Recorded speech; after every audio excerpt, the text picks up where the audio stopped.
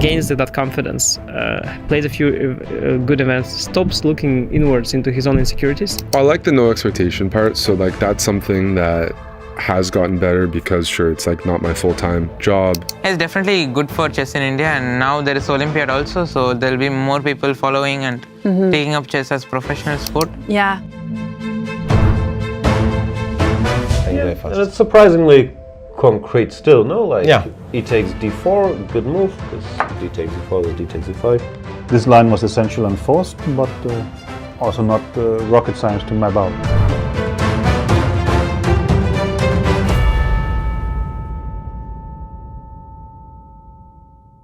It's time to take control of your journey towards chess mastery. Magnus Carlsen introduces Chessable, the definitive solution for studying chess. Move Trainer uses the science of spaced repetition to identify your strengths and eliminate your weaknesses. There's no need to set up a board, remember which page you're on, or keep track of all the moves you miss. Get started now and join our growing community of over 100,000 chess enthusiasts. Chessable. Take control of your journey towards chess mastery.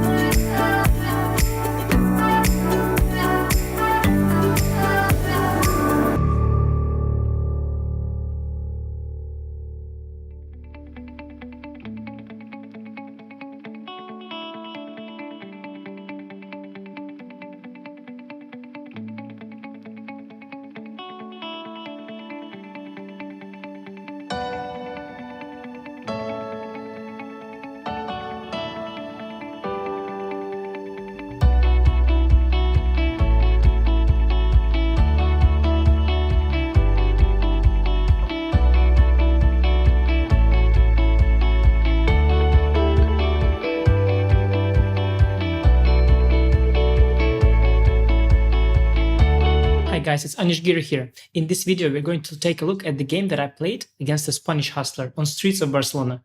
It's a quick and a very exciting and action-packed game, so do check it out. It features one of my favorite openings, the Knight of Defense. Let's go. Okay, actually he's not really a hustler. Ruben is a very nice guy. Starts with e4, c5, knight f3, d6. What's your rating? 1750.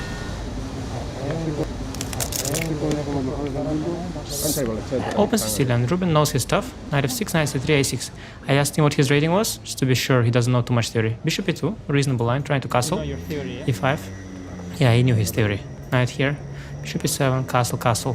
Both sides castling now. He should develop the bishop, I should develop my bishop. Or he can go for the f4 plan, which eventually he does. King h1, preparing f4, going out of this diagonal. Rook e8, all theory, I was prepped. f4, bishop e3, f4 first, f4.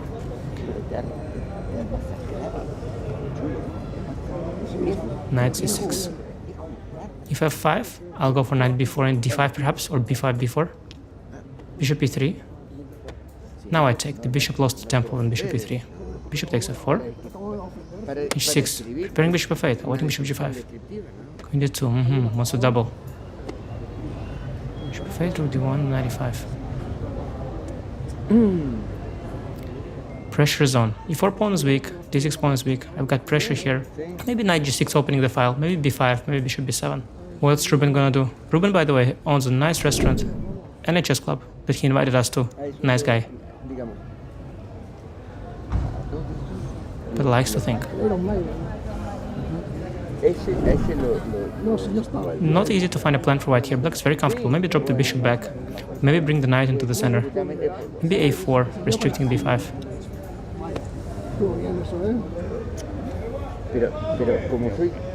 Which one is he gonna go for?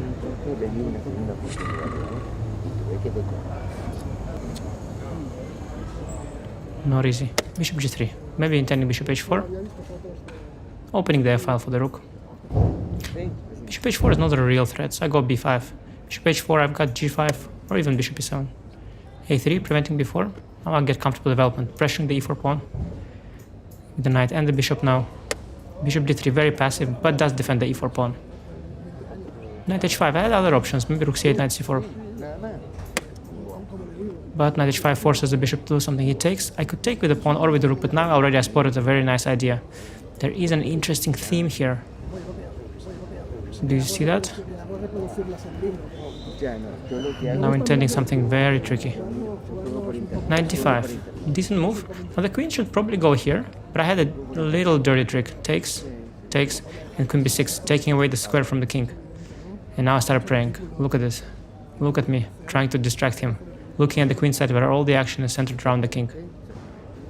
I'm hoping. He will miss it. Will he miss it? Oh no, knight d4 very strong. If I take, he's got bishop h7 check. Prevents my idea, but I'm not sure he sees it. Now, the shameless and shameful moment is coming up. I want my dirty trick to work. Oh, this is greasy. Rook b8. This is completely stupid, but I'm inviting a fork. Oh no, my rook. Look, I'm shaking the head. All part of the act. Actually, this is a mistake. You should first go g4 now, hit the knight, and then go knight c6. White has the upper hand, as you can see here in the evil bar. But I'm shaking my head, hoping for knight c6 right away. And he's falling for it. He's falling for it. Will he fall for it? Yeah, he'll fall for it. Knight c6. And now knight g3. The satisfaction. Look at that smile. Look at the smile of the shameless. Or shameful. Both shameless and shameful top grandmaster. Look at that glee. Oh, disgusting. Yeah. He fell for it. GG, yo. I asked for it. I did ask for it. So if you enjoyed the video, and more importantly, you want to also crush the chess hustlers in your city, then go get my Knight of course at Chessable. It will give you a complete lifetime repertoire against the first move 1e4 and have you covered with an exciting and a sharp weapon. Good luck.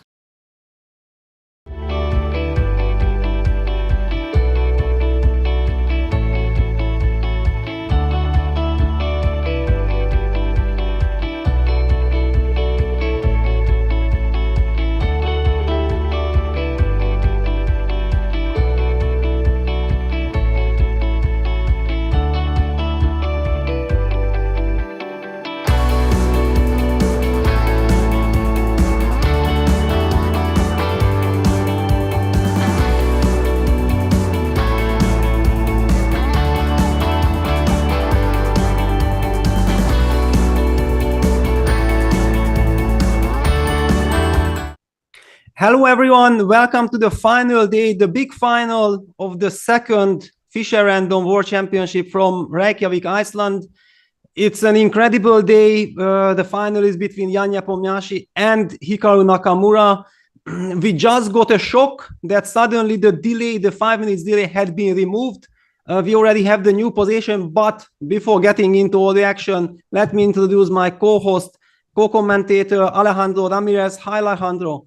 Hi, Peter. Hi, everybody. What a pleasure to be here. Final day of this 960 championship. Very exciting. We're not going to have just the finals, which is, of course, our main event between Jan Nepomniachtchi and Hikaru Nakamura. But we also have all of the placement matches, and those are going to be cool to follow as well. Yeah, the big question is, do we have time? Do we have even a breathing time to take a look at other action? Because I'm expecting some great spectacle from Jan and from Hikaru. I mean, Hikaru is, I think, the best informed player so far in the event. He has been very consistent. Jan himself was critical of his play. He said many ups and downs, but he is catching form just at the right moment. And after bouncing back against Magnus yesterday, I think he gets a lot of confidence. Yeah, I have to agree with that. The fact that he just got a win over Magnus Carlsen and the way that he did it, I think is going to do a great deal for his confidence going into this game, saying that even though his play was shaky, he was able to pull it off, and that he was able to find good resources when it needed to be, even when he felt he was under pressure. And that's something that I think is going to be key today. How well can Jan handle his openings compared to Hikaru? I felt that Jan was getting a lot of bad positions from the openings, and that even though he did win that match against Magnus, he doesn't want to repeat those mistakes today.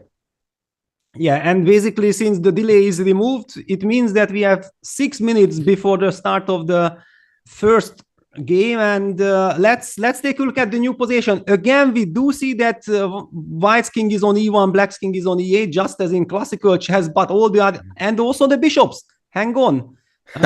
Before I misinform anyone, yeah? So the bishops and the kings are standing in their starting position, the classical starting position. What is your take on this?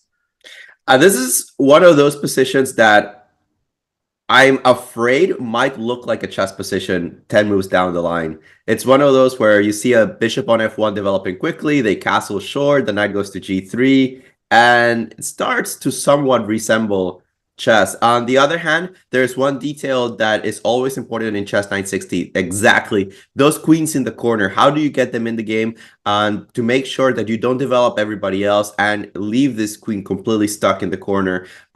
You can imagine that there are possibilities for this queen. A move like b4 starts to become natural because, again, it opens a trifecta of pieces. Your queen gets the long diagonal, the rook's a little bit open, and the bishop can, let's call it fianchetto if need be. So you start looking at these kind of moves on the queen side. On the king side, I think chess will look a little bit more traditional. I think the knight on h1 will go to g3. Somehow this bishop on f1 will develop on the f1 to a6 diagonal. And then very quickly we'll see a short castle on that side of the board. That, I think, is a very logical way to develop a lot of pieces here. Yeah, so basically, okay, we have already noticed this, that the players also try to be as solid as possible. So, for example, b4 could be easily met by b5, just sticking to the same principles. Yeah. And then how would you proceed? This one is an interesting one. I think knight g3 kind of. Knight g3, since I'm very impressed by your handling, let me also just follow you. And then here I'm not sure. How worried long term am I of the f4 square? Because I would like to play something like e4 at some point. e4, but on the other hand, the knight to e3 maybe, yeah? But the knight to e3, yeah, it seems like a harmonious way of developing pieces. But yes, it's this f4 square that perhaps I have to be a little bit careful of. Yeah, for example, just to highlight, yeah, that for example, Black can maybe break the symmetry with e4, e6, and then after knight e3, something like knight f4, could that be a move? Or maybe then you can activate your queen, but it's met by bishop d6. d6. Yeah. And the bishop on f1 is a little bit restricted. It's a funny one of those positions. I think we saw it yesterday with this early moves on knight a1 to b3, b3 to c5 in the first set of games that we had, where this knight is actually very difficult to expel. And it's quite annoying because it controls so many squares, especially coupled in this particular position with the pawn on b5, taking away even more diagonal spots for my bishop. Yeah, it's a very tricky situation that seemingly occupying the center looks very promising, but yeah, this knight on f4 causes so much trouble. Yeah. On the other hand, you have this knight on d8. It's a little bit slow. I could make a pretense that d4 at some point controls a lot of space. I don't know. This one will be a little weird on the queen side. And on the king side, I think it's going to revolve around the decision whether you play e3 or e4 or e5, e6 for symmetry. Exactly, yeah, because I felt like if you want to be very solid, you can maybe make an argument for some e3 and even then trying to opt for a4, breaking, I mean, hitting this b5 pawn. Yeah, it might not be so easy to protect once you get e3 in. Yeah, it's surprisingly, right? Because none of the pieces that either side has actually wants to hold on to this pawn. They're so far away from actually defending it. The bishop on c8 never wants to go to a6, for example. It probably won't go to d7 either. The knights are far away from the b pawn. So once you break, you actually have to figure out how to defend this pawn, because a4 might be a strategical threat already. Exactly, yeah. And suddenly we see that with b4 and a4, white makes a lot of sense to the queen on a1. It's getting activated right away. Yeah, and we cannot stop emphasizing how important it is to get the queen on the game. So many positions that we've seen in which a queen that's buried, it just overtakes the entire evaluation of the position, because nothing else matters at the end of the day. The queen is so powerful that the rest of the battle between the pieces can't be won without the inclusion of the most powerful piece. And again, b4 looks like a very natural move to me. Peter, what is your take on this starting position? Yeah, it's a big question. First of all, let's just also very quickly go through the pairing. So Jan starts with the white pieces against Hikaru. Abdusattorov starts with white against Carlsen. And then we have for placement, fifth place match, Vladimir Fedoseev against Wesley. So Vladimir Fedoseev starts with the white pieces, and the local hero Hjovasten Gretarsson plays with white against Bluebaum. Yeah, so those are the matchups. And the question is, I'm tempted to go b4. And one thing I wanted to highlight that, for example, the move e4 is, I was not sure if I'm not scared of something like b5. Yeah, the queen opens up, hits the pawn on e4, and after something like knight g3, black goes for h5, for example. I mean, just a complete berserk mode, but who knows? I mean, it's confusing. Yeah, it's confusing. And the knight on g3, we have so many positions in which it cannot properly handle a move like h5, h4. It is annoying. On the other hand, you're playing so much in the flank, and this is where the beauty of 960 is. We don't really know what the correct theory of developing in many scenarios is, because there will be times when expanding on one side will be very beneficial, especially if the king can just castle away from the side where you're expanding. In this one in particular, I wonder where you're planning to put the king in the future, because once you start pushing your h-pawn, pushing your b-pawn, the king will at some point have to make a decision. Exactly. Maybe just a very little detailed move like d2, d3, protecting the e4 pawn, inviting h5, h4. Thank you very much, knight f5. But we already have live action. And if we are not trolled, then it is the official move. Yeah, but the official moves tend to be in the center. So I don't know if this one is a... I think it's very much Nepo's move.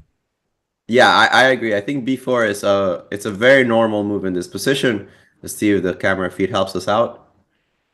Not quite yet. Yeah, we are seeing Abdusattorov and Magnus Carlsen. I do hope that we are actually getting the video feed from the NRK TV studio.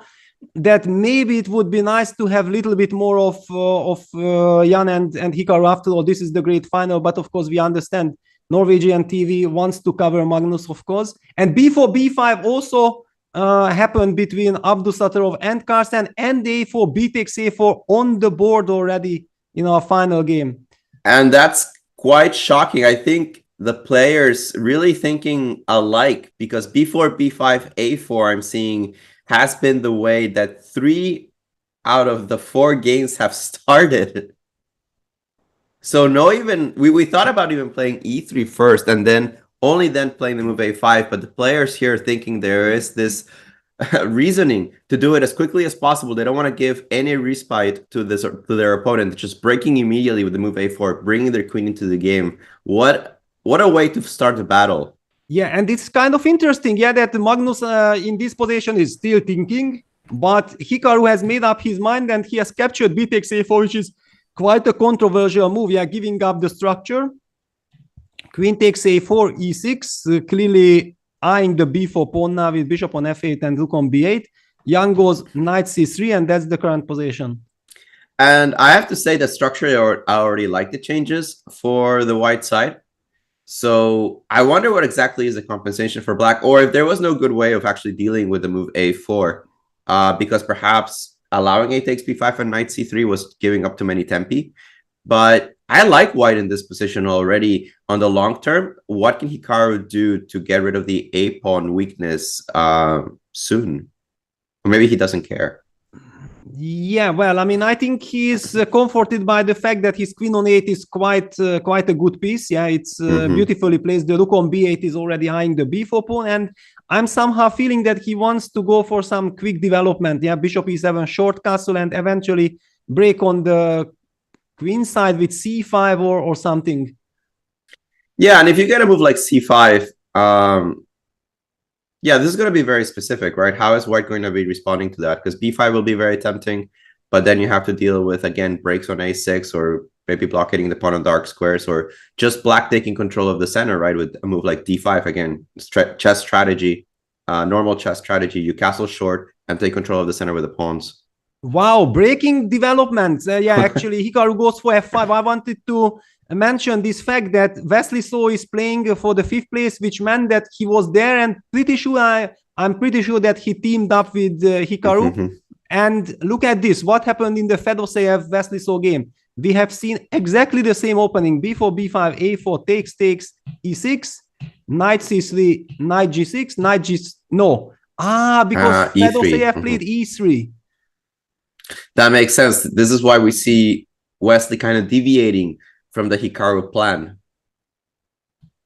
Yeah, because after e3, then bishop d6, knight g3, and a5 happened, and it's a completely different kind of battle. But of course, as we agreed, we will be focusing on the grand final. I just wanted to highlight that he had very similar openings, and there might be some teams between the players in the preparation. And I love how they have these preparations that are a few minutes long. They try to come up with the best ideas, obviously in the first move, but also the logical sequences afterwards. And I think that every player that got here realized that this b5 move was important, and that breaking the structure immediately was probably the most beneficial way to play this with white. e3 in this position, f5. What do you think of this move? It is aggressive in some ways.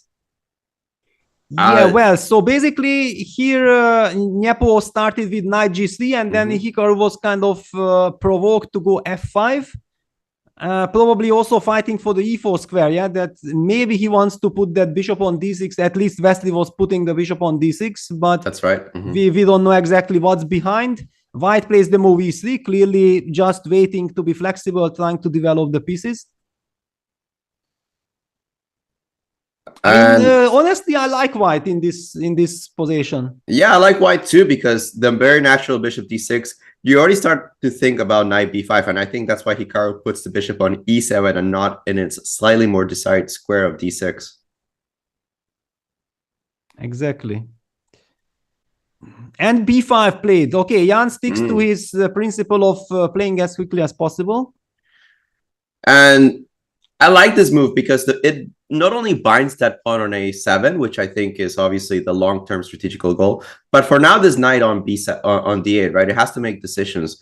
Do you really want to fianchetto it like knight b7 and go to c5? Because there's no guarantee that you'll reach c5. You go knight b7, I go d4. I prevent you from going there, and then the knight is kind of in the way of the pieces. Yeah, I mean, knight on b7, okay, then one could still argue that some knight d6 berserk mode, but yeah, really the big question is, where does this knight go? And look at this, Jan just systematically attacks the a7 pawn. Wow. You know, there is this concept that you should play with your developed pieces, but they're really taking it to the next level in this chess 960. They're give me the pawn on a7. I don't care about development. I'm solid enough, and this might actually be a real threat, especially because it, let's say, traps the queen, right? Forces that queen trade which will make white's king even safer. Yeah, and Hikaru immediately strikes with f4. Yeah, this is the real way to deal with something like this, that if white prematurely wastes some time, we don't know if prematurely or not, but clearly black has to use the momentum breaking in the other side of the board. I have to say, if this was classical chess and white just played a bunch of moves, tried to take a pawn, moves the knight backwards twice, I'd say you can't play chess like this. This is not how chess works. You're handing over the entire initiative in the opening. Can this work in 960? Because I feel that Nepo is counter-developing. Yeah, he's really overdoing it a bit. Yeah, I mean, this f5, f4, black has already castled. The queen on a8 is ready to join the party. Knight g3 to e2 played. You start thinking, right, is f3 playable? Can I sacrifice? Is bishop h4 somehow working? I don't know. This doesn't seem stable enough for white. Is there any way that we can put some real pressure as black, take advantage of the tempi that we have? Yeah, wow. I wanted to say that, yeah, f3 looks very much in the spirit, and we have seen Hikaru use that idea yesterday against Nodir Bekabusatulov in the last game. Yeah, going f3, but maybe simply he felt like, I don't want to let this rook into the game as quickly as possible. Maybe white is also not taking, maybe white is going knight d4 first, but... Well, I think you can take, because if you take another queen takes, what do you... Exactly. Yeah, I mean, G takes, queen takes looks horrible. So basically, I was thinking that maybe f3 will be played. Then I made some sense that maybe knight d4 comes, and you don't want to open up this position so quickly. So d takes a3 already played. Yeah, so Hikaru opted for the trade, f takes e3, and d takes e3. D takes e3 probably telling me that he wants to castle short and doesn't want the f file open for that reason.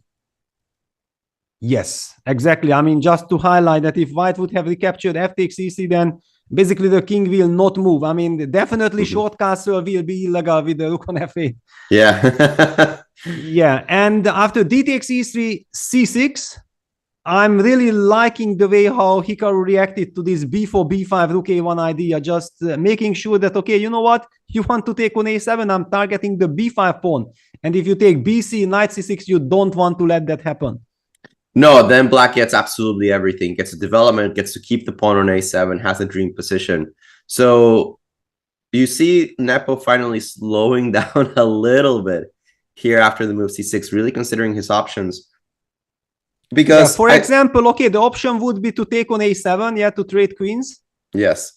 But okay, after takes cb5, it looks like black is getting the initiative. No, this looks great for black. It's not that he's structurally worse or anything like that. You're just up development. I'm actually a little bit surprised, because we do have that engine bar on the right that biases us once in a while, that it's about equal. Because I look at this and my first instinct is that black is doing fabulous. Yeah, and you remember we were kind of slightly shocked or surprised that Hikaru opted for this move f5. Yeah. At this moment of time, it wasn't really visible that this f5 will, is it so important or not? And then 3 moves later, we see that it perfectly fitted into his concept. No, it's the vision that Hikaru has for the possibilities of his pieces afterwards. And I think that's something that's very difficult to explain to people that haven't really fully played 960, especially competitive 960, is that, yeah, you can make a couple of easy moves in the opening, but having a vision of where everything goes and having a vision of how everything is going to like come together in the position is much harder. And look how Hikaru has developed all of his pieces to have a cohesion, to have something that they're doing together. And this f5, f4, love it. It brings a lot of Hikaru's pieces into action harmoniously. Yeah, very nice play. I mean, I'm a little bit worried for white. I mean, forget about what evaluation bar says, that it's more or less equal. I mean, I'm really worried for white. I mean, what is the first move? That's the very big question. Maybe knight d4. Can we go knight d4? But after knight d4 and I take on b5, you want to take with the bishop, I guess, right? I'm not sure, because who knows? The g2 pawn is also vulnerable. Yeah, that's what I was worried about. Yeah, Because but okay, yeah, let's first develop the bishop, and you're gonna hit me with knight h4. yeah, knight h4 is what has me worried in this position for white. Yeah, and then we probably have to play some very ugly move f3. Yeah, it's ugly, and I start thinking, right? I start thinking e5. I start thinking knight takes f3 after you move the knight. Exactly. And I get really excited about my position, you know? I feel that I should have sacrificed a pawn or something to get to here by now. Yeah, I mean, it's very scary. That's why I wasn't even sure if I want to. Of course, I would love to develop my bishop, but maybe I need the bishop on b1. But capturing with some knight and then running into some tempo, I'm also not a fan. Yeah, and Jan is taking his time. And if we can make a small comparison between another game that has a similar structure to this one, it's the another big game against Magnus Carlsen, but because of the timing of the moves, you see that Abdusattorov hasn't put the knight on g3. Carlsen didn't play f5 in turn, trying to hit that knight. Carlsen had to play this move, rook b7, which looks so ugly. It might be the best move, but it looks ugly from the beginning because, I mean, look at the queen on a8, the bishop on c8. They're all unhappy about this. Exactly. I mean, just and now Abdusattorov goes knight g3, and it's a completely different situation. Exactly the position that also Jan probably visualized for himself, but yes, but he was just hit by this f5, and it's creating a lot of mess. He opted for knight d4, yeah, because there wasn't really any other move. You need to develop. All right. First of all, I think if he plays e5 immediately in this position, where does the knight go? Well, probably to f3. To f3, yeah. I don't think there's a problem. I could sack the exchange, but that might be too much. Yeah, then I'm always very happy to sacrifice the exchange, but I'm also very happy opening up the rook. Yeah, absolutely true. Absolutely true. Yeah. Yeah, I mean, and now with knight f3, I'm stopping, at least controlling a little bit this monster knight from g6. Yeah, I don't like e5 as much as I did initially. Yeah, I mean, of course, c takes b5 looks so natural. There is also some argument for c5, but then you're still stuck with this pawn on a7. Yeah, and it does close the position down a little bit. I understand that the pawn center becomes massive, but I somehow like opening the position a little bit now that I control so many diagonals. And c5 played, so not the move that I liked. It's the move that you suggested. I was more of a cb fan, but c5 played and instantly knight f3. Yeah, c5, knight f3. Okay, it makes a lot of sense. The knight comes back to f3, covers the h4 square. White wants to go bishop e2 and short castle. Yeah, that would be a dream. And also, for the moment, queen takes a7 is a threat. Hikaru goes bishop f6. Yeah, we can probably expect one of bishop b2 or bishop d2 quickly, I but guess. A big question, right? Yeah, it actually is kind of an annoying question too. I don't like bishop b2 as much because at the very least a6 is kind of annoying. Yeah, so bishop b2 runs into some a6 into the pin.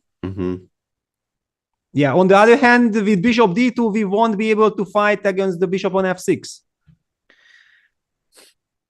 Yeah, it's a tough one here, right? Yeah. Wow, and Jan goes rook a3. Okay. When there's two options, they always choose the third one. He doesn't want any of it. Yeah, he did not like any of the bishop moves, but now he's not threatening to take on a7. This is now giving some freedom for Hikaru. What do we do with this freedom for now? And there we go. Blumenfeld, d5. Yeah. I mean, yeah, this d5, eventually some d5, d4 ideas are hanging in the air. Also, maybe just developing the knight to d6. This is the best Blumenfeld Black's ever gotten in the history of chess. It's coming without a sacrifice. Without a sacrifice, you got all your pieces out. White's not even castled yet. I have to admit, I am still absolutely shocked the engine bar thinks this is equal. Black has the center. I feel they're better developed. I feel their pieces are more aggressive. And yet, the engine is still a believer in White's position. Not that for an advantage or anything like that, but at least to remain equal. Yeah, I have the same feelings that this position has the tendency that in 2-3 moves might be clear advantage for black. Yeah, that Right. Because maybe there is some specific move order or something that kind of keeps the balance. But just if humanly you make a couple of moves, then it's so easy to see things going eventually wrong for white. Yeah, literally white's biggest plus is that you have this pressure on a7, and it might force a major piece or something from black to keep an eye on it. But besides that, where's the strategical advantages for white? I don't really see them. Black has the center. Black has a more flexible pawn structure. For now, the safer king because it's already castled. Yeah, so let's make the move bishop e2. Yeah, let's try to get ready for castles. Yeah, and I think the saving grace for white is that I still don't have like an immediate threat. d4 doesn't work. e5 doesn't work because knight takes d5. So maybe I just bring the knight the way that you said it. Yeah, there is this tactics. So maybe, yeah, just knight f7, knight d6 is the correct way to proceed. I don't know if you can... f7 kind of, because still the pawn Yeah. on a7, yeah, bishop e2 played, queen takes a7 is not possible because the knight on c3 is hanging. So let me castle. Knight d6 or something. And knight d6, yeah. And you are in time, and eventually will also be able comfortably to defend the pawn on a7 like this. Yeah, this is quite comfortable for the black side again. I'll take black any day. And the big question is, how do we develop this bishop from c1? But okay, on the other hand, now that I castled, I feel also much more happy than before. Yeah, but I don't think I can prevent it, unfortunately, or prevent it in a useful manner. Yeah, at least, yeah, let's take a look. Hikaru is taking his time after bishop e2. Is there some way to, I mean, seemingly d5, d4 is not working, but who knows? ed4, cd4, knight takes d4. And I don't see the tactic. And Hikaru goes for rook b7. I mean, the rook is ugly, but clearly he's probably trying to get rook bf7 in.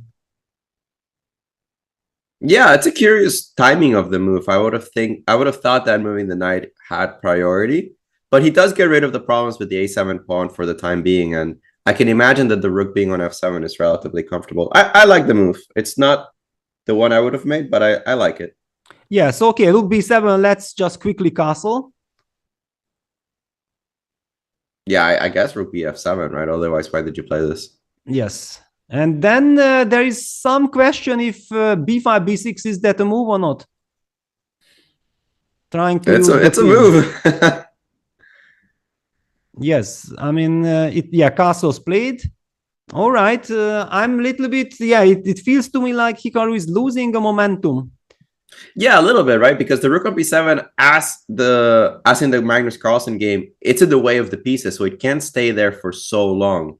But if you move it from the b file, b6, as you mentioned, is actually a problem. You don't want to be dealing with this. Yeah, at least it's distracting. Because, for example, just to highlight, that rook bf7, b6, you have the move a6 because the knight is still hanging, but this a6 pawn is a forever target. Maybe then white just plays something like bishop d2 and you have to deal with this pawn. Yeah, and even the presence of the b6 pawn is annoying in itself, that you're always going to have to keep an eye on it. And because you want to focus on the king side / center, this b pawn is actually going to be a huge distraction to your pieces. And we got the move queen b8. Queen b8, yeah, very interesting. So basically, Hikaru signals that he doesn't want to move the rook, or he just wanted to step out of this b5, b6 idea. I think he just wanted to step out of it. And maybe in a good day, this diagonal on b8, h2 gives him access to the king side, maybe on a good day via e5. So perhaps some flexibility for the queen as well. But I think, as you mentioned, the main point is to be able to move the rook and not be hit with b6. Yeah, and also maybe he just wants to activate the knight to d6 as well. Yeah, now kind of, for the first time, I believe we can agree that we kind of understand what computer means with the 0-0s. Yeah, this looks like it's a double-edged dynamic equality. Yeah, it's a fun position to play. It somewhat resembles chess, but you still are left wondering how exactly we got here. So yes. Chess-like, but not exactly.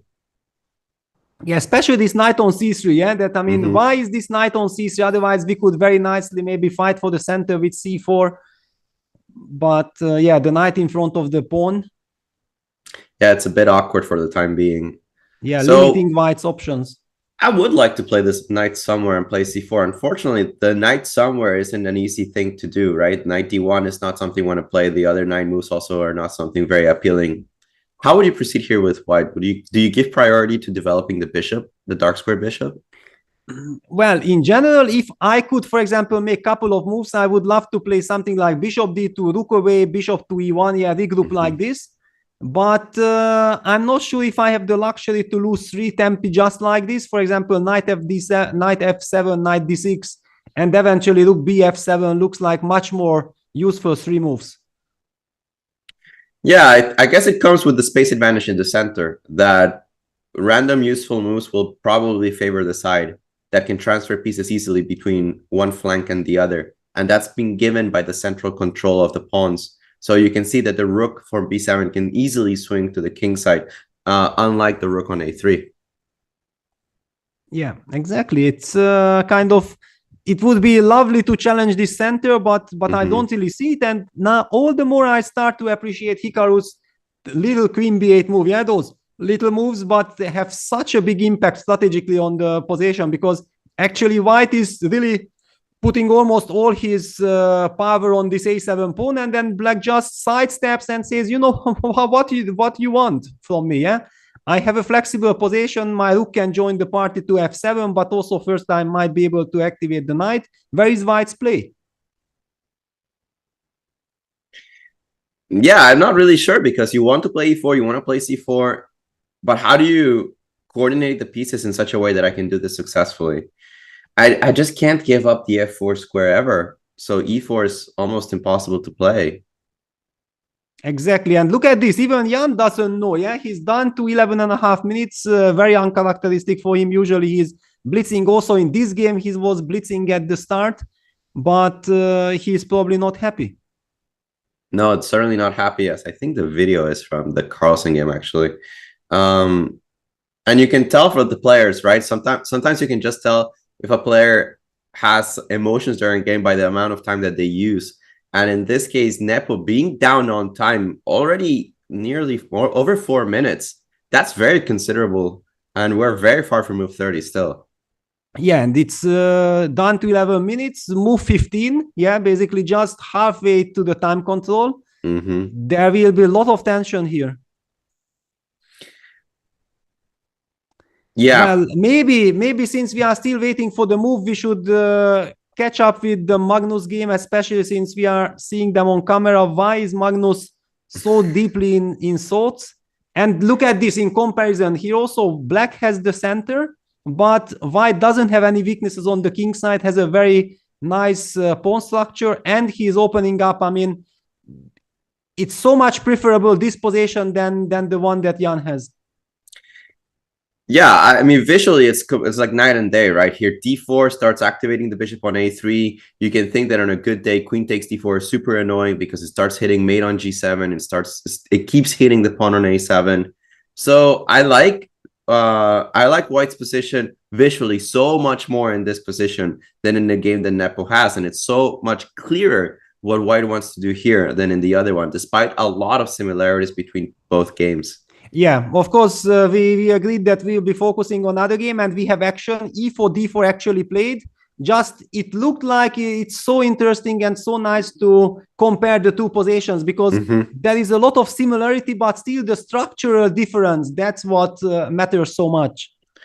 Yeah, and Jan decides the structure must change. I have to get good squares for my pieces.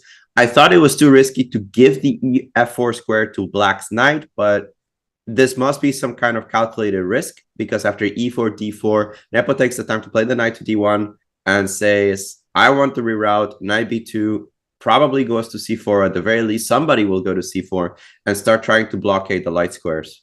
Yeah, actually, I'm practically speaking, I really like his decision, because I mean, this is probably the moment when any plan is better than no plan. Yeah, if you just give black the time to improve the position, as we already discussed. Knight gets to d6, white will be very cramped.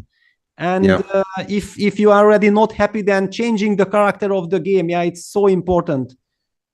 d4, knight d1, and bishop d7 by Hikaru. I like bishop d7. It preempts the fact that knight b2 c4 is in Nepo's radar and says, look, you could play knight b2, but I'm already preventing you from putting it there for the time being. And now c4 played, kind of forced, I suppose, because you did have to keep up the b5 defense. And now how do you deal with this as Hikaru? Do you take on c3 or do you play for the passed pawn? Well, what strikes me immediately is this lovely e5 square, that suddenly with this pawn structure e6, d4, c5, it gives me so much dynamic with eventually some knight f7, something landing on e5. Of course, white will try to get his knight to d3, fighting for the central squares. No, I like knight f7 much more than I like any alternative here. Yeah, well, we haven't talked about it. You also mentioned that, what DC. happens after dc?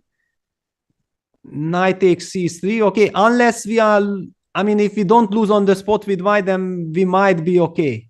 If I play a6, just out of curiosity. Yeah, that's that's a tough one. Because queen takes a6, bishop c3. Bishop c3, right? I think this works. Rook takes c3, rook a7, traps the queen. Traps the queen, kind of. This is a scary moment. So this basically, once you notice it, you automatically start calculating, because it's a sequence, There's no choice. You have to take. And then a6. And a6. Yeah. So hang on, because you are threatening a takes b5.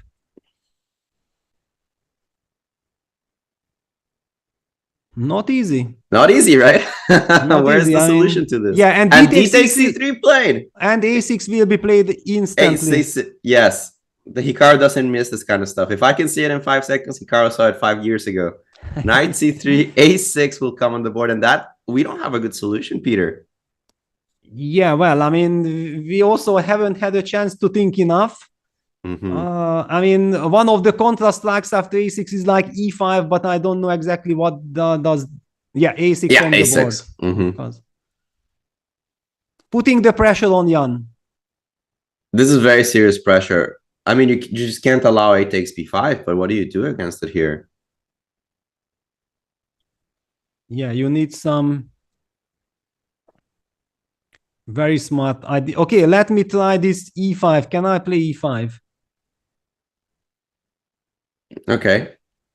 Let's see if I take with the knight. Yeah, well, taking, you might even take the pawn, but you can take anything. Knight e5, and for this queen takes a6, I think nothing changed. But just to show, queen a6, you just take. No, but b7 no, but the is rook hanging. is hanging. Yeah. No, I was thinking against queen takes a6 to play knight g4. Oh, wow, like this, yeah? Because bishop c3 is also a threat, but now it's a threat for 2 different reasons. All kinds of tactical things. So I have to play knight e4, maybe. Can I play maybe, knight e4? But maybe knight e4 is just a very good move, though. Well, if I don't lose, I'm fine now. But I'm not sure that I'm not losing. Yeah, this is a crazy position. Maybe bishop b2. Yeah, I'm happy even to sacrifice the exchange just not to get mated. That's very true. Yeah, because structurally you're doing quite fine. Yeah, okay, it's but also after e5, maybe you can just take knight. Yeah, e5 on the board. E5 played, yes. Yes, it has to be played. There is an argument that you can also take a b5 first. I have to take with the bishop, right? Yeah, I have to take something. Wow, it's very wild. Oh, wow. So much calculation. Let's see. You could take with the rook. You could take with the bishop. Yeah. Everything looks fine for black, but what is the maximum? Yeah, a b5 on the board. Taking the pawn, the queen is attacked. We definitely feel like white has to take on b5, otherwise everything falls apart. Yeah, there's no good counter blow on any of black's pieces, so you kind of have to take on b5. Yeah, black's pieces are also so incredibly harmonious. Yeah, this queen b8, rook b7, A perfect judgment by Hikaru, yeah, that he decided to, yeah, bishop takes b5 on the board. No, it's beautiful stuff the way that Hikaru has been handling this game. I think that his reroutings, his structure breaks, everything very sharp. And we saw this idea, this tactical idea of taking on c3 and going a6, but Hikaru, of course, never misses this kind of things. And now tons of pressure on White's position. Bishop takes b5 on the board. Even a simple bishop takes b5, knight takes c5, black will be up a pawn, but you know that Hikaru wants to maximize his advantage, not just be happy with an extra pawn, but also a pawn in the position. Yeah, I mean, the big question, however, that can White at all stabilize? Because where is this knight going? It's hanging at the moment, and knight takes e5, bishop takes e5 will be double attack on the knight and on the h2 pawn. Yeah, and I don't even have like knight c3. It just and I can't exactly. We can't return. Maybe just bishop takes b5, knight takes b5, and knight takes e5. Yeah, simple play. Yeah, maybe he has to play bishop f4 and hope that somehow he's not losing. Very well put. I don't know if that's true though. Exactly, very well put. I don't know. I would be very scared. But it's a nice move. Yeah, bishop f4. So, but you could take on f3 and go e5. I haven't solved that one yet. Yeah. That's the problem with nice moves. Usually they don't work. Mine don't. There's two. That's the difference. Yeah, it's double attack. Yeah, it's still... Yeah, I don't have any knight d6 tricks or anything like that. Yeah. So basically, Jan in a lot of trouble. He's down to 6.5 minutes, but clock is not the biggest issue. To find the move, that's a big challenge now. Yeah, his position really is collapsing. It's collapsing. Yeah, the knight can't move. Of course, if you could just put the knight back and then go to e4, everything would be lovely. But yeah, black takes on f3, and with the pawn structure destroyed, it's just game over. We can't let this happen. Wow, but you might have to. But you might have to. I don't see an alternative. Yeah. Even knight a7, knight takes f3, we can't take with the rook, then the knight is hanging. That's terrible. Knight e5, bishop e5, f4. Oof. Oof. I know, yes. I know. I know that you know. I know. That's why we are speechless at the moment. Right. And he's gone knight c3. He decided. Yeah. Oh my God. Yeah. I mean, it just shows that how bad the position is. Yeah, that's just a symptom. And also computer agrees that probably this was the best. From all the other miseries. At least he didn't lose another pawn, right? And I guess you have e4 for the knight. At least you can envision that good things could happen to White in this position, but... I mean, good thing to survive a little bit longer, yeah? Right. Yeah, it's not going to be so easy. You do have a knight coming to e4. On a fabulous, fantastic day, you get a bishop to g3 and your king's kind of safe. Yeah, if that bishop ever reaches g3, then it gives some stability. Of course, on the other hand, if we are dreaming with bishop on g3, then let's just imagine a knight on d4, yeah? Which gets there pretty quickly, too. Yes. I mean, for example, rook b4 hitting the queen and then going knight c6. Yeah, and you probably rook b4 is a very useful move just to transfer the rook to the king side in so many situations. And again, because of the positioning of the pieces, you can't even offer a trade of queens that Nepo would desperately like in this position. Yeah, because at the end of the day, the knight on c3 is hanging. Mm-hmm. Yeah, what to do after rook b4? Yeah, maybe it's one of those positions. Again, you kind of have to go forward, hope it doesn't lose. I mean, can we maybe enter between these? I think that's the move, yeah. I think you're going to have to do it. You close your eyes, you play queen d7, hope nothing happens, because there's just no alternatives. Yeah, and trying to somehow control the knight. Yeah, rook b4 on the board and queen a6. Queen a6. Blitzed out. Okay, it makes sense also. Mm-hmm. Stopping knight c6, eyeing the e6 pawn. Clearly, Jan is dreaming of, give me just one tempo, please. Get my knight to e4 and I might be still breathing. Yeah, he needs a couple of tempi, and Hikaru searching for a way for that not to happen. How do we stop consolidation of White's position with knight e4 and bishop f4? First of all, if I just attack this pawn on h2 with bishop e5, you have to play h3, right? Yeah, but it hurts. Yes, it does. Everything hurts here. It hurts. I mean, there won't be any cement on g3 anymore after h3. Yeah. And is there a reason not to take on f3? Wow. Doesn't seem like there is any reason. Hang on. So basically, bishop e5, you tricked me. You double attacked me. I did. Yeah, I was so worried of the GC square, but actually, how do I stay alive? Yeah, that's the big question. And Hikaru has not blitzed it out, which means that we are missing some resource. Well, there should be. I mean, maybe white just goes knight e4, close the eyes, give the h2 pawn. And we move on with our lives, right? Yeah, just trying to activate the pieces. Yeah, that might be it. I mean, check king g2, and if we don't lose on the spot, we're only down 2 pawns. Yes. But okay, as long as the knight stays on d8, we have some little hope. No, I think there's plenty of hope here, right? And c5 is hanging. Suddenly, white is pretty active. And the king on g2, it's airy, but it's safe for now. Yes. Yeah, and you are a little bit bishop e5 played. Of course, it's a very good move. Makes a lot of sense. Yeah, and we're expecting king g2 because you're going to lose a pawn anyway. Or maybe knight e4 or king g2. Yeah, it's...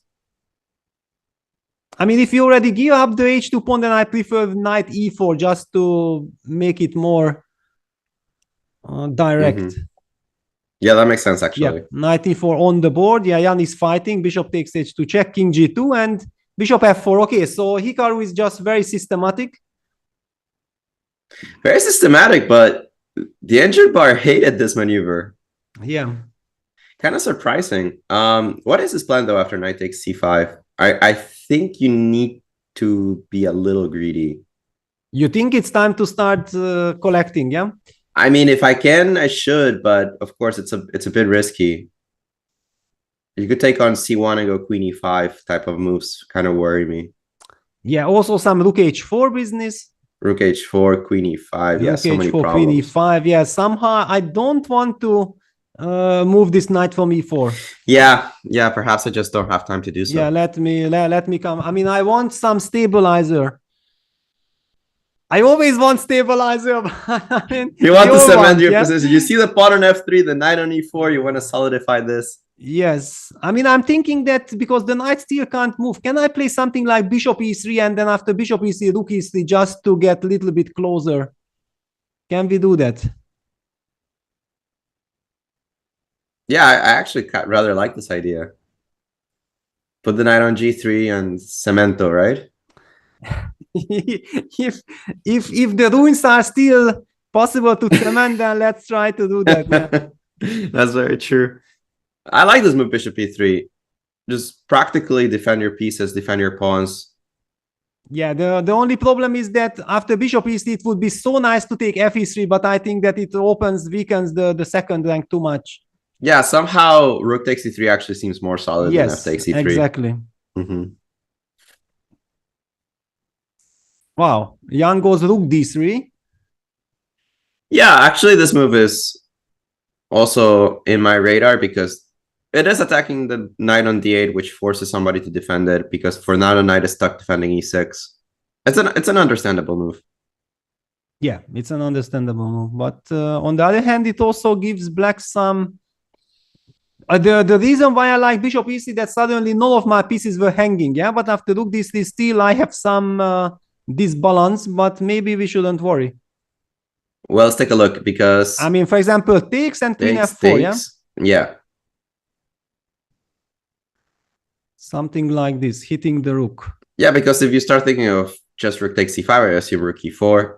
Yes, rook e4 is now also a big threat, yeah, because f e4... It was my assumption, but I wasn't entirely sure it lost. I just assumed it loses. Oh, yeah, queen f2 picks up at least the rook. Yeah. That's a big problem, and I'm very worried. I mean, unless we have some contra strikes somehow against the d8 knight. No, but it's quite insufficient, right? Especially f3 is always following with check. Yeah, maybe we have to play rook e1 already. Yeah. Or Maybe rook that is the best c4, but leaving the first rank also just like that. Yeah, and at some point, if we trade too many pieces, black has up 2 of them, right? It's kind of a weird position in which white's king is so weak, you want to trade some pieces off. But at the same time, you can't trade too many of them off because you are down 2 pawns, not 1. So every endgame is hopeless. Exactly. Yeah, interesting that Hikaru hasn't taken on c1 yet. So does he have an alternative? Because it's so tempting. Yeah, just takes queen f4, put the pressure. Jan is also down to 3.5 minutes. Okay, it's move 28, so 2 more moves till the time control. Yeah, especially after playing the move bishop f4, you think that this is the point, right? Because otherwise, white will start thinking even of bishop a3. Yeah, exactly. Actually, white might be able to start bothering the rook. Hikaru also under 5 minutes, and he goes for queen e5. Queen e5, all right. Keeping the tension. Again, rook e4 is a threat, so gotta watch out for that one. It's a big one.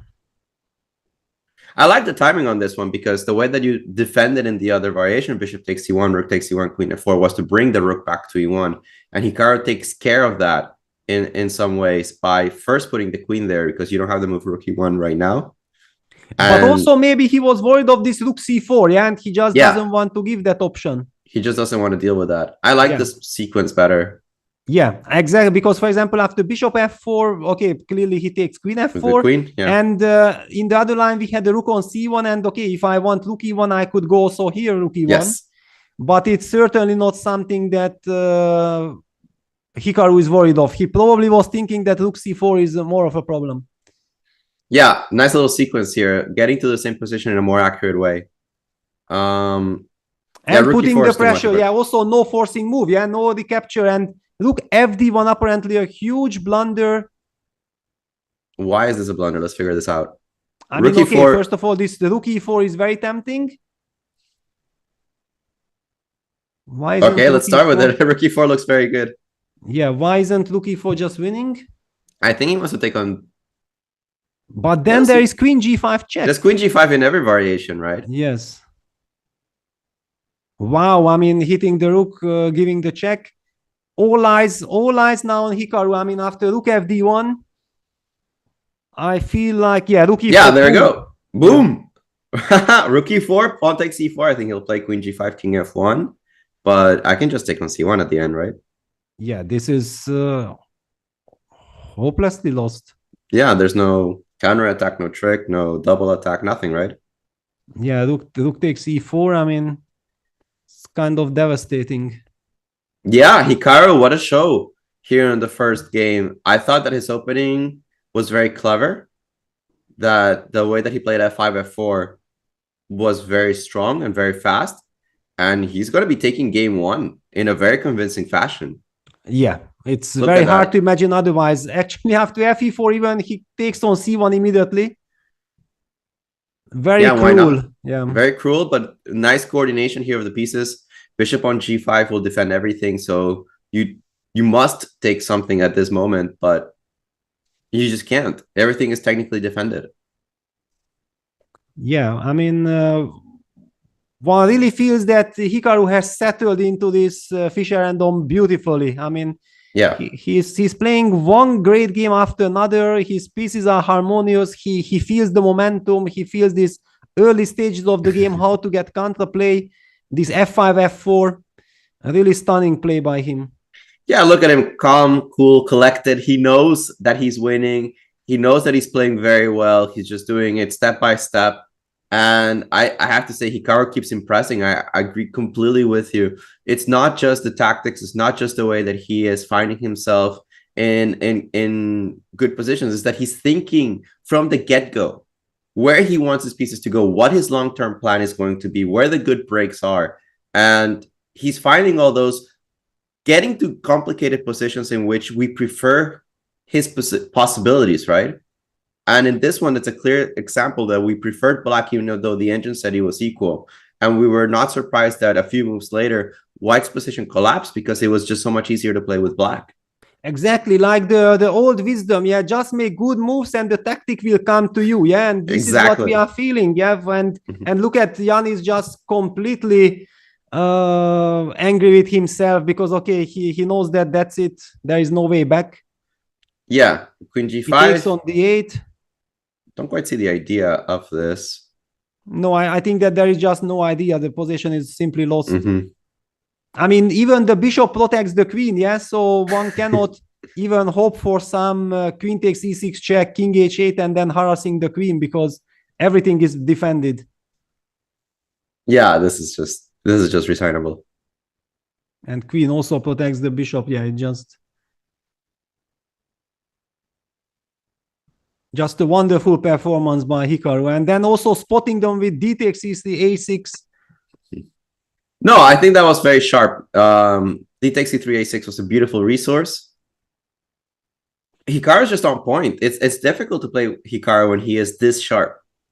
Sharp opening wise, sharp in the middle games, sharp in tactics, finishing the games with confidence. We saw it yesterday how he was resourceful in positions where he was worse and he was better. Hard to stop this man the way things are going. Yeah, it's okay. Jan still continues with king f1, but I think that the game is basically already decided. Queen takes e6 check. We are expecting king h8, and if we are not blundering anything, I mean, rook d5, is that the last resource? Rook d5 after king h8. Even rook d5, queen h4, I don't quite see. I mean, but at least we have to show that it's a chess game. You can always blunder something. That's true. Yeah, of course, we are not expecting this to happen, but yeah, takes queen e6. There is even argument for some king f8 if you are afraid of some back rank issues. But otherwise, of course, clearly black prefers to go to h8, but after rook d5, then you have to play queen h4. Yeah, but there's so many checks here, you must be able to solve any problem. Usually, yes. Yeah, no exceptions here. We might even think about switching at this point because this game is that hopeless. Yeah, but it's so... I mean, okay, Hikaru has to make up his mind and he has 8 minutes. The players just reached time control. On the other hand, if it would be so simple, then Hikaru would have already blitzed out his next move. So I feel like there is still one little intrigue in this moment, and after we can... And then we switch. We just have to find this intrigue, right? Like, where is it? Yeah, okay, the intrigue, okay. So king h8, rook d5, almost getting, but queen h4 is kind of only king h8 played by Hikaru. So clearly after rook d5, he counts on your move with queen h4. Yeah. And then, okay, I would try to harass this queen with queen g4, but you also have check and then rook e8. Yeah, check. But okay, let me harass you. Okay, queen g4. Yeah, I mean, I guess I'll play queen h1, right? Queen h1, king e2. And rook then if rook e8, rook e5, I keep on harassing you. Yeah, maybe I have to... Maybe I have to play rook g8 here, which I didn't want to do. But then rook h5, rook h7, checkmate. Ah, so that's the intrigue. I mean, it's not checkmate because you have bishop h6, unfortunately. No, but the queen's trapped. The queen is trapped, yeah. Let's just show that there is still some intrigue. That's beautiful. On the board, rook d5, queen h4 on the board. Queen g4 will have to be played, probably. Yeah. There is no other move, queen g4. I mean, unfortunately, the evaluation bar is destroying my hopes. Yeah, otherwise queen g4 maybe. You know what's cruel here? I think even bishop g5 works. Don't do this to me. Just bishop g5, yeah, and then rook g5, queen h1. Yeah. I mean, that has to be winning. So rook g5, queen h1 check. And yeah, king e2, queen d1. Queen d1. It's for sure a win. Yeah. Even if it's not a checkmate, it's like a miracle that it's not a checkmate yet. Yeah, I don't quite see the checkmate, right? Yeah, we only understand that it should be 0-1, but it's no checkmate. That's kind of bizarre. At least not for us yet. Yeah. Okay, but if already you have to, for example, after Queen G4, if just Bishop G5 is the move, it's already something to. Yeah, but Queen G4, I think even Queen E7, I think is actually easier because Queen E6 now Bishop G5. Exactly. This is the professional way. Queen E6. You can even take already. You can even take, at this point. That's it. Then there is no intrigue. Exactly. That was the reason why Hikaru took his time, opted for King H8, and he knows exactly that there is no reason to panic for the back rank. Yeah, very professional way of doing so, taking a couple of minutes in a completely winning position. He doesn't want to spoil it. He has been in these positions before. He knows he doesn't need to rush it. So a good professional approach of taking a couple of minutes in a completely winning position to make sure there is no intrigue, there's no tricks. Exactly. It's super important. Yeah, because imagine you just rush and then you end up with 8 or 10 minutes on your clock, but you miss something. It's terrible. And how often have we seen it happen at every type of chess? Exactly. Yeah, and Jan is trying to find tricks. I mean, he's so incredibly resourceful, but if no tricks, the position does not allow it, there is no trick. Yeah, tactics tend to favor the one-up a piece. Yeah. Well, I mean, basically, Queen G4 is so tempting, but Queen E7 puts an end to all the speculation. Yeah. Yeah, wow. I mean, okay, we have also yesterday thought like Jan lost the first game. He got crushed by Magnus, and we were worried, and then we saw the comeback. So yeah, one should never write Jan off, but it's a wonderful start for Hikaru. Oh, dream start here with Hikaru, with the black pieces, with just control over the game. I like the way that he plays chess 960. It doesn't look random. It looks harmonious. It looks like he develops his pieces with purpose. And that's what I love about Hikaru's 960 is that it all comes together from the beginning towards the end. And King G2 played. Finally, Jan, with 20 seconds on the clock, played the move King G2, which, on the other hand, puts an end to the intrigue because now Black will have even the time H6, to open up. Yeah, exactly. H6, no more tricks. White's king is compromised, so any kind of bishop f4, queen h2 checkmate ideas are coming. Yeah, this is over. Yeah, Black is piece up and has the upper hand. Actually, you know, I was because Hikaru really impressed me also right from the start. Wow, bishop e3 even. And I checked out his performance in St. Louis in the 960 showdown, and then I was shocked that he finished with a -1 score in St. Louis. But afterwards, I also understood that he played the Lichess qualification as well. So yes, he again got so much experience, yeah, and we know exactly that he was always a stunning Fischer random chess player. Yeah, I always thought that it suited his kit as a chess player, that his creativity and his ability to see far ahead, quick tactics, really suited him to 960. But the amount of experience that Hikaru has gotten since the showdown or the Champions Showdown Chess 9 LX here we had in St. Louis has been humongous. He played that entire tournament. He played the qualifiers. He played the group stage. So he went from somebody that doesn't play chess 960 all that often to basically just playing chess 960 for the last few weeks. And it shows. He's learned so many lessons. He's understanding the game, in my opinion, better than the other players. Yeah, I agree. I mean, really, he's so incredibly impressive having the games under control so far. Actually, Fedoseev was the one who was putting the biggest resistance against Hikaru. That was an incredible match with 4 games tied, and it was back and forth. Really also showing what an incredible player Fedoseev is in Fischer Random. Yeah, speaking of Fedoseev, he did draw his first game against Wesley, so I kept an eye on it. It wasn't a game full of intrigue. We might be able to look at it after we're done with this one. But yeah, basically, I also agree that there is no intrigue. I'm expecting Jan to design any game with seconds, so I think it's fair now to switch to Abdusatov against Magnus Carlsen, because basically we can already conclude that there is no way Hikaru not winning that. Yeah, I agree completely. And this one, Magnus is up a pawn. But there is some compensation. Yeah, there's a lot of compensation. I'm not even sure that Magnus is better. Whoa, F3. Nice move. F3, trying to break the structure immediately. Curious about this move. It was not on my radar, but I guess he didn't see a way to make progress in the position. Yeah, just a very quick rejump to the Hikaru game. I think G6 is the move that forces resignation. Yeah, that's it. And resign, designs. What a way to start the final by Hikaru.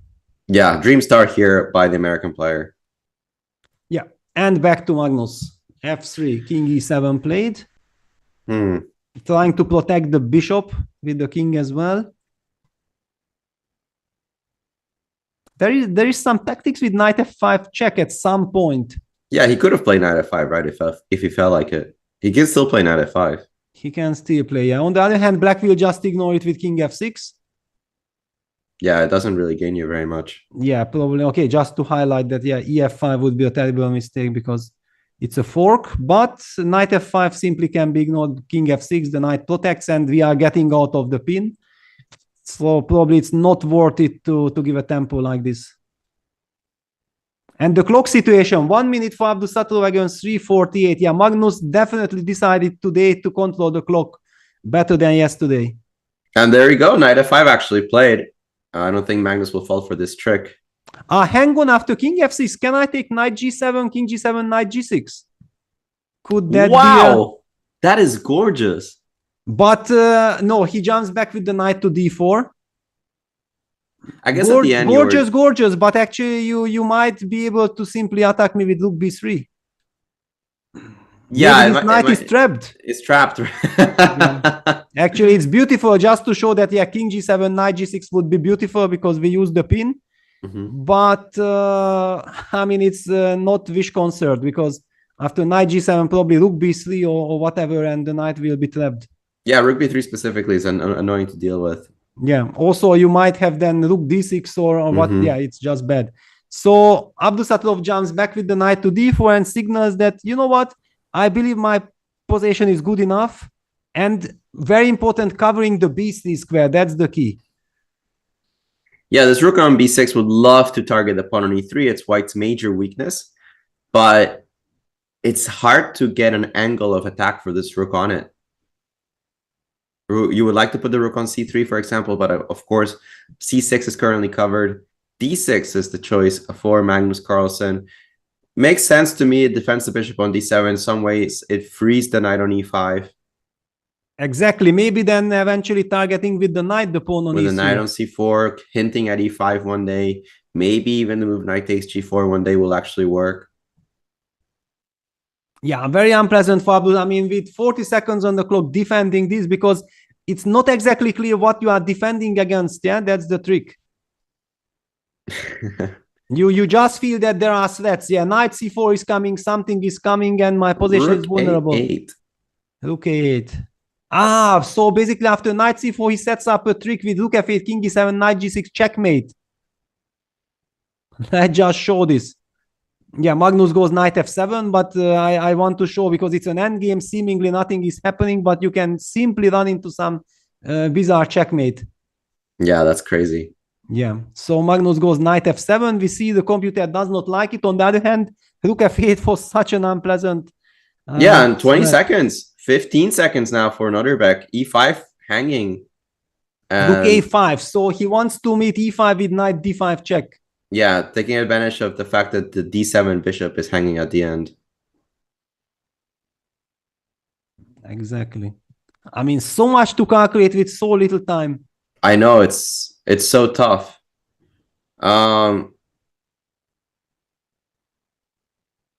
This king on F6, it's so easy. It would be so easy to play with black if this king on F6 wasn't always in danger. Exactly, but on the other hand, also from white side, white is so 3 and E5 played. Wow, what? Really? Wow. Knight D5 check. So Magnus wants to go king G5, but this is becoming, and computer doesn't like it. Knight C3. Knight C3. Knight C3. Oh my God! Magnus will explode. Oh, Wait, He's the in computer's trouble. not saying he's dead. Well, Why he needs not? a miracle to survive. But why isn't he dead? How is he surviving? I don't get it. I mean, knight takes e4 is a brutal threat. There is a pin. Is he just taking on g4? Wow, but I mean, okay, look at Magnus. So No, upset. but again, right? Magnus blundering things he usually doesn't blunder. And we're being told by Satiris, yes, our producer, shout out to him, like, yes, bishop takes g4 is mandatory. He's not dead, but it is bad for white. Sorry, for black. And bishop takes g4 on the board, only move not to resign. But the game has turned on its head. It's Abdusatorov with the advantage. Yeah, now knight takes d6, knight takes d6, rook takes e5, check. Black will have to play g5. Play G5, Thanks to g5, he's avoiding the loss immediately. Protecting. Wow, but this could easily be technically lost. Easily. I mean, the king yeah, on with h5 this is in e-pawn. such awkward position. Yeah, and e4. There we go. e4, bishop c8. Okay, Abdusatorov down to 5 seconds. Knight f5. And knight f5. Knight takes But e4. knight takes e4. Blunder. Knight takes Or not? e4 is a blunder. Wait, what? No, he No. moved the knight to b5. Ah, he changed his mind. He changed his mind just in time. Just in time, he noticed that knight takes e4 was coming and he moved the knight another way. But now this is lost, right? Well, the computer screams that it's lost, but it... rook c6 pins the c6, bishop. rook c6, yeah. Traps the bishop. Oh, The no. bishop. Oh, wow. Wow. Okay, Magnus will go crazy after this loss. This is terrible. Oh, wow. Rook c6 hurts. Traps the bishop. I mean, there is no way. Bishop b7, bishop d7 is met by rook c7, winning the bishop. And there is no way for the bishop to escape. Every other square is blocked. And Magnus kind of laughing at himself there as he sets up the pieces. A little bit incredulous, a little bit, I don't know, I wouldn't say humored. As he set up some pieces, he drops that knight on the board and says, you know what, somebody else can do this. I'm out of here. Yeah, wow. I mean, what a shocking turn of events. Magnus was controlling the game, yeah, very nicely. And Abdusatorov was down to few seconds on the clock. And exactly, Magnus was the one who made the blunder with e5, king g5. Yeah, he got too ambitious, and Abdusatorov, with seconds on the clock, out calculating Magnus. Wow, what a finish to this game. And the fact that the bishop was trapped, right? Yeah, at the end, because otherwise, exactly, I was thinking like, okay, give black chance to go h5, h4, and it should be a draw. But yeah, the bishop was trapped. Wow, and we are getting the message from Sotis that the next game starts in 11 minutes. I mean, how easy it is to forget about what happened. I think it's almost impossible. I'm still in shock. I'm still in shock that this, first of all, that this happens to Magnus. And that this tends to happen every day to Magnus in this tournament, where he blunders something quite major and the game does turn around. And in this one, we were saying that this might be a little bit unpleasant to defend as white. You are down a pawn. There are some ideas that black has to target the e3 pawn. We still thought that because of the engine bar, the white somehow is fine. But certainly it was black, the one that was pushing. But after e5, knight d5, king g5, this retreat of knight c3 is the type of things that Magnus usually doesn't miss. But he's been missing plenty in this tournament. Yeah, and then of course also one has to appreciate the beauty of this knight c3 move. Absolutely gorgeous. Yeah, opening up the 5th rank.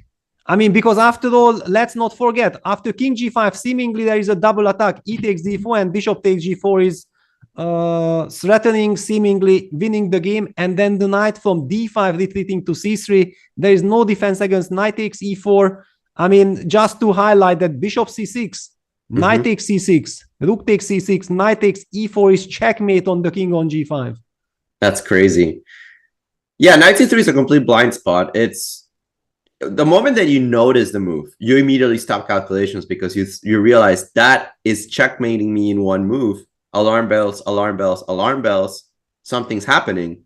But if you don't see the move at all, then you go into this variation thinking with a lot of confidence, I'm doing great. The moment the move hits on the board, you're like, wow, what am I doing? How am I blundering? Things like this.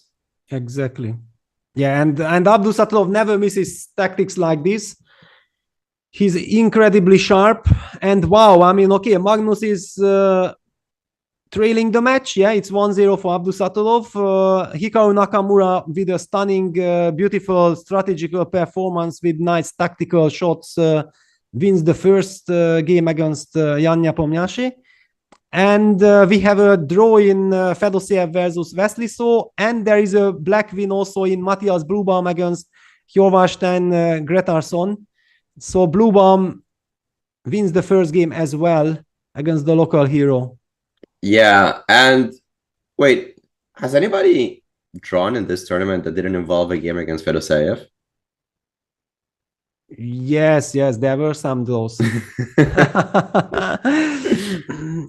Actually, it's kind of funny that Fedosiev is so uncompromising and is not known at all for those, but he had quite plenty.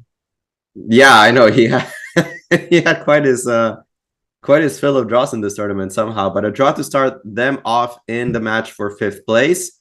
But in our match of the day, the finals of this World Championship, Nepo losing the first game against Naka. That's the big story. Of course, the secondary story being that Norderbeck wins his first game against Magnus Carlsen.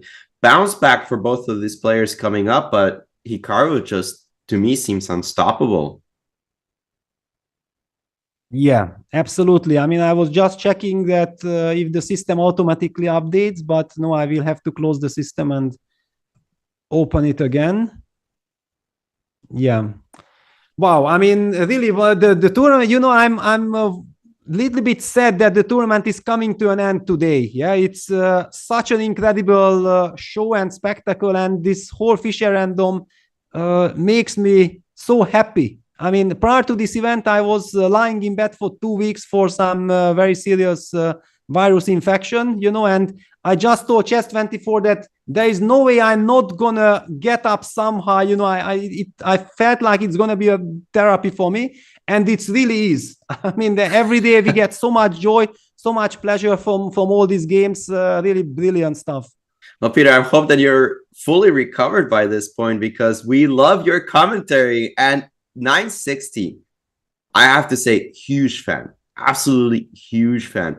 Casting as a commentator, casting 960 is so fun because you get action from the get-go. You get new ideas from the beginning. You see positions that you've never seen. You've seen tactics that are completely unusual, because at some point you develop this tactical pattern in your brain. You see tactics from a Berlin, you see tactics from a King's Indian, and they're ingrained in your brain. But here we have completely different structures. We have new ways of handling positions, and that breathes new air into such lovely games.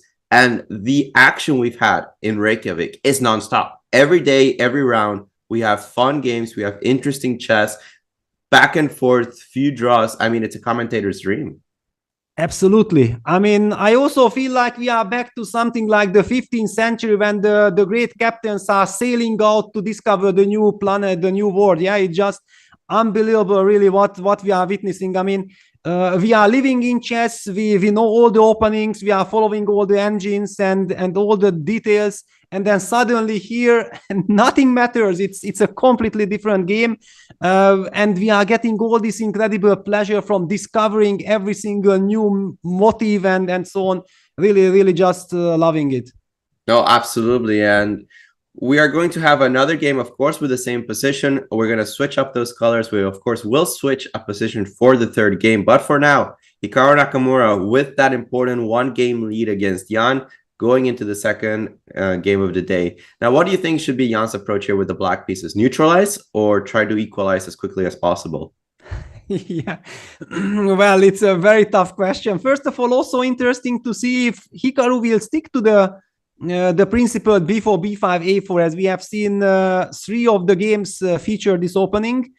And the big question is, now we will understand that was Hikaru happy with his opening, or was he really just, being very creative and then finding this counter resource with f5, but in fact he was worried? Yeah, it's hard to tell the emotions of the players, but I think that the way that the game developed really justified the way that Black played, where he could easily transfer pieces between both flanks, where his F Rook was happy to be involved in the game very quickly because of the F5, F4 break. And I think that it created a lot of psychological pressure on Nepo. He was falling behind the clock very early. I think that Hikaru will be very happy with what happened in the opening here for Black, but that he can see exactly what happened to his opponent, and then he's going to be a little bit more restrained and not allow his opponent exactly the same chances. We saw in the Carlsen game that actually Norbek didn't develop the knight on h1 as quickly as Nepo did, and that didn't give his opponent the chance to break open on f5, f4. Exactly. He started with the move e3 and then actually followed it up with something. I don't remember exactly what Magnus' his next move was, but now White was going for b4, b5 and rook a1. Yes. And it made so much sense, yeah, because suddenly there is no counterplay with f5, f4. No, I think Hikaru will be thrilled the way that he handled the opening. I do wonder if he will play b4 because it's such a natural move, but he's kind of revealed a plan that, in my opinion, was quite successful against it. And perhaps he just wants to take the game in a completely different direction. Yeah, that could easily be. On the other hand, now there is some theory. Yes, 3 games with b4, b5. He probably gets a chance to have a chat with Wesley, who also had his own experience in b4, b5, and probably having seen the video footage and some pictures, they are discussing the position together during that 15 minutes. So if they already got into the details, yeah, then they can keep on updating their repertoire here. Yeah, these are such natural moves that I can imagine that theory will expand a little bit further. But I want to see a different one. I want to see a different starting move in the top 2 games at least.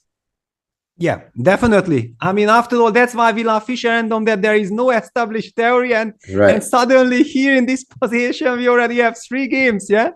Yeah, I don't want the Berlin version of this of this 960 where theory develops until an endgame. But to be fair, I mean, b4, b5, a4, b takes a4 isn't really risking the risk of a Berlin, yeah? That's true. Just to highlight, yeah, that 2 moves played, b takes a4, queen takes a4, yeah, and we already have some real double-edged structure. I mean, we don't know exactly who benefits. Seemingly it's White, but Black gets active pieces. What did end up happening, in my opinion, is that White focused so much on the flank, on the queen side, that Hikaru got this time to expand in the center. And because of the way that we think about chess and the way that engines have taught us about chess, sometimes this flank play is quite fine, but it's still, I feel, is more harmonious to play with the center. And at the end of the day, that's what gave Hikaru the edge against Jan, where his pieces were coordinated all over the board. Jan probably was doing fine, but again, it was computer version of fine. We never thought that he was doing very well once the pawn center got established. Exactly. And now we are seeing the players coming, Magnus and Abdusatulov seated there. Both players very concentrated. I mean, especially Abdusatulov. Look at this. He's very concentrated. We also have now the video footage on all the other boards. Yeah, this is a huge chance for Norbek, right? Yeah, let me also get back to the starting position. Yeah, what a huge victory, and also because it had a shocking effect. Yeah, it won't be easy for Magnus to just forget what happened in this game, what happened yesterday, and throughout the tournament with all those one-move blunders. It compiles, right? It's something that starts to get into your head. What's going on? Why am I blundering things so often? And this is unusual for Magnus. It's not just that he blundered, but it's like there doesn't seem to be a day where he doesn't. Exactly. Yeah. I mean, suddenly b4 appeared in the Matthias Blubaum Gretarsson game, and Magnus Carlsen goes a4, Hikaru goes b4. All right. A4, preparing b4. But look at this, yeah, after b4, b5, Hikaru does not go along with the a4 moves. He goes for e3. We did try e3 after knight g3, knight g6. And then we were hinting at that eventually a4 could be an idea. Yeah, and perhaps delaying it, playing in the center first, is more to Hikaru's taste. I actually like this approach a little bit more, considering the games that we saw previously. Of course, now that we also saw some of the theory of this position, we can make a better judgment of it. But it did seem to me that the center was more important than the flank from a practical point of view. And I see Hikaru delaying the move a4. I'm sure that it's going to come in the position at some point, but he's first focusing on developing the knight in the corner, playing e3. I wouldn't be surprised that he plays something like bishop e2 and castle, so he might even try f4 again. Yeah, basically, they are sticking to this symmetrical play. And a3 played, so it's a completely new character now to the game. A3 is a curious move. Why at this particular juncture? Good question. I mean, clearly, probably he just wants to develop the bishop to b2, but he also kind of invites a5. Yeah, and also he could have played bishop b2. Yeah, I mean, there are so many questions, and Jan, I'm I like it. I'm loving this kind of attitude. Yeah, that he tries to play as quickly as possible. Let me also stabilize my position. You believe in a3. Let me also go a6. And so theory is suggesting that maybe he wants to play c4 as the break in this position, perhaps. And bishop b2 played as well. Yeah, bishop b2. I just don't feel that Hikaru wants to change the pawn structure so easily. Yeah, we've been talking about it over and over. It's the center, right? You at the end of the day are changing a b pawn for a c pawn, and that's supposed to be strategically a little bit of a concession. And f6. Wow. Yeah, but okay, now we already see that the bishop on b2 and queen on a1 were really putting pressure on the g7 pawn. Black can't really develop the bishop, but if you have to play f6, then one really gets the feeling that white achieves something. Definitely, because now the b1, h7 diagonal slightly weakened. Bishop d3 can be played. Yeah, now already, for example, Stotilis's idea with c4 I'm liking quite a lot, because f6 is a huge weakening. We got a big tempo. I mean, let's go c4. I like it. c4, you probably have... No, you don't have to take it, actually. But what do you do? Well, you could develop with bishop usually d7. With pawn on f7, we will be taking instantly. Right, instantly. And that's the difference. With the pawn on f7, you take, you go d5, and you're confident that that structure on the center will be solid for the rest of the game. But with the pawn on f6, you're not guaranteed the solidity in the near future. And f3. And what fc? I can't believe what I'm seeing. What? I can't believe this is too much of a prophylactic. No. No, this is shocking. We just explained how happy we would have been that white got bishop b2 f6 in, and then suddenly Hikaru just gives up like this the initiative. That is a bizarre move, but I guess it's also a psychological play, right? Forcing Jan to find something. Yeah, now the big question is, will Black try to use the momentum and go c5 himself? I think that's a Jan decision, right? I mean, there's a lot of players I think that would just blitz out bishop e7, Hikaru, it's your turn. But I like c5. I think the bishop on b7, it's not 100% clear that it's more useful than it is on c8 because it blocks the rook. And because Hikaru just played f3. No, Jan goes knight f7. Okay, so he doesn't want to confront the structure immediately. He just wants to shuffle his pieces, activate the knight. And also a very natural and normal looking move. The knight we saw had a lot of trouble in the previous game. It never came out. So immediately Jan decides to focus with this problem, put it on f7. And Hikaru does the same with knight f2. Yeah, but all the more, it's absolutely true what you are saying. The knight always remained on d8. Yeah. And despite this fact, Hikaru went on to win very confidently. That's true. Amazing, yeah, that the knight got stuck on d8, but it didn't matter because all the rest of the pieces compensated for it. Knight ge5. So it does prevent c4.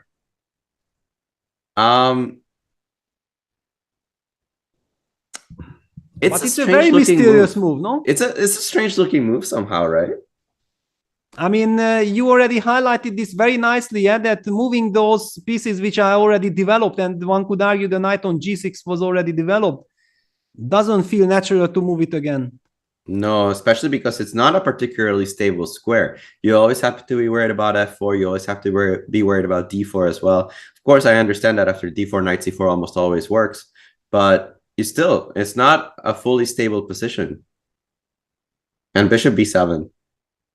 Yeah, it's kind of okay. I understand Jan's point. His point is that he says, like, I place the knight on e5. I'm kind of inviting you to play f3, f4 when you open up the long diagonal. Thank you very much. I will have pressure against the g2 pawn. The knight might jump to c4, and then if you have to give up the light square bishop, then it would be terrible weakening with f3, f4. But Hikaru, on the other hand, will never fall for this psychological trap. No, not at all. All right. Since you're going to probably castle short at some point, do you castle short now? So you want to castle immediately, yeah? I have the feeling that it's going to happen at some point. Yeah, I mean, it also somehow I don't feel like black is in time for g5 because then white will jump and use the weaknesses. So bishop e7 would be kind of a logical follow-up. And then if you are Hikaru and you are leading in the match, you could be tempted to play knight g4, wait for short castle, and it's my move, no? And it is tempting because of the match situation. And there we see it, castle by Hikaru, following logical development patterns. And yeah, I mean, it's just a symmetrical-ish position. White retains the extra tempo, but somehow I feel that knight g6 to e5 couldn't have been like the best move. Yeah, of course, there's the temptation knight g e4 right now, keep things symmetrical, but somehow I feel there's something even better. Yeah, there should be. And on the other hand, yeah, it's a psychological battle because one could argue that, yeah, Jan needs to bounce back. On the other hand, he also needs to get the flow, yeah, because the first game wasn't good. He's definitely quite angry with himself, and playing a good game, yeah, settling into the match and then maybe waiting for his chance with the white piece is also kind of logical. So it's not clear at all if he needs to go desperate in this game. Yeah, that's the beauty of the 4-game match, right? It gives you time for a respite to switch your gears around a little bit, to recover from a loss without having to go berserk mode. And here we see the move bishop e7 played, and Hikaru taking his time saying, look, I don't see a clear plan right now. Let me take a little bit of time to see where all my pieces are landed and what the future should be for all of them. Because I think Hikaru does that very well, that he looks at a position, determines where all of his pieces should go, what his plans should be, and then he starts playing quickly. Exactly. I mean, so far it had worked beautifully for him, but this position feels a bit strange. Yeah, I don't have any feeling, you know, like what I really would love to achieve with any of the colors. Yeah, it's weird because I really, really, really want to play f4, kick out that knight. It doesn't have a really good square, but I really, really don't want to open up the queen on a8 and the bishop on b7, especially towards a pawn that's in front of my king. Exactly. Yeah, this is what Jan is trying to provoke. Yeah, with his knight g6 to e5. I mean, I'm not happy with knight g3 to e4, but exactly for the fact that I don't know what to do and what to suggest, I'm thinking that it's possible to play the move. What a strange position. And he's played knight f2 to e4. Okay. Interesting that Hikaru feels that the knight on g3 is more stable or better placed, or is he trying to hint still at some point to some knight h5? Hard to say exactly. Maybe he wants to play something like d3 and f4, f5? Probably. This very much would be Hikaru style. Yeah. And that would, of course, be stronger with the knight on g3 than on f2. Yeah, I mean, we have also seen the previous game, he wanted e6, f5, and just a very quick update that Wesley So has also opted for e3, f4 structure. Yeah, it's something to keep in mind that these players might have been discussing together. Yeah, that was a very strange position, though, that we just saw. Yeah, that's why I changed it immediately. Yeah, so okay, all eyes on the finals. Of course, Hikaru opted for knight f2 to e4, and I'm very much liking your suggestion to cement the knight with d2, d3 on e4, and then get ready to kick this knight away from e5. Yeah, and Jan is running into a similar issue, right? Where's his plan? Because the same plan is obviously less tempting with the knight on f7 rather than on g6. So it's a clever plan by Hikaru in the sense that it is challenging, but it's also not something that Jan can easily copy anymore, right? He can't really keep up the symmetry of the position. Exactly. For example, one could argue that if I know that you want to play d3 f5, then what happens if I do it? But let's just highlight that, for example, something like d3 f5 could potentially be met by knight c5. Yeah. And how to evaluate this? Maybe you have knight takes f3. Man. But then g7 is hanging at the end. Wow, it's razor sharp. Jeez. Okay, just to highlight that dc5, bishop takes e5, and suddenly the queen and bishop battery opens up. Black has not castled yet. It looks promising. And d6 on the board. d6 on the board. Jan is kind of hinting at this f5 idea, but I'm very worried for this knight c5 business. Yeah, and I think Hikaru does have to play d3, right? I don't see another way of dealing with f5. That's the plan, basically. And now you are the one who is trying to play f4 because you have already castled. dc on the board. So let's take a look at that f5. f5, knight c5 is very interesting. D takes c5, bishop takes c5 does feel that black is one tempo short, right? That if you had already castled, I can seriously consider this.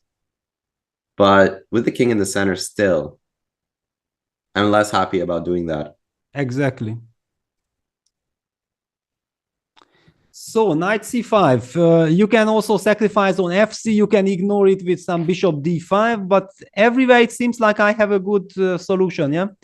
What is the idea after bishop d5? Is it e4 or f4? Is I thought let's probably e4, yeah, just kick this bishop.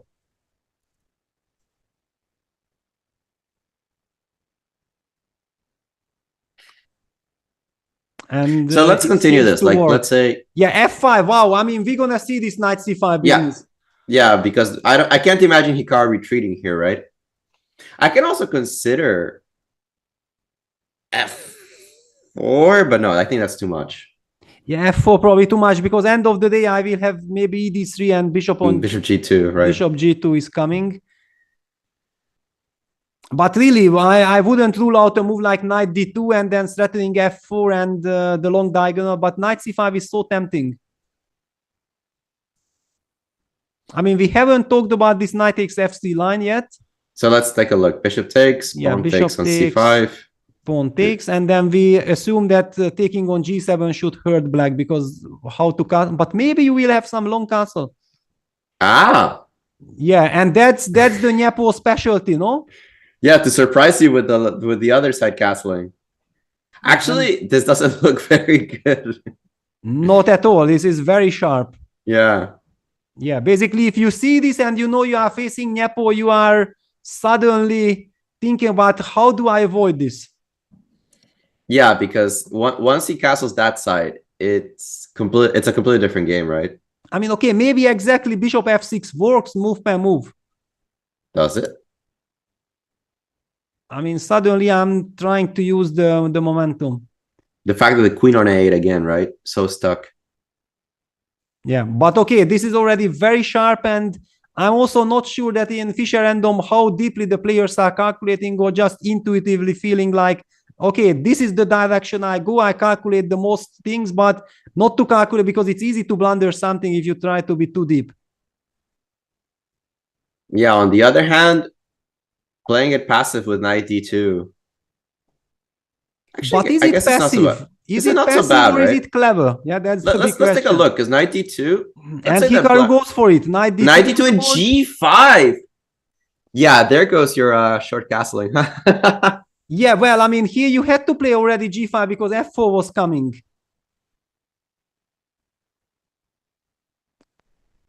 f4 was coming. Yeah, Hikaru is just so incredibly smart, provoking all the action. But okay, we don't know. Computer agrees that white is doing fine. On the other hand, black tries to discourage the move f4 because then g5 is already fantastic.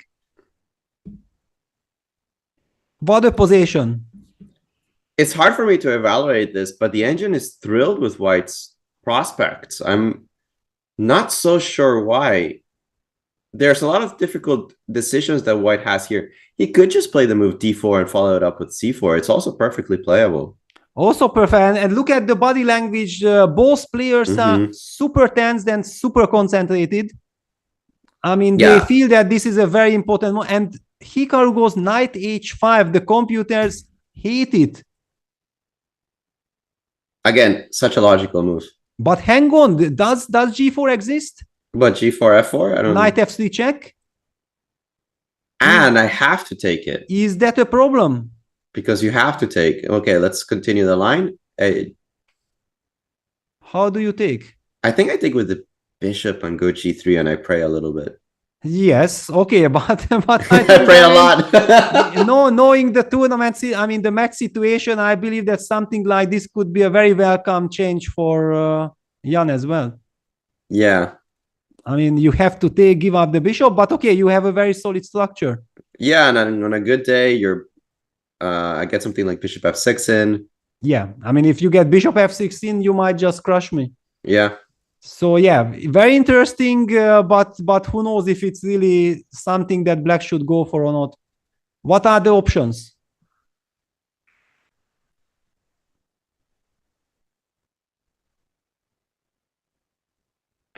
What are the options? I don't know, right? Because, I mean, if white gets a couple of easy moves, even like a move like rook f2 just to consolidate, I mean, there will be really strong threats at one point with involving f4. Yeah, what one if I also has ignore the you? feeling that with the move knight h5, yeah, that Hikaru opted for knight h5, he believes in his position, yeah? Yeah, So, and g4. yeah, g4 played. All right. This is big. f4 looks like so logical in this position. Yeah, because otherwise it's not clear how to deal with this, yeah, pressure. And the big question after f4 is black eventually having some other option or? And f4 on the board as we expected, but bishop takes g2, f takes e5 seems to fall pretty flat, no? Well, there is still some knight g5, bishop h1, knight g5, I don't know. Oh, somehow I completely missed that move. But you can still come back with knight f4, but I just show that seemingly the g5 is blocked, but knight g5, knight h3 mating ideas are there. Let's put it on the board. It's not our piece. It's knight g5, knight f4, knight h3, I guess. Knight f4, knight h3, then we take. I think we take with the pawn. And then we take with the pawn, and oh my god. Yeah. Yeah, but knight f3 check played. Computer does not agree with knight f3. That was also our first instinct, right? Yeah. Knight f3, but you actually very nicely countered it with bishop f3, gf, g3. I countered it out of desperation because I saw all the other moves and they were not a lot of fun. Yeah, but I already noticed that you have good nerves, Alejandro. Yeah, this tranquilo approach, you have it in yourself, and you know, yeah, takes g3. I'll tell you how to get a tranquilo approach. You just do commentary, you don't play chess, and then you forget what it is like to make moves, and you don't worry about it. You make mistakes, you just take it back. Exactly, yeah, that's the big advantage that we are having. Yeah, and Hikaru taking his time, like, does he consider even a move like knight g7 check and then taking the pawn? But I would be afraid to misplace pieces like this. Yeah, G3. somehow, yeah, g3 looks more promising only because bishop f6. That it looks much more harmonious to develop the attack this way. The knight on g7 might just get a bit stuck there. Exactly.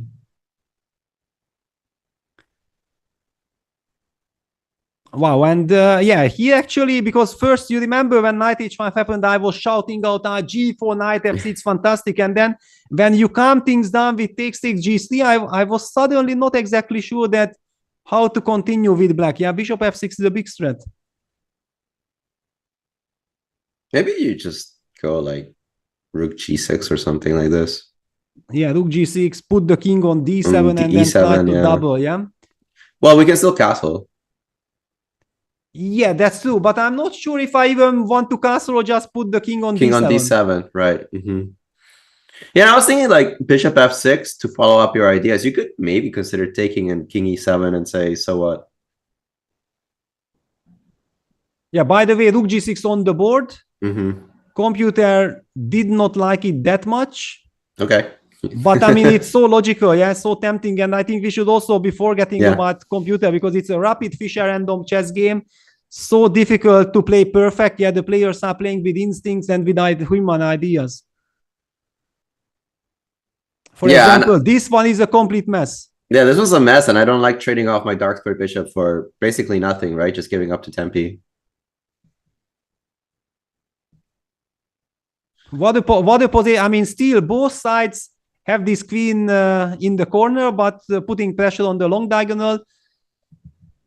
On the other hand, both sides seemingly avoiding confrontation on the long diagonal. Yeah, it's not exactly clear where this threat is going. It's a weird position because the threats look much stronger than they are once they're executed. Like you can think f2 check opens the diagonal. Look at this bishop and this queen. But what do you do with it? You just open the diagonal and then what? I mean, everything is covered. G2 will always be covered. F3 is always covered. I mean, white will eventually actually block up this diagonal with a move like e4. So not so clear where the concrete threats are being built up. Exactly. I mean, it's so difficult to get a sense for the position. And Hikaru goes for knight f6 check.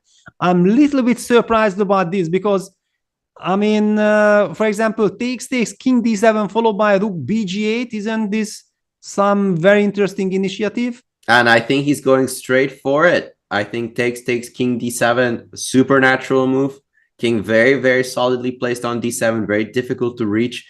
And at some point, because I already got this g-pawn off the file, I have a clear plan. Absolutely. I mean, I feel like Hikaru has basically awakened Jan, yeah, the monster Jan. He's waiting for such chances, such counterplays, and he gets it. No, but you were saying earlier how happy Jan was going to be to get in this counterplay with g4, knight f3 check.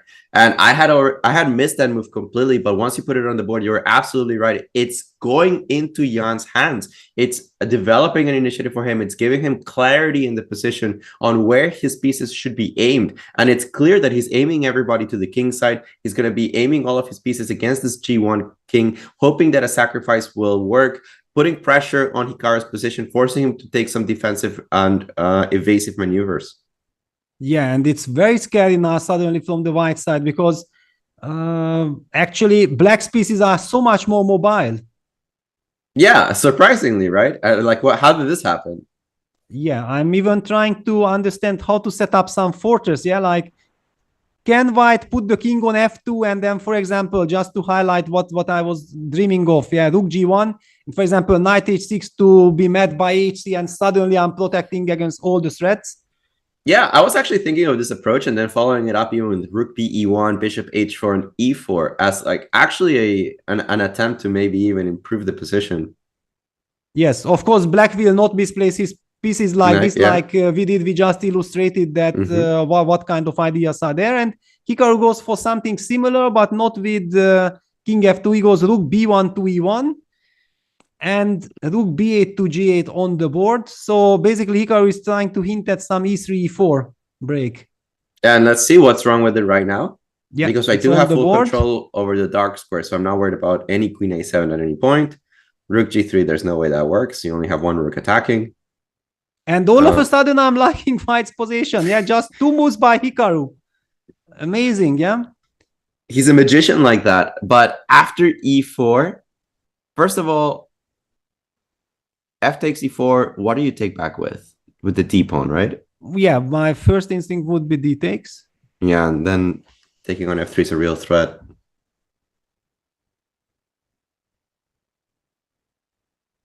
No, I don't like taking on e4, but what is black's move here? Yeah, and just when it looked like Black will get a free initiative, Hikaru creates his own play in the center. Yeah, just an absolute magician to create all this kind of stuff. Yeah, now it's up to Jan to come up with some stunning idea. Is something like Queen F8 and then Queen H6 an option? I was calculating it, but I haven't made it work. Like, for example, Queen F8, E takes F5. Yes, we have to capture back. Unfortunately, right? Because Rook G3 doesn't work, Queen H6 not on time, so... Yeah, it didn't seem to be in time. But for example, I just take it back and I still hoping to get one of those ideas. Yeah, and what if I play like Rook E7 and then Knight F3? Yeah, do you have enough? Hang on, you have some Queen C3 checkmating ideas. Wow. Wow. Yeah. Queen C3 is super dangerous. I mean, who is attacking whom? Yeah, suddenly. Yeah. Yeah, no, of course. I mean, opening up the E file just like that, it's probably too much. He needs something. Well, then maybe there is an argument for FE and then, okay, just without any big ideas, just not to let EF5 happen. Yeah, but it does. I don't see how it helps us. Like, for example, FE, DE, Queen F8, and E5 played. What? E5 played, yeah. I had it on my radar that maybe Jan will go E5, but I did not believe in it. Wow, what a move. All right. Breaking Bad, yeah. I mean, just this is stunning. I mean, wow, what? Like the tension wasn't enough yet, yeah. Just E5, okay. Maximum pressure. And what was the idea? FE, Queen A7 check. Yes, Queen A7 check and King H1. This is what Hikaru is also trying to find out. So, what do you have in mind, my friend?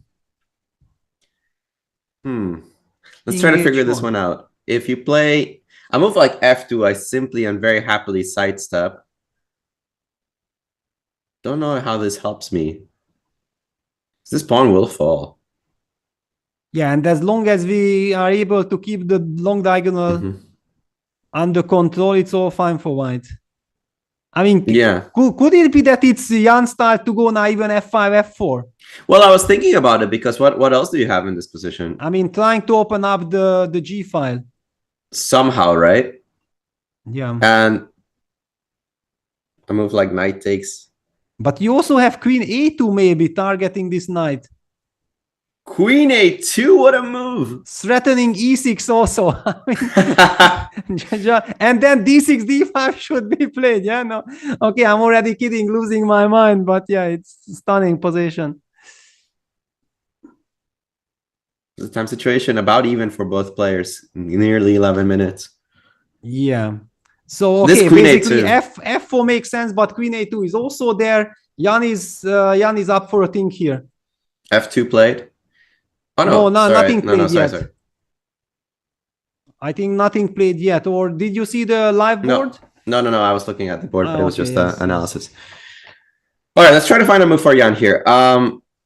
F4, Queen A2 is very dangerous. But FE is also so dangerous for I don't see actually. I mean, it looks like there should be something. Yeah, white's king off, but at the same time, the diagonal is beautifully blocked. Yeah. And I wanted to say that is Hikaru leaning backward, which basically illustrates that he's super happy. No, he was leaning back, but he's back to full concentration mode. No, this has to be a full concentration mode activated for Hikaru. It's so tense.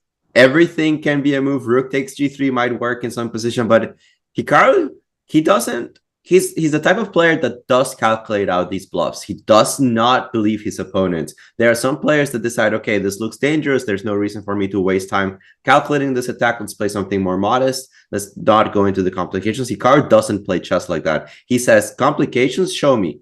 Show me that you have enough. I don't believe your bluffs. And here he's saying, look, you might have some kind of small initiative, but as long as this pawn on E4 survives, there's no real attack.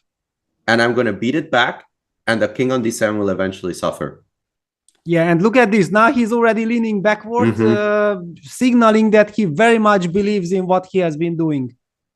And I can see why. We're having trouble coming up with a clear, direct plan for Jan to improve his position. There are so many tempting variations, but they all kind of fall short. A move like rook takes g3 almost never seems to work because there will be some way to block out this queen on a7 from the action. Of course, takes, rook takes g3 threatens checkmate in one, but it's a little bit crude and it must be easy to defend against, not to mention rook takes f3 sometimes just works, or knight takes f3. So you're looking at all these variations, but they're a little desperate. They're completely losing if they don't work. And if they don't work, what do you do? Exactly. That's the problem, because actually you have already burned all the bridges. Yeah, we already passed that point, right? The bridge has been blown up. It's already charcoal. And at this point, I need a strong attacking move.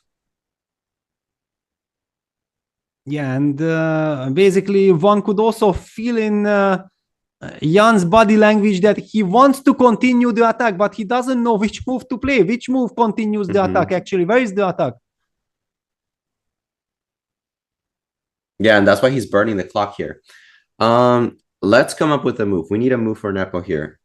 Yeah, because actually, let's not forget, that if actually Hikaru wins this game, then it will be 2-0. It will be almost impossible to get back from there. Yeah, that's a tough one. I mean, the only good thing for Jan is that they would reset positions and perhaps he can get a situation in which perhaps he's more familiar or better suited to the position. But this one is looking ugly. He's burned his bridges. This game will not end in the draw. And if he doesn't find an attacking move, you already see what white is going to do. Queen a2 is a huge threat. He's already up a pawn. If you ever take on f3, you start consolidating the position. So white's moves, intuitive, easy, fast. Black is in desperate need of a good idea. Yeah, at least, I mean, practically speaking, to confuse or to give a chance for his opponent to go wrong, because all the direct moves basically force white to react nicely and easily, and it doesn't seem to lead anywhere. Yeah, and especially once you mentioned this move e6. Once you mentioned e6 and fe4 played, we didn't know how this helped black too much. We thought d takes e4 was good enough, right? Yeah, d takes or knight takes. To be honest, I just did not believe in f takes e4 at all. Yeah, because it also even opens up more position for... Yeah, knight e4 is the professional move. Yeah, Hikaru goes for it. We see the evaluation bar is not exactly sure if that was the best move, but humanly speaking, I'm liking it because he keeps the structure intact. And by the way, also secures advantage. Yeah, so it's by no means black has got some counterplay. Just computer has thought that maybe there was even something stronger, but we don't need anything stronger than a nice solid move. No, knight takes e4 looks good enough to me, especially now that I think e6 is a real threat. So yeah, e6 must be a real threat. So you have to do something against it, I think. But de5. Then also the c5 square is weakened. Yeah, and you can go immediately if we show this because you have rook e4 at the end. dc5, knight c5 check doesn't lose against queen takes c5, right? Yeah, but I mean also if we just insist of maybe capturing this pawn back with bishop e5 and we still keep knight c5 check in the pocket. But I think this is what Nepo is aiming for because maybe f2. F2 here, yeah? F2 just to pin the knight. You have to pin this knight at some point. Yeah, once you pin it, at least there is some intrigue. Yeah, that's absolutely true. Okay. And actually, wow, rook e8. Rook e8 played. He puts some pressure on the e5 pawn, stops e6, and also puts some pressure on e4. It's a super clever move. I like it. I like this move a lot. This is the move that Nepo needed to find to keep his hopes alive. Because, again, it's about making Hikaru's life hard. So many of these variations we've seen, it's obvious the way that Hikaru replies. It's obvious how when you just have to parry threats, white's position plays itself. But here, at least, the threat's a little bit more vague. It's just preventing white's ideas. The pawn on e5 is hinting that he'll take it in a nicer way. And here we go. Rook takes f3. He takes with the knight on e5. He's going to try to claim compensation with the bishop on b7 and the long diagonal for the missing pawn. I don't think it's quite enough, but at least it's practical. Yeah, it's practical, and also let's not forget, Hikaru goes bishop e5, rook e5, that players don't have access to the level bar, so they know that it's a complicated battle, it's a very messy battle for quite some time. But they don't know exactly if now white was really better or black lost the momentum. It's still a mess. Yeah, still a mess. I still like tickling black's king as well with ideas of rook f7 or queen c3, or maybe start with a move queen c3. I'm not entirely sure. As long as I'm not getting mated, I don't think I'm getting mated on the diagonal. I don't see any tricks. Perhaps this is the way to go. Yeah, rook f7 looks very annoying to face. Although maybe you should just go king e8. Yes, easier said than done, but yeah. Tranquilo when it's not my pieces. Exactly, but hang on. Do I have rook e1 to f1? On rook e4, queen h8 is mate. Queen h8 is mate, exactly. Yeah, just very nice. Just to illustrate. Yeah, rook f7 check, by the way, on the board, and king d8. Played quickly, right? Didn't want to deal with any of this. Yeah, because now after rook ef1, there is rook takes e4 and rook e8 back. Yeah, that's the difference. Huge difference there. But queen c3 is playable in this position since the rook is not hanging and e4 is still defended. That was the original idea, yeah? Yeah, the original idea. Yeah, so mate is a threat. One could argue that bishop takes e4, but okay, then we are just pawn down for nothing. Yeah, so we have to try something like bishop d5, can we?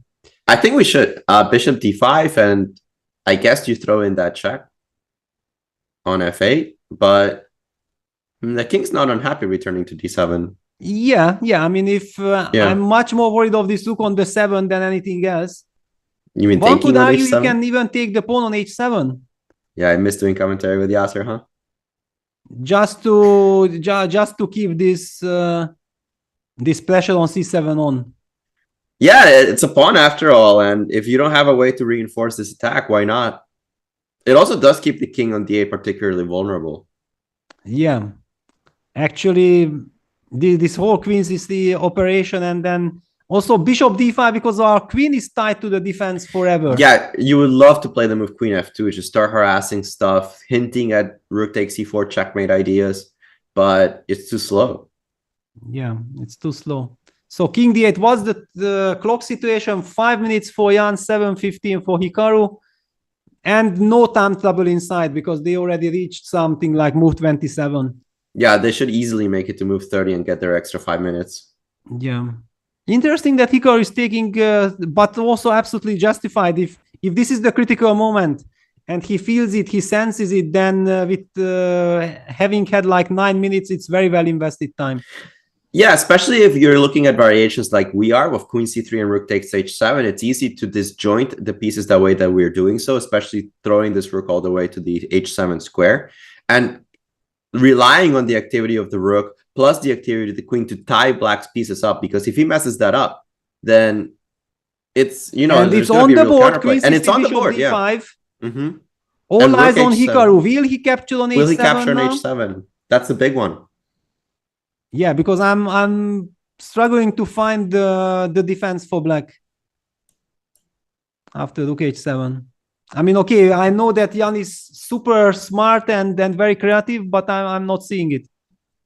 I don't see it either. Perhaps you just go something like king c8 and start trying to hide the king on b7 or b8. But yeah, I don't know what else to do. Then there was an argument, why didn't I go to c8 at the first place after the check? Yeah, that's true, actually. I mean, already if he's settled with king d8, it's so difficult. Yeah, rook takes h7 played, and computer disagrees with me and with us and with all with us, with everyone. Computer hates it. Why? Yeah, it's like dropping. Okay, not again, but I mean, okay, black has to find the move. I'm not seeing it. I don't even suggest it because the drop is so severe that you think there's a tactic here, right? But I mean, also the draw. I mean, it's climbing back. At least it's crawling back a bit. Oh my god! What's the super tense moment? Rook f6. Okay, yeah, this was clever using. And apparently that was the move because the engine didn't change. Exactly. I mean, okay, if Jan gets and look at this, it goes down to zeros. How? How? When? How? Why? Well, now crawling there, but I mean, if already even the computer is not sure, suddenly rook f6 makes so much sense. The king can't really get out because then queen f2 check is coming. Do I have an immediate threat as black? Is something like rook takes like rook f1, rook e4 ever a threat? Not really, right? Maybe. Yeah, but actually my instinct was to open up some space with h4. Can I do something like this? I think you should. It's creating luft for the king. Mm-hmm. Oops, all the tension already. I'm hitting the microphone. Everything is falling apart. Wow, but rook f6? Rook f6. Okay. I mean, yesterday you smashed your webcam. I'm smashing the microphone. I mean, okay, we just can't stand the tension already. Yeah, it's okay. If we break, then we can charge FIDE. Rook f6. Yeah, and look at, suddenly I see some harmony. Right? It's kind of a crazy move because I don't see the direct threat of it, but it does make white's position so much more unpleasant now that the rook is in the game. Exactly. And rook h8 check. Are we in for some repetition or not? Rook h8 check, king d7. At least it makes sense to repeat before time control and then get the extra 5 minutes and then start to think. Yeah, even though no guarantee that black takes it, right? Well, at this moment of time, I believe that, okay, white would be also exaggerating if he gets over ambitious. Yeah. All right, king d7. We expect rook h7 even if it's just to make time control. Yeah, to make the time control. Of course, I'm not saying that Hikaru wants to repeat. I mean, first of all, as we speculated before, the players don't know what's going on at the board. White is 2 pawns up, but yeah, this tiny little rook g6 to f6 almost feels to me like Hikaru's queen a8 to b8 in the previous game. Right, yeah. Just a small little move, but it makes such a difference. And king c8. Yeah, this is what I was saying. Maybe you're just trying to hide the king on b7. I think it's a perpetual anyway. I don't think you're actually getting out of it as black. But okay, if already you are calling it out, then I will call it out. After rook h8, king b7, if rook h7, I'm going to go queen b6. That's true. First of all, it's none of my pieces, yeah? None of my pieces. We can do it without pressure, but I think you're absolutely right. It's absolutely not given that if suddenly Jan smells blood, that he would let it slip just like to repeat or get away with the game. Yeah, no, he wants to bring the match back. And if that king on h1, he says it's too weak. I'm not really running a risk. It doesn't have to even say that he's better. He just thinks that he's not running a risk because the king is too weak. He'll just continue on playing. And according to the engines, that seems about the evaluation of the position. Of course, the players, as you mentioned, just do not know that. Yeah, they don't know at all what's going on. I mean, that's always the beauty of chess. Yeah, that. Because I think as spectators, it's so easy to forget, yeah, because you have the engine running, you have access to the evaluation bar, and then you think like everything is clear. But for the players, nothing is clear, and that's why it's so mysterious and so brilliant to play chess, yeah, because this factor of the unknown is always there. Wow. Okay, Hikaru reached the time control, but now he's also behind on the clock. Last 7 minutes has started for Hikaru. Yeah, he's super up stuck on the clock with 9:24. So we got to suggest a move for Hikaru. Having trouble. Well, I told you that a part of h4, I don't really see a move. Yeah, it's h4, right? Yeah, but it also weakens. I mean, it creates loop, but it also weakens. I understand why Hikaru is not making this move yet. And he might not play it at all. Rook e7 played. Wow, what a move by Hikaru. What a move. Rook e7. Trying to simplify the position. Wow. Yeah, and also using the fact that Black's king is not controlling the e7 square with king on d8. What an insane move. Yeah, rook e7. All right. So rook takes e7, queen takes f6. Is very favorable for the white side, at least that he gets some pressure off of his position. Yeah, the queen stops any entry. Yeah. But we do have some rook f7 followed by queen f2. But you have some check to get. But okay, still, this diagonal is annoying. Yeah, it's still not clear waters for white. It feels like even though you're up 2 pawns, you're not really playing for a win. The king on b7 is going to be so safe. Yeah, and this bishop pinning the knight is such a big trouble. I mean, of course, probably white is not risking, white is not worse, but yeah, it's always, for example, queen g5 can be met by queen f2 or not. It's also a big question. I mean, there are millions of questions here, yeah. And after rook e7, Jan actually declines the trade. He goes rook e5 to f5. Well, it's maybe even more pressing, right? Because rook f1, queen g1 is suddenly something you have to be worried about. I'm not even sure if it's a winning threat, but it's at least something to consider. Certainly. Even though I wonder if it's just and also how quickly Jan is making up his mind, yeah? Yes. This is putting now practical pressure on the opponent.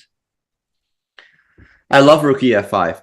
It makes so much sense to keep the rooks, even though c7 is pressured, and that's the only reason that it's counterintuitive to not take the rook on a7. But besides that, you have to realize that the counterplay that black has for the 2 pawns is based on the weakness of the king. And that means that you want more pieces on the board. Loving the move rook ef5. Both players showing an amazing amount of creativity and resourcefulness, finding rook e7, finding rook e5 to f5, and still Hikaru, I feel, under pressure despite the 2 extra pawns. Yeah, it's not easy for him at all. Yeah, and d4 played, closing the diagonal, but weakening forever the e4 square. But it's a relief at least, right? It's a relief not to have especially to worry because about the rook on e7, rook on e1 are nicely protecting the knight. It makes some sense, but still very scary.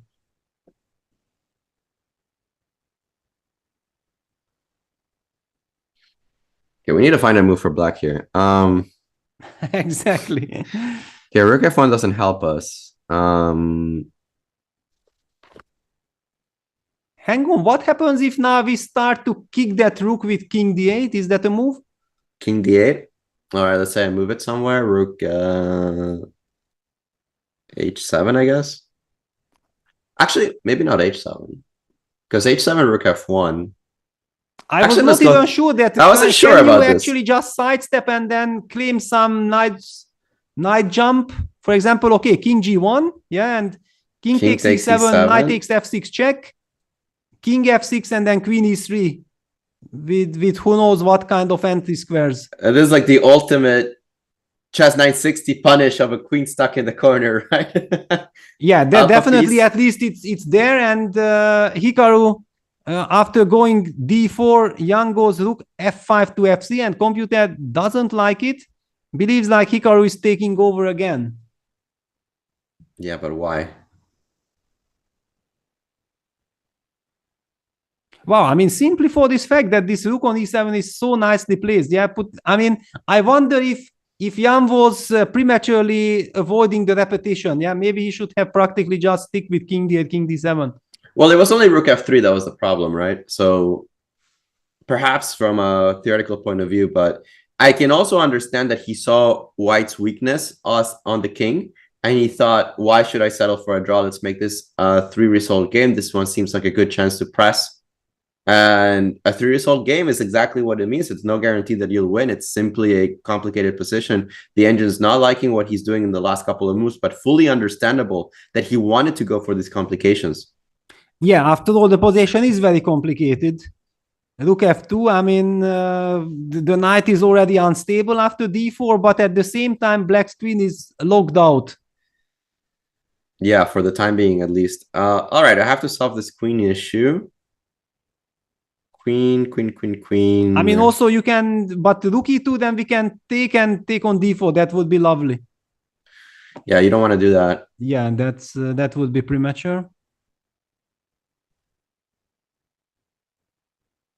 Hikaru down to 4 minutes. Those are the last 4 minutes plus the 5 seconds increment. If the engine hadn't moved as much as it did, I would have thought that this is the way to a draw. Yeah, some queen c3, rook f3, and so right? on. Yeah. But on the other hand, also after queen c3, maybe rook f6 to f3 is an issue. And he's played Queen D3, and another he move played that's Queen hated by the D3, and engine. we have a game. I mean, okay, this is a human game. It's so much more fun than engine's perfectness. Yeah. Yeah, we're gonna be very far from that, and that's a good thing. Very good. I mean, yeah, this all these ups and downs. We don't know what's going on. I mean, the players are making very natural, good-looking moves, stabilizing the position, but apparently the computers do not agree with it. What is the move here again? You're tempted to play Rook 6 to F3, maybe Rook 2 to F3 to keep the harassment. But yeah, then on the queen. all kinds of craziness start. Yeah, because knight takes d6 check is a problem. I mean, if you It's a move, but I'm not sure it's a problem. F6 to F3, I have takes. And if I take? Then I give a check. And then King C7. And then I hope a check and another check, but you run away. I just run away. You just run away. Unbelievable. I just run away. E7, King B6, and then you are mating me here. Yeah. Oh my God, yes. So incredible. Just to highlight that this is a completely crazy position. Anything is possible. Incredible. Okay, so does white have a threat? Like King G1 is kind of a threat, right? Well, getting out of this pin would be a good start. Yeah, that would be a great move. So you do have to do something fast. But really, I mean, if knight d6 is not a win, then how do I react to rook fc? Because if it's not winning, it might be losing. Yeah, it probably is actually, right? Because it just opens too many diagonals. I mean, you of course have the simple move rook e1 to e3 maybe. But then, for example, just takes and then takes on c2. What is then king g1? Yeah. Okay. That actually looks nice for white because somehow I've managed to exactly. Then probably you will be the one attacking the king. Right. Rook fc, rook f6, fc on the board. So we will find out. Wow. What a game. It can't get more crazy than that. It's incredible. Yeah, we still think rook e3 is favorite here, right? I don't know. I feel like I'm outclassed, outmatched here because yeah, rook e3 played, rook takes e3, queen c3, queen takes e3 on the board, rook takes c2. We didn't like this for black. We didn't like this solution. We didn't know what the better solution was, but we didn't like this because king g1 at this particular juncture. And king g1 played the engine's loving Hikaru's position. Peter. I mean, okay, black has to play queen b6. It's played. Yeah, you have to sidestep from knight d6. But I perfectly agree that Hikaru is very close of getting finally the desired harmony. Yes. It has cost him something important. The pawn on c2, bishop on d5 is still powerful. I have to admit, I am still a little bit surprised about the evaluation. Yeah. I remember that I was thinking about this position, then we mentioned king g1, and in my mind I was continuing, yeah, but I have queen b6, and who knows? Yeah, those were my thoughts, like this who knows factor is there. Now you need a very good move with white. What about h4? You think you have time for it? h4, h5, h6, h7, and h8. All right, well, excellent plan. Knight f6 played. Wow! None of that. And agreed by the computer. He's threatening rook e8, rook b8. And also hitting the bishop and setting up this devilish idea that you already immediately spotted. Yeah, rook e8, king b7, king takes b8, knight d7, fork. Wow, what a finally, and the knight could move because the king moved. Finally, the knight jumps into the game with decisive effect, knight f6. Wow. And so actually, it might secure the second victory for Hikaru.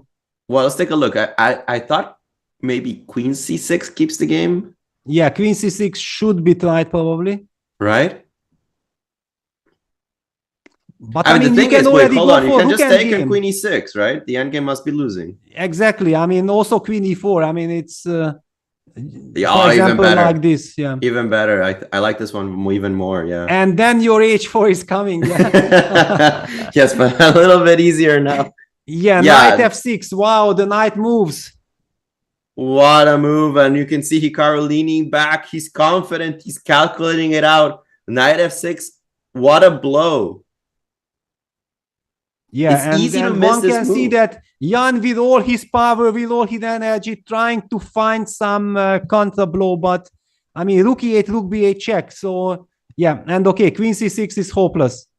Yeah, but it's been played. It's been played. Knight d5, of course, rook c1 check. Yeah, black will try to harass white's king. It will stay on the dark squares, of course. It doesn't want to be allowed queen takes d5 with the check. Wow, but is it so simple? Not anymore, right? Actually, I thought you were suggesting playing rook e8 first. And I actually rather like that because it allowed me to just put my king on g2.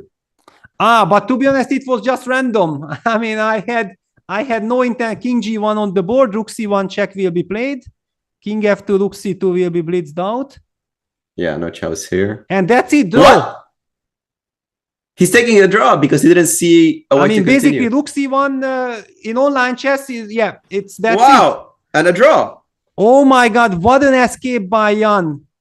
If we go back a couple of let's moves, go back because you I wanted just to play rook e8 check. really, I have to tell you honestly, I just by accident played rook e8 check first. There's no honesty in commentary, just good moves by Peter. But it might have been the decisive move, yeah, because check, king d7 and then takes. And the big difference is that after rook c1 check, we can go king g2.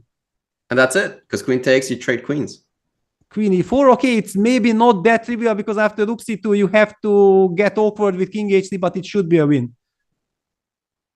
It must be a win, right? Yeah, once we trade the queens, okay, it's not given, takes, and then some rook c3. No, but okay, king g4, I'm way too fast, right? Yeah, I mean, it's no way that... Okay, black will also try a5, but white should be clearly better. Yeah, I don't believe in this. Yeah, I mean, you have to do some calculation. And then Saturn d5. Yeah, d5 I think is very strong. Wow. I mean, actually, this is some breaking news for Jan, because if Hikaru, after the game, realizes that he blitzed out knight takes d5 and rook e8 check first would have been quite simple, humanly speaking, then it will be very difficult to forget about this mischance. No, absolutely. And in the final position, because the engine bar didn't go down, at least ours. Sometimes I know it glitches, but what was the win? I was also thinking, but the point is that wherever this king goes, then later on when you trade the queens, then the h2 pawn is hanging. So, I mean, I understand that Hikaru already suddenly did not know what to do. Wow. Well, maybe we can switch. We'll figure this out later, but maybe we can switch real quick to the Magnus Carlsen game against Norderberg. Definitely. I mean, I think there was also incredible tons of action, and Magnus now finally seemingly equalizing the match. Does rook e5 work? Rook f7, sorry. I guess this also works.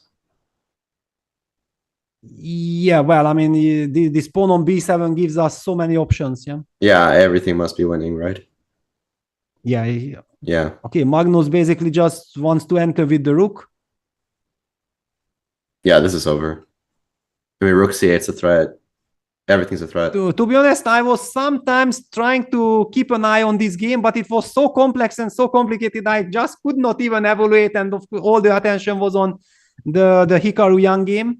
Yeah, I have no idea how we got here, to be honest. So we'll go back in the game at some point, but let's enjoy this particular position. Down to 40 seconds for Abdusatov. By the way, also update that Wesley saw Fedosiev ended in a draw, and Matthias Grubam, Gretarsson also draw. Okay, but seriously, what is Fedosiev's draw percentage here? 3 draws and Magnus fighting for bouncing back. What is this, classical chess? Well, if you look at Wesley against Fedosiev, we will talk about it a little bit, then it almost feels like, But definitely not in Magnus's game. Yeah, rook e1, rook b3 played now. Trying to eliminate this pawn, but first of all, even eliminating is impossible. Rook c8 seems like an issue. Yeah, rook c8. Basically, I think it's game over. Time to resigns. Abdusatov resigns. Wow, so Magnus bounces back. Great result here for him. Let's go back a little bit. How did this happen? Exactly. I mean, let's go back to the first move because it was a4, the novelty. Prophylaxis against b5. Prophylactic against b5, exactly. And we have already seen Magnus playing after c4, a5 in one of his games. Now, after a4, c5, he's tempo up. If Tempo I remember up compared to that correctly, position. and if I remember correctly, didn't he play h4 in the other position where his queen started in the corner? I mean, he played, but then the rook was on h1. He played h4, h5, d4, b5 against Hikaru. Yes. But that was, I mean, this a4 is much more positionally sound, yeah, that he immediately wants to break the structure. Crazy line. So b4, b6, and then he plays b5. b5, yeah, very ambitious move. Wow, long-term move. Yeah, very long-term, yeah, just making sure that you occupy the c6 square forever. But on the other hand, you give up the center, so it's a very double-edged sword. Yeah, incredibly double-edged here. Yeah, e6, I don't know how to evaluate or what to think of it. Yeah, e4, that's the justification. He's fighting for the center, bishop e7, knight e3, d5 played. Yeah, makes a lot of sense. And a5. Oh my God, I mean, good nerves, yeah? I love it. I mean, the reason why I'm shocked at this moment that it's the common knowledge that a flank attack should be met by a counter strike, but here the center strike is met by a flank attack. Yeah, what is this? I mean, we're rewriting all of chess. All of chess needs to be rewritten. D5 with A5 instead of the other way around. D4 played by Nodierbeck, knight c4. Okay, white gets a lovely knight on c4, but black gets some space, so very difficult to evaluate what is this. Queen b7, d3. Castles, bishop e2, and f5. This is the counterplay for black, and that was the reason that I'm normally a big fan of a outpost for a knight on c4, but this f5 business is serious counterplay. It's serious counterplay because of f4, right? But I think that Magnus does a very good job at stopping that particular point, because here he can even castle. Yeah, he did. I like white's position now. Wow, hitting on b6, and how do you protect this pawn on b6? How did he protect this pawn on b6? Yeah, f takes e4, knight e4. He had to go for knight f7. Okay, but then it's not so he bad. He couldn't take. Wait, why didn't he take on e4 with the pawn, out of curiosity? Just here, yeah. Yeah. Because this one does threaten knight b6. I mean, the endgame looks pretty horrible. But I mean, you give the f4 pawn just like that, so you don't mind. I was hoping I had something at the end, but I mean, you have many things, that's for sure. No, but I thought I had e5 at the end, and I think I win a piece. So you just change everything, yeah? And I think e5 question mark. Hitting the rook. No, but the bishop is protected. The bishop. The knight protects the bishop, yes. So rook e8, and it's a mess. It's a mess. Yeah, no. I forgot the knight on d8. Yeah, it's so easy to forget about this. Yeah. All right, but it's a positional move. Yeah, Magnus wants to take knight e4. Yeah. Then he even opted for g3, bishop d8. Black tries to protect like this, but now it's clear that actually white is in total control. Rook yeah, a8 without is met rook by a8, queen takes b7. And then knight f6 check. Winning back the queen and strategically having a winning position. But in fact, then I did not have time to get into the details that this b6 pawn was falling. Then Magnus was in total control here, probably. Bishop d2, knight d5. But he had to retreat. Yeah, this doesn't look so bad. This is now unclear. But still, okay, if he stabilizes the position, then with all the outposts, it should be advantage. And breaking the d5 square. Knight e4, bishop e4, takes, and yeah, this is now strategically huge for white. The knight on c4 dominates. Yeah, the structure is really nice. I mean, that bishop on d8 is pretty sad. Yeah, strategically, this is horrible. This is just like a normal chess game that you don't want to face Magnus in. Exactly. I mean, this is like some Spanish gone horribly wrong or whatever. I mean, I even don't know what. I mean, some anti-martial. It's like you got the worst part of a Sicilian and an anti-martial at the same time. Yeah, now it looks like he got counterplay, but probably Magnus had felt like, okay, there is no reason to panic, but still, this little bit worrying, but not for Magnus. Yeah, maybe it was worrying for Magnus, but it also felt that he had it under control. And this end game, actually, even though he's up, Queen F3, he's down a pawn, even though he's down a pawn here. He knew that he can always take queens. That gives the stability. Actually, 2 pawns. Yeah, but King G2, very nice, kicking the bishop away. Bishop F4 takes, B7. Yeah. Rook B8 and Rook B1.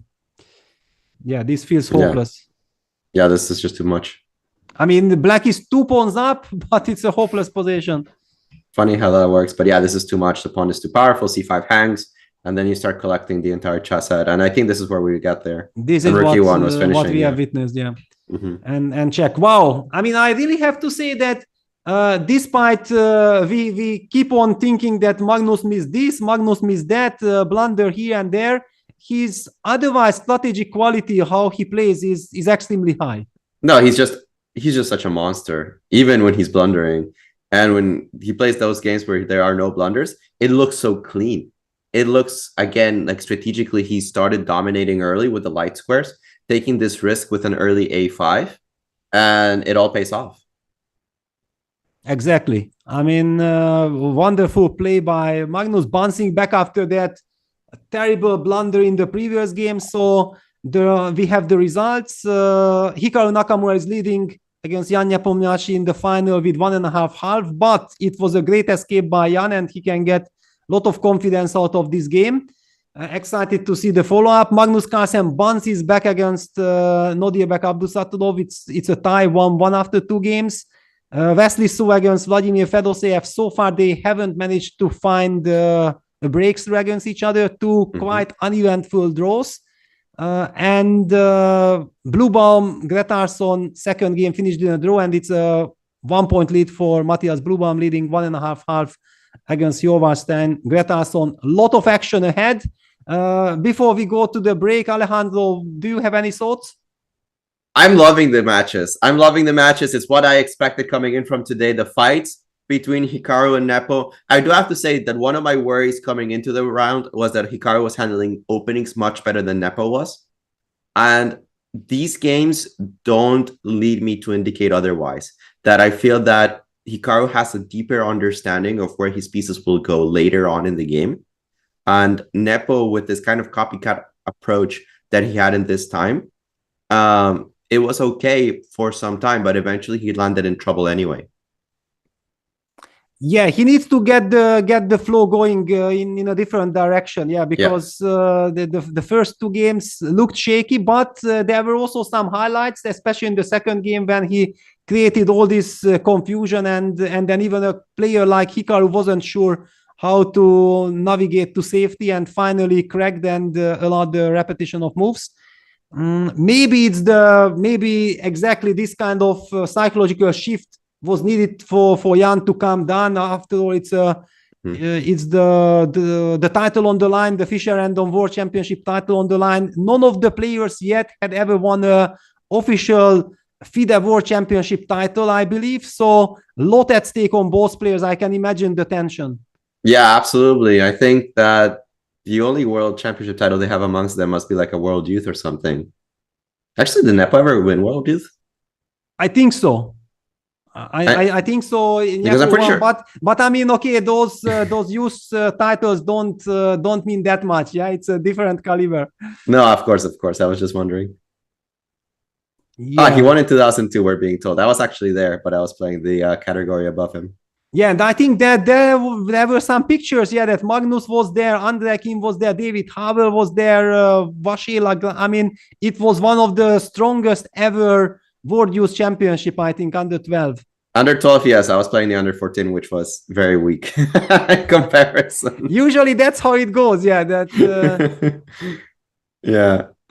Which is a photo that Sotiris took. So shout out to him. Yeah, I mean, it feels like Sotiris everywhere. I mean, he knows every single game. He's even taking pictures of all these historical events. Fantastic.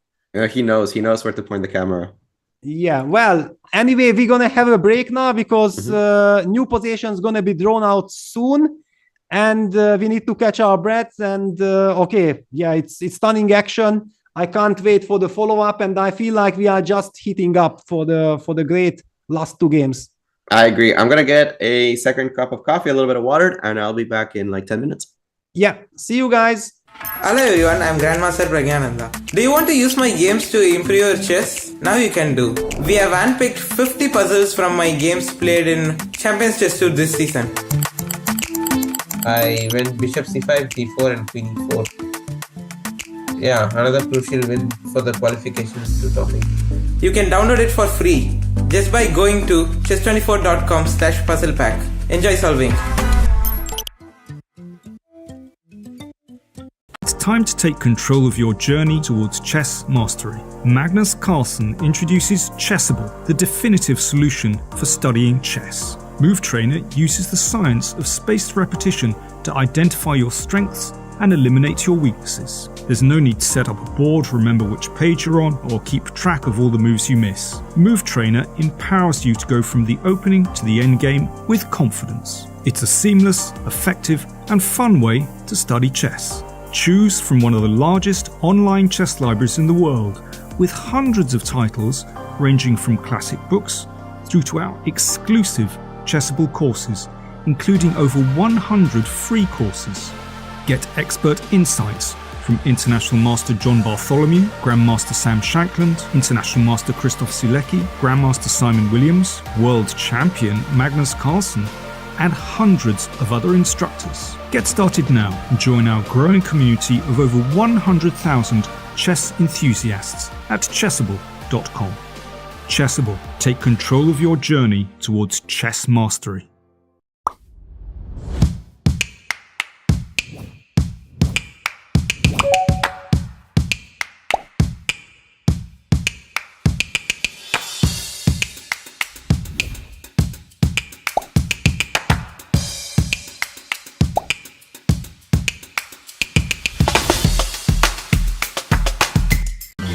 This is John. John loves to study chess. This is David. David loves to study chess as well, but efficiently. John spends more time setting up the board and figuring out what's on the page of his book than he gets to study. David likes to take it easy and use his time wisely.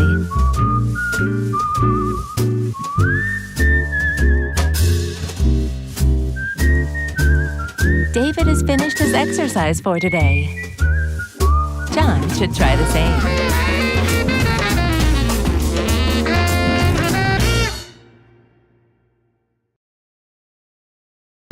I'm ahead of the game.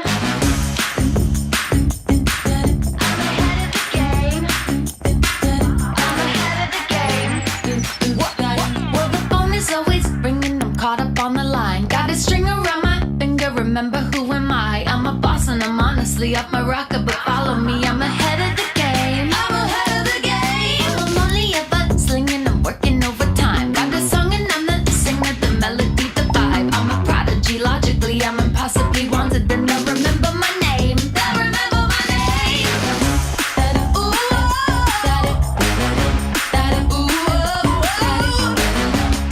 well, I'm ahead now. I'm ahead of the game. I'm ahead of the game.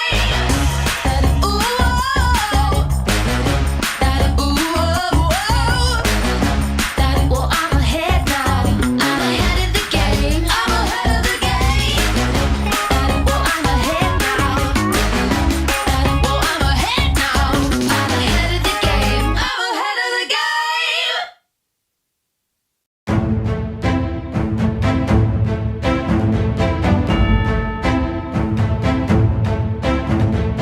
Gains that confidence, plays a few good events, stops looking inwards into his own insecurities. I like the no expectation part, so like that's something that has gotten better because sure, it's like not my full-time job. It's definitely good for chess in India, and now there is Olympiad also, so there'll be more people following and taking up chess as professional sport. Yeah. And it's surprisingly concrete still, no? Like, e takes d4, good move. This d takes d4, the d takes d5. This line was essential and forced, but also not rocket science to map out.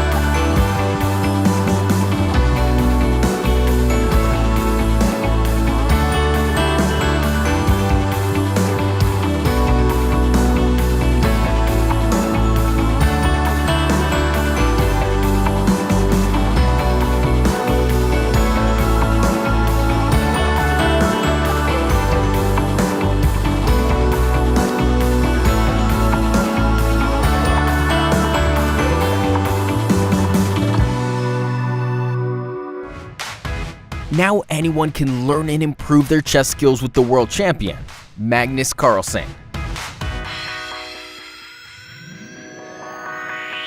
The Magnus Trainer app is packed with fun mini-games and interactive training content. Playable anytime, anywhere. Get the Magnus Trainer, available in the App Store and Google Play.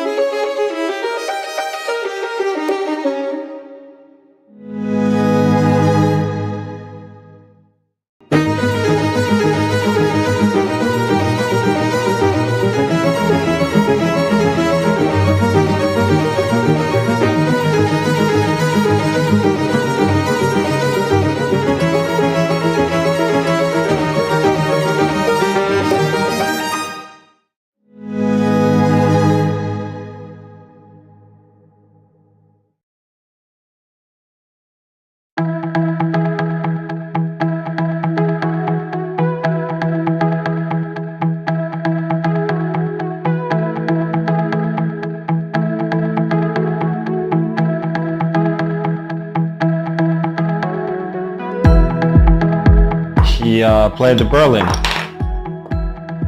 which I sort of expected, but I didn't really know what to do against, because in reality very few people do.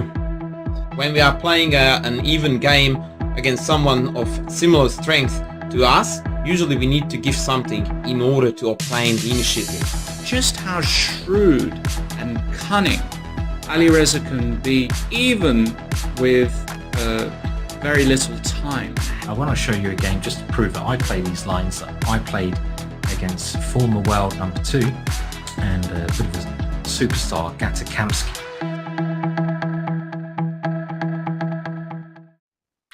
Hello everyone, welcome back. This is the grand final day, the big finale between Hikaru Nakamura and Jan Nepomniachtchi, all to play for. I mean, they are fighting for the Fischer Random World Championship title and also $150,000 first prize. The new position has just been drawn, and we see a very special position now with okay, let's take a look at the matchup. So yeah, Hikaru Nakamura against Jan Nepomniachtchi. Hikaru is leading 1.5-1/2, but Nepo survived a very scary second game. He can get confidence out of it. He can maybe carry the momentum. Now Hikaru is playing with the white pieces again. Yeah, he doubles the colors. Magnus Carlsen bounces back against Nodirbek Abdusatulov, tying the match. It's 1-1 there for third place. Between Wesley So and Vladimir Fedoseev, no resultative game happened yet. Quite the players are showing big respect for each other. So far, two more or less uneventful draws for Fischer Random standards, but I think the match is also only heating up. And Matthias Blubam is leading against Hjorvarsten Gretarsson with 1.5-1/2. Alejandro, please tell me, you are such an expert. What do you think about this new starting position? All right, let me first get my bearings. I just got second coffee of the day. It is a little bit earlier than I wake up on weekends here, but let me take a look. All right, Knight on a1, rook b1. Queen in the center. I like that shift. I think it's for the very first time so far in the championship. Yeah, that's actually an important detail because so far we've had all these positions where you have to play flank openings early to get the queen out. And not so much in this one. Interesting. All right. So some obvious things, right? The bishops on the corners will need to be activated. So there's not a lot of wiggle room about the g-pawns being moved at some point. Yeah, the big question is that do you prioritize opening the bishop or fighting for the center? Yeah, this is a big question. I would think that in this particular position, and I am no expert, I've just seen a lot of chess 960 being played, but of course that's not the same as playing it yourself. But I have noticed that players tend to favor the center when the possibility of opening up the bishop can't be hindered. Like sometimes you see this bishops pointing against each other, or queen is pointing against the bishop, and sometimes you're just locked in. Like if, for example, the queen was on a8 and you go a move like b5, then it's actually surprisingly difficult to play the move g3 because you have to move the knight out, then you have to move something else out, make sure that you play g3 eventually. But here, nothing is going to hinder that move at any point. So you might want to start playing for the center first. A move like d4 seems logical to me just to control central squares. Yeah, and then, okay, also it would be quite logical, I believe, to answer it with d5. Yeah, and again, you try to develop pieces that go to obvious squares first. At least that's what you do in normal chess. Why not apply it to 960? Maybe play a move like knight b3 because it has to go to that position anyway. Take advantage of the fact that the pawn is on d5, so b6 is less likely to be played. And that means that c5 will always be accessible for my knight. Yeah, actually, I feel like if black is just playing symmetrical, he might end up in trouble. Yeah, because... A little bit, right? Because it does feel... I mean, as you mentioned, yeah, white can always play the move g3, then eventually also some e4 moves might happen. White can go for bishop b4, activate that bishop also here, maybe even queen dc, and then a very quick long castles. I mean, I feel like it's quite a scary position to play with black if you just keep on copying white's play. Yeah, if somehow you play this e4 break and black is forced to reply with e6, already white gains so much momentum, so much space. And having the break earlier, this one move earlier, is where the danger comes in chess 960, that you get to these positions where white is one step ahead in a crucial break, and black has to react rather than make the same break himself. And that's where the symmetry stops. And one side takes over the position. And I have to agree with you. I think that this one is a dangerous position for black to play symmetrical in. Yeah, on the other hand, the big question is what else? Yeah, I mean, for example, okay, knight bc, knight b6. For example, after g3, I might have to start playing knight f6 first in order to stop e4. Yeah. And okay, I understand that you have a nice position, but if you can't get the e4 break in, then maybe after I might be able to neutralize the initiative. Yeah, I think this is a much more clever way of playing for black than to, for example, just play the move g6, right?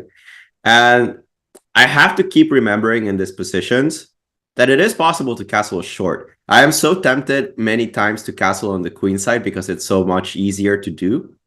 But suddenly, I think this happens to me once in a while when I play Fischer Random Blitz.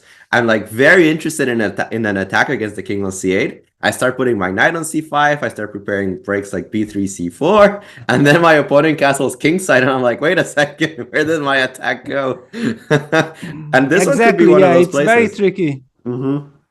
Very tricky. So, okay, basically there is this option of going d4, d5. What else? Also, for example, for black, yeah, if we think with black's head, is there any way to play something like the Dutch with f5? Yeah, I think a Dutch defense in this position with f5 followed with knight f6 is incredibly logical. This Leningrad structure where the pawn is going to go to g6 anyway. The bishop can support it with bishop coming to f7. And you can imagine a very nice Leningrad. You go f5, you go knight f6, g6, d6, bishop f7, queen d7, you short castle, and it really starts to look like the setup that you would get in a normal Dutch. Yeah, and both actually Hikaru and Jan are kind of experts in Leningrad Dutch. It's not their main opening, but they use it quite frequently and they need to win games. Yeah, I've seen Hikaru dismantle very strong grandmasters with the Dutch, saying this is the time to bust out something a little bit on the scary side for black, but I'm okay with the scary position as long as I survive it and I'm able to outplay my opponent later. So f5, certainly a logical move. Every time that you have a pawn in front of a rook that's already in a central position in Fischer random, it kind of screams to be played. It opens up positions, it opens up the rook, it opens up control of the center. So f5 also screams to be played to me.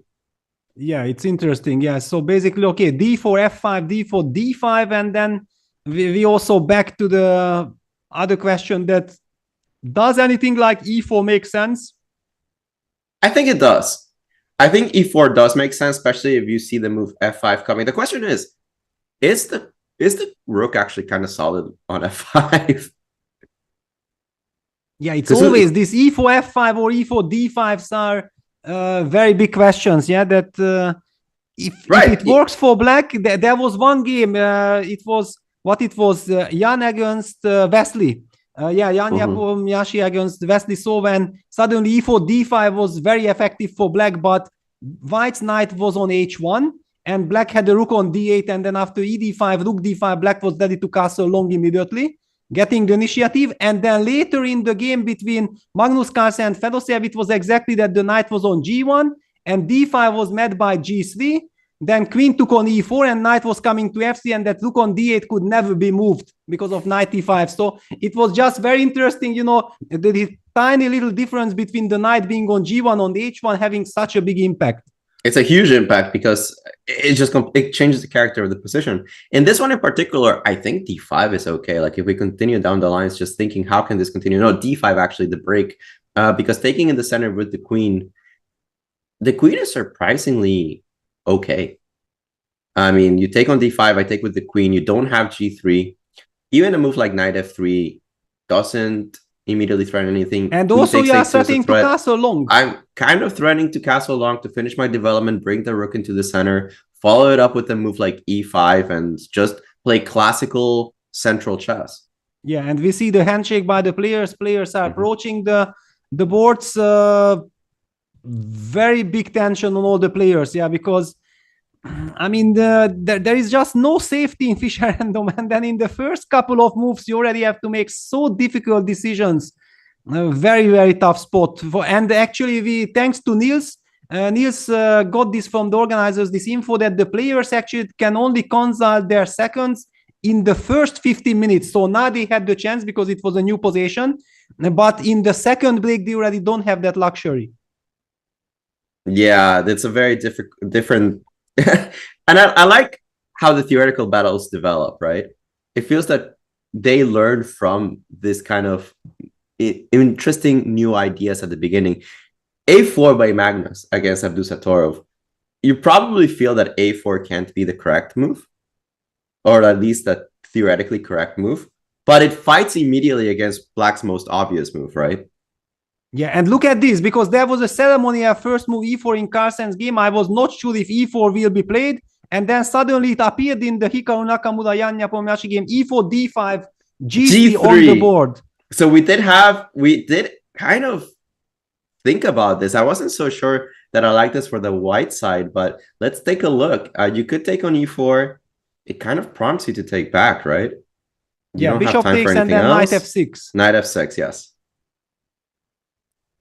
Yeah, d4, bishop e4 on the board, and Jan goes g6. Yeah, it doesn't force the bishop away immediately. I wonder why he's saving this tempo. Perhaps he does make a claim that if you ever play a move like knight f3, that you cut the bishop's retreat, right? Exactly. And that's why f4 is and played Hikaru first, goes immediately f4. I mean, the Dutch spirit is also very much in, yeah, that this f4 and then trying to get the grip of the center with eventual knight f3. I like this treatment. I like the Leningrad type treatment where you're already broken with the move e4. The bishop on this long diagonal is going to be quite monstrous. I already think as black to play a move like queen d6, bishop c6 and get this guy off the board. And then also getting ready for short castles or long castles. Or long castles, right? Mm-hmm. Yeah, interesting. Yeah, queen d6 actually makes a lot of sense. Because it opens the way for bishop c6 and on the board, queen d6. Whenever you have some coffee afterwards, you are unstoppable. Yeah, this is why they put limits on the amount of cups of coffee you can have during a game. It lasts like 10 minutes and then I'm done. Wow, it's impressive. Yeah, this queen d6 move, very nice. This kind of little moves that we love so much. The big question is that how should I mean, it's very tempting to put the knight on f3 or the queen on f3, but it runs into knight f6. Yeah, this is the issue, right? You want this tempo to do something useful with the f3 square, but your bishop's kind of stuck, and maybe you'd retreat it to g2, but then you don't like the fact that bishop c6 forces you to hide your bishop with knight f3. Yeah, I'm honestly not completely surprised that the evaluation bar gives clear advantage for white, because to me it almost feels like black has solved its problems. Yeah, I agree, right? He has a little bit more of the center. He has a little bit of a nibble there, but perhaps the engine likes the control over e5. And perhaps, strategically I can kind of understand that if I long castle as white and I play d4 and I say Maroxy bind, but slightly different, but Maroxy bind structure, put a knight on e5 one good day, you can see that white does have space. Yeah, and basically this little move queen e2 shows the big experience of Hikaru in Fischer random. Yeah, that he just senses that just getting this coordination, this little move gives the harmony. As you mentioned, now white is ready for long castle. White has retreated the bishop to g2. He will be able to go knight f3 next as well. And after all, there is the e5 square. Yeah, and the knight on a8 is still kind of far away from the action, so we don't have to worry about him right now. It's going to be about the control over d4, and if you can make any counterplay on the light squares that become weak because of d4, right? Yeah, they get weakened a bit, but on the other hand, thanks to the space advantage and the monster knight on e5, it should compensate for that. Yeah. Yeah, Hikaru, like sorry, I just wanted to say that Hikaru is making up his mind that should he trade and then get knight to f3 or knight immediately to f3. What is your take on this? I think that because you're going to be playing for a space advantage and because your knight's going to e5 and you can always trade the bishops, that I would start with the move knight f3. But that'll be my first instinct, at least. And okay, just to be stylish, do we castle short or long? That's a tough question, actually. Somehow I feel that your king is safer on the short side. Yeah, I also feel that we should castle short, probably. Mm-hmm. And then, okay, you might castle long, yeah? I might castle long, right? If I want to castle short, I still can play a move like d4. But it's not so clear that my bishop on e1 has an obvious next move. So why not castle long immediately, start with a move like knight b3, and the other moves are not going to go away. Yeah, and Hikaru agrees with what you are saying. He spent something like 2 minutes and opts for knight f3, does not want to trade those bishops yet. Yeah, this makes a lot of sense to me. Yeah. Because eventually, okay, you will have to make another move with the bishop, and then Hikaru will be ready for knight e5. Yeah, I really warm up to the position that Hikaru has right now, mainly because of the e5 control. Is exploiting the fact that this knight on a8 is so far away from the action in the center. Exactly. One could argue that the same applies for white, but white already has the grip of the e5 square, yeah? So yeah, and also one thing that I like more about Hikaru's knight over Jan is that I can play knight b3 as white, and then maybe one day just play d3 instead of d4. And that pawn on d3 controls the knight on f6 entrance to e4. It controls the knight on b6 entrance to c4. Whereas it's very difficult for black to ever really take full control over the c5 or a5 squares because you don't want to play b6. It buries the knight on a8. And if you first move the knight out of a8, it's going to take some time to move it away from b6 anyway. Yeah, and you can also eye towards the a5 square with the knight. Yeah. Targeting the bishop. While Jan is taking his time, very quick update with the Magnus game. because we already see Magnus getting his knight all the way to a5 as quickly as possible, playing English opening with c4, opening up the h1 bishop. Yeah, this one is bizarre. But giving up the center. Giving up the center, but is he trying to win immediately with like move like queen b3? Well, black still has d6. d6. Do I start with c5? Or also and queen b3? e7 as well, maybe. All right, and c5, knight bd5, queen b3. He goes knight f3, which I feel like an illogical continuation. Well, computer hates it. It gets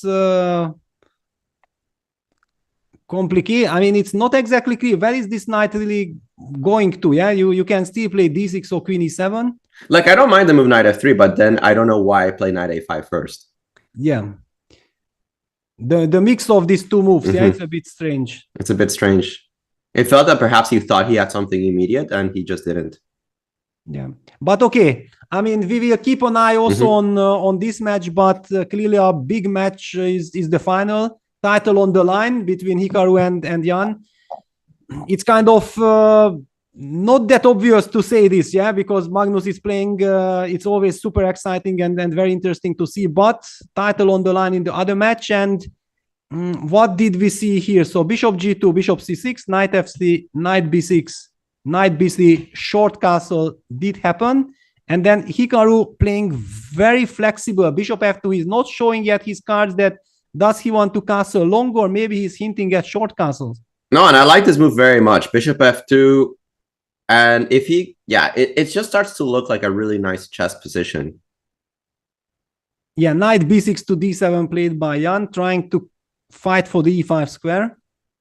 Yeah, and I think he castles short. Oh, unless he in some weird way feels that bishop takes a7 inclusion favors him, but I don't think so. Yeah, that feels like it would give black some counter chances. Some counter chances, right? Yeah. Yeah, rook a8 and then takes on a2. On a2. Mm-hmm. And also the last couple of moves from Hikaru indicated that he wants to play a stable position. Yeah, very stable. He doesn't. He wants to retain the solidity of his position. But hang on, breaking news! If you play short castle, do I have knight g4? Ah, that's kind of annoying. Exactly. I mean, just before you stabilize. Yeah, just on time, right? Wow, craziness. Yeah, and then we see suddenly harmony in black's position, ready to eventually also break with e5. Knight b6 to d7, a very tricky, nice little move by Jan. Yeah. And how often do we think, you know what, we castle long or queenside or however we want to call it a 960? We should come up with a convention here. Yeah, I simply don't know exactly how to, but okay, long castle feels the natural way to put it, but for sure confusing for our audience if someone is not familiar. Right. But I mean, after long castle, it will be a very messy game, yeah, and I'm not sure that Hikaru, and he takes his time. Not an easy decision. It's not an easy decision. It's a stylistic decision, right? You take into consideration the match situation, you take consideration who you're playing, how you're feeling comfortable in that particular game, and then you try to evaluate also the objective strength of the moves. And it's hard for me to say because obviously castling kingside is so much safer. You're not going to be worried about your opponent throwing his pawns at you. On the other hand, with the king just tucked away from the king side, you can start thinking of throwing your own pawns forward, h3, g4, and start harassing black's king side.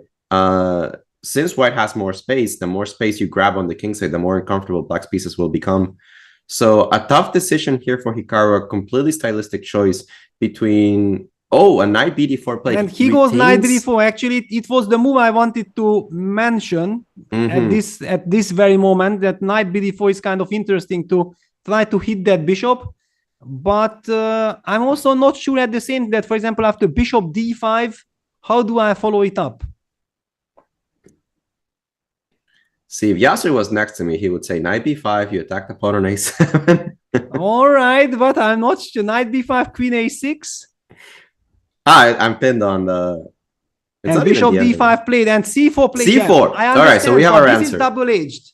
Very double-edged. Yeah, we have to remember that he is able to castle kingside at pretty much any point to get out of danger. So that's still important. And for now, he's trying to trap the bishop. Yeah, but I feel that after all this weakening, the big question is, do I include bishop e4? But even eventually, I might be able to take on fc and then break with e5. But I'm taking back with the knight, right? And then steal this knight g4 e5 business. Can I do that? That's an important detail, actually. Yes. Bishop takes f3, knight takes f3, knight g4. You really don't want to play bishop g1 simply because you feel that you need to castle, right? Yeah, bishop takes f3 had been taken. Yeah. We see also the evaluation bar, eval bar does not exactly approve the move, but I'm curious why. Yeah, I wonder if it is the detail that you should include the move bishop e4 just to provoke d3. I don't know in which world that is beneficial for black, but it might be because d3 is slightly weaker than it is on d2. And Hikaru takes bishop f3, which computer hates. I mean, what happens after e5? Knight b5. But it's very messy. I mean, against Jan, I know Jan is so dangerous when he gets counter chances. Yeah, he must be smelling that he has something in this position, right? White but still a move away from what happens even if I have respect for knight b5? I don't break with e5 immediately, just play c6. And he's heard you. And it's on the board, and now he's trying to play e5, and suddenly the bishop on h8 might become a monster. Bishop on f3 is blocked by the pawn on c6. Yeah, and I think castle short knight g4 might actually just be bad for white. That's also, exactly. I mean, short castle, tricks like knight g4, maybe it's even not necessary because e5 is also very tempting, but it's a very nice shot. And then look at the eval bar, claiming that black has gotten a dream Scandinavian. Dream Scandinavian is still Scandinavian. Yeah, but I mean, somehow white has still did not manage to occupy the center with d4. Yeah, this starts to look a little awkward for the white side. It feels that he's a couple of moves away from a dream position. Like if he could castle, play knight b3 and d4, dream position, right? You get two bishops, control of the center, control of e5, but you're not there yet. And right now, I feel that c6 is an easy move to underestimate because it feels slow, but it's reinforcing black's threats. e5 stronger, knight g4 is stronger. Love the move c6, easy to miss. Yeah, you feel like, okay, if black plays slowly, I will consolidate, I have the two bishops, but actually, black doesn't need to consolidate at all. He already is very well developed. Yeah, everything is in perfect place. All he needs is some break with e5 or with knight g4. And as you highlighted very nicely before, that all of white's play was based on the fact that white controls the e5 square, and white has completely lost that control. Yeah, and that's what happens when you try to bind someone, right? It's the process of binding someone. You leave some weaknesses behind, and in this case, the bind hasn't fully materialized. You haven't gotten your pawn to d4 yet, and it's those few moves until the pawn gets to d4 that can be dangerous for the side trying to create the bind. You're not on time right now. The knight on d4 doesn't look very good. It looks like a vulnerability rather than it looks like an active knight. And I'm liking the way that Nepo is approaching this position. Hikaru feeling the pressure, taking a long time against a seemingly simple move like c6. Yeah, I mean, definitely, first of all, he needs to adjust to the new situation because it looked like he has a very comfortable age and has a risky way to squeeze something out of this game. And all of a sudden, yeah, and now we see the retreat of the knight to beast. It's not a happy choice. Yeah, not at all. But a clever one, right? It does force black's hand. Because yeah, it also sidesteps from this knight g4 tricks. And it sidesteps knight g4, right? Because d4 is, I think d4 is a strategical threat. There's no way to prevent me from castling. Okay, we have to break with e5. I think you have to break with e5. And then what are we looking at? This is the big question, yeah, because I feel like this is a move that Jan will automatically play. Yeah, and there's options, but a move like f5, you immediately look at e4 and start wondering if you're going in the right direction. Exactly, looking very promising. And because for the audience, not for me, of course. But if you take on e4, take on e4, queen takes e4, rook f8, and I move my queen somewhere, can white castle next move?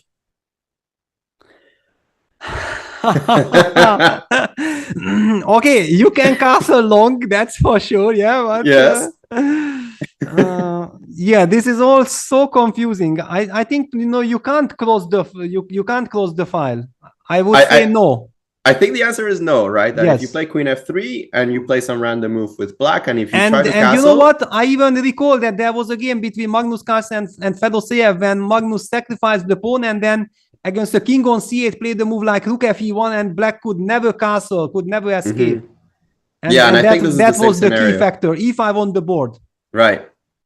And Hikaru blitzes out bishop e3. I mean, Hikaru is already now trying to set up a defensive setup. He has given up all hopes of fighting for any advantage. He understands that he misplayed it somewhere and he needs to dig deep into himself to survive this. I think that's very smart from Hikaru. He recognizes that things have gone the wrong way, and instead of doubling down on his problems and just playing the natural moves, he realizes there's danger, alarm bells go off, let's solidify our position instead of trying to break open our opponents. But can you still hold everything together? That's the big question. That is, well, how do you increase the pressure here as black? That's a good question. Okay, Jan gives an answer. A5. Very aggressive. I love it. I mean, also we know exactly Jan loves to create mess, and now he also needs to win a game to bounce back. So it's very logical that he goes after Hikaru. Yeah, this move is actually very nice. Easy to miss, easy to underestimate. The knight on b3, again, running out of squares. And what happens if we take? I think he wants to play... I was thinking he wants to play rook a8 and give up a second pawn, but then we have to actually calculate. What happens after knight takes b7? Yeah, I wasn't sure because you have a couple of ways after that. You could play queen b4, giving up a third pawn. Exactly, but then rook fc8 looks already kind of devastating. Yeah. Right. Yeah.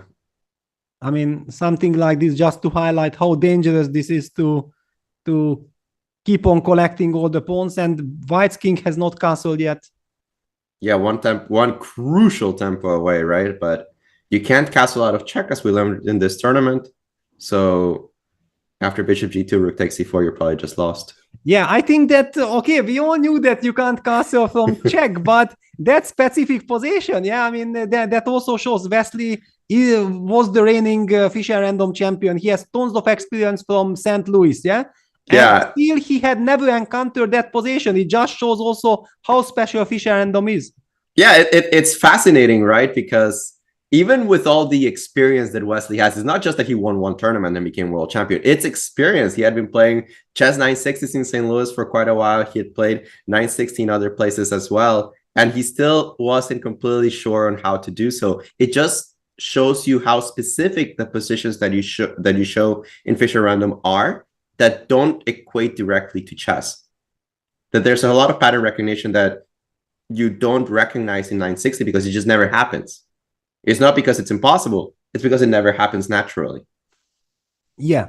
I feel like the mistake that he made was that I understand it's embarrassing and everything, but when you know exactly that this question will appear and it will be so crucial, that then, okay, just get up, go to the arbiter first. It's embarrassing, but ask what are the rules, yeah, just to make sure that, because unfortunately the way it happened, he had to design on the spot, yeah, he just couldn't continue the game. He just couldn't continue, but I think Korchnoi did that, right? Where I think his rook on h8 was attacked. Something like queen on f6 attacking the rook on h8, and he went up to the arbiter and be like, can I castle here? Yeah, just double check. I mean, it won't hurt, yeah. Exactly. But okay, yeah, for the moment, Hikaru is, I think, a little bit terrified because he's going down on the clock, down to 12.5 minutes, and he lost the momentum. Jan is very much in his element, coming with all these dynamic moves, striking in the center, then hitting on the flank with a5. very tough spot to be in now with white. Yeah, and the thing is that black's position already kind of resembles somewhat harmonious chess position. You're broken on e5, you have the knight on d7 on f6, you have some kind of weird fianchetto. Whereas white's not there quite yet, right? The king's still on c1. You imagine that it will go to g1 at one moment, but not there yet. Yeah, and d4 played by Hikaru. That's brave. Well, it also shows that he understands that it's a very critical moment, and he opens up like this. At least he got access to the d4 square for his knight. On the other hand, his pieces are very loose. Yeah, rook f8. Yeah, can you castle, or is there a tactical issue? Because knight g4 is dangerous. I mean, castle long or short? That's also a good question, but I think that if you castle short, knight g4 just kind of wins, right? It feels like this tactic with rook e3 at the end. Yeah. So maybe you have to castle long, but King's not super happy about that. Yeah, I mean, that's why we are confused, because this is the short castle, which is the so-called long castle. But yeah, that's it. Hikaru wants none of it. He goes knight c2, but now the king will not be able to move. Yeah, that's a big deal, right? You're kind of stuck now. You kind of stuck. And did remember, because I exactly today checked this game between Hikaru and Jan from St. Louis. Yeah, I was just wondering how did they play against each other, and Hikaru played a very strange opening, and with the white pieces he was not able to coordinate pieces and castle and got crushed by Jan. Yeah, I think I actually remember that game. Yeah, and this kind of it starts to ring the alarm bells, right? On the other hand, we have to remember that if you play a move like rook d1, rook d2, you actually, let's call it, threatening to long castle again. Yes, very good point. Yeah, because this is actually the big trick, the motive that I'm learning during the tournament, that with a king on c1 and rook on d1, seemingly you can't do anything, but rook d2 prepares long castle is sometimes very effective. Yeah, funny little chess 960 only ideas. Yeah, one needs to write a book about all these finesses, yeah? Right, there's finesses that never exist in chess, because this doesn't happen. The king starts on e1 purposefully, and the rook on h1 just can't cross over to d1, but here you can double and then castle, which is actually fascinating. Yeah, now suddenly I got this feeling, I know what, but okay, I have so many other things to do, but suddenly I got excited about, you know, picking all the games from this tournament and then analyzing, making sense of all the single moves. It could be very interesting. I wonder at what point Fischer random will be so prevalent in the chess world that you start looking at articles, research, and even books on common motifs and patterns that are exclusive to 960. Because I've already seen many articles that deal with opening play, ideas on what constitutes good opening play based on certain patterns of where the knights start, where the major pieces start compared to each other. So there's already a little bit of theoretical research being done in 960. Oh, wow, really, yeah? So there are fanatics all around the place, yeah? Yeah. This really blew up with a very, very small group of people, but very passionate, and they use Stockfish to try to analyze every single starting position. I know that every single starting position has an evaluation on Stockfish 15 at a very serious depth. But this is already scaring me again. I mean, I was so happy, you know, that when we talk about Fischer random, we forget about engines and the players. And what happened? Did the move long castle happen? Is it legal? It's legal. It's legal. Yes, it's legal. Oh my God, this is legal. How on earth is this legal? Because the king, it's legal because the king doesn't move.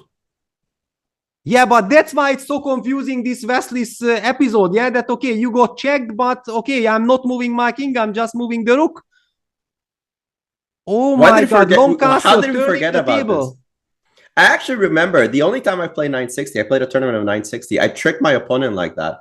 I played a combination that stopped castling, and I was like, if he castles, it's equal, but I don't think he knows that it's legal. My opponent, I asked him after the game, did you know that you could castle legally? He was like, I can't castle here. I was like, yes, you can. Wow, yes. So basically that the king is crossing or not crossing the line. That's the... Yeah. But okay, this is very confusing. Yeah. And does it change much about the position? Because The king is now officially stuck on the queen side. You did rescue your rook, but you now have a king that cannot cross over to the king side the way that you wanted to in many positions, because technically the king has moved because it made a castle. So you can't use the other rook to castle again.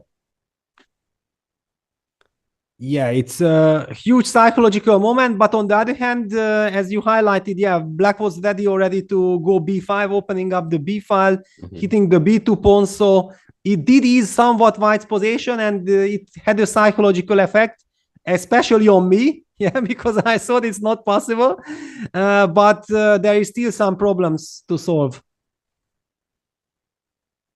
Fascinating. So how do we continue here with Hikaru? Very straightforward. I do think that b takes c4 is in the agenda, just to open up the rook and the bishop against b2. c5, I think I just swiped pawn because it is pinned. Exactly, yeah, this pin is really irritating. Yeah. On the other hand, I do wonder at some point you're happy to just give only one pawn to keep the position close. Queen d3 played. Okay. All right. Okay, getting out of the pin, also getting ready, hinting at some queen d6. Yeah. But the big question will be, of course, that after b takes c4, can we just recapture and ignore the pressure on the b2 pawn, or do we go for some queen d6, which does not solve the problem with the b2 pawn as well? Yeah, I have the feeling that you take on c4 simply to give yourself the ability to play b3 soon. It does look massively scary. Like on the other hand, if white scary. survives the next couple of moves, then even some bishop d4 move gets stability. Yeah, of course, the strategical factors favor white in the long term. Pair of bishops, better structure. The thing is, do you get to the long term? I mean, it's a big question to me that did actually Jan miss the move short castle, long castle or not? I have a feeling he didn't. Jan is pretty good at these rules. I think they both expected this kind of positions. Yeah, basically his move b5 was also already getting ready for long castle. Right. Yeah, bc, queen c4 on the board, and all eyes on the b2 pawn. Rook on b8, bishop on h8, targeting that pawn. But the knight is still on the way. All right, since I'm on my second cup of coffee, what happens after rook takes b2? Rook takes b2 or rook e3. Yeah. Once you mentioned rook takes something, I mean, that is, oh my god, yeah, the blows are coming. Yeah, you have to think of them, right? Because king takes b2. So let me take. And then I take on e3. And I think this is good for... I don't know who this is. Knight d5. Knight d5 is my idea, right? But maybe it's just too much material. You can go king c1, knight e3, and then just queen c6, and I'm giving up way too much. Luckily, I have queen c6. Yeah, queen c6, yeah. Targeting, hitting the queen. And then the big question, what happens if you start with rook takes e3? Yeah, rook takes e3. I do have to take. There's no choice. Yeah, and then just to go queen b6, double attack. Yeah, but queen b6, queen b3. Queen b3, yeah. There is queen b3. And again, queen c5 check, you have queen c3. Yeah, very lucky, actually. Yeah. This maneuver. Wow, okay, but if there is no immediate direct blow on white's position, then okay, just one move, bishop d4, and we are out of this terrible danger. Yeah, it's funny because it feels like the position should be either like +1 or -1, but the engine says 0. Not impressed. Yeah, engines are so difficult to be impressed. I mean, okay, there are some slow moves, but I'm not exactly sure that with black, I don't feel that I have the right to make slow moves. Yeah, I have to do something.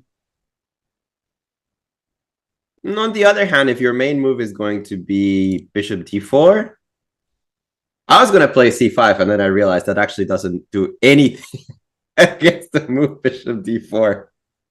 But I mean, bishop d4 is also not the end of the world, because then I was afraid of some c5 followed by knight b6 at some point, yeah?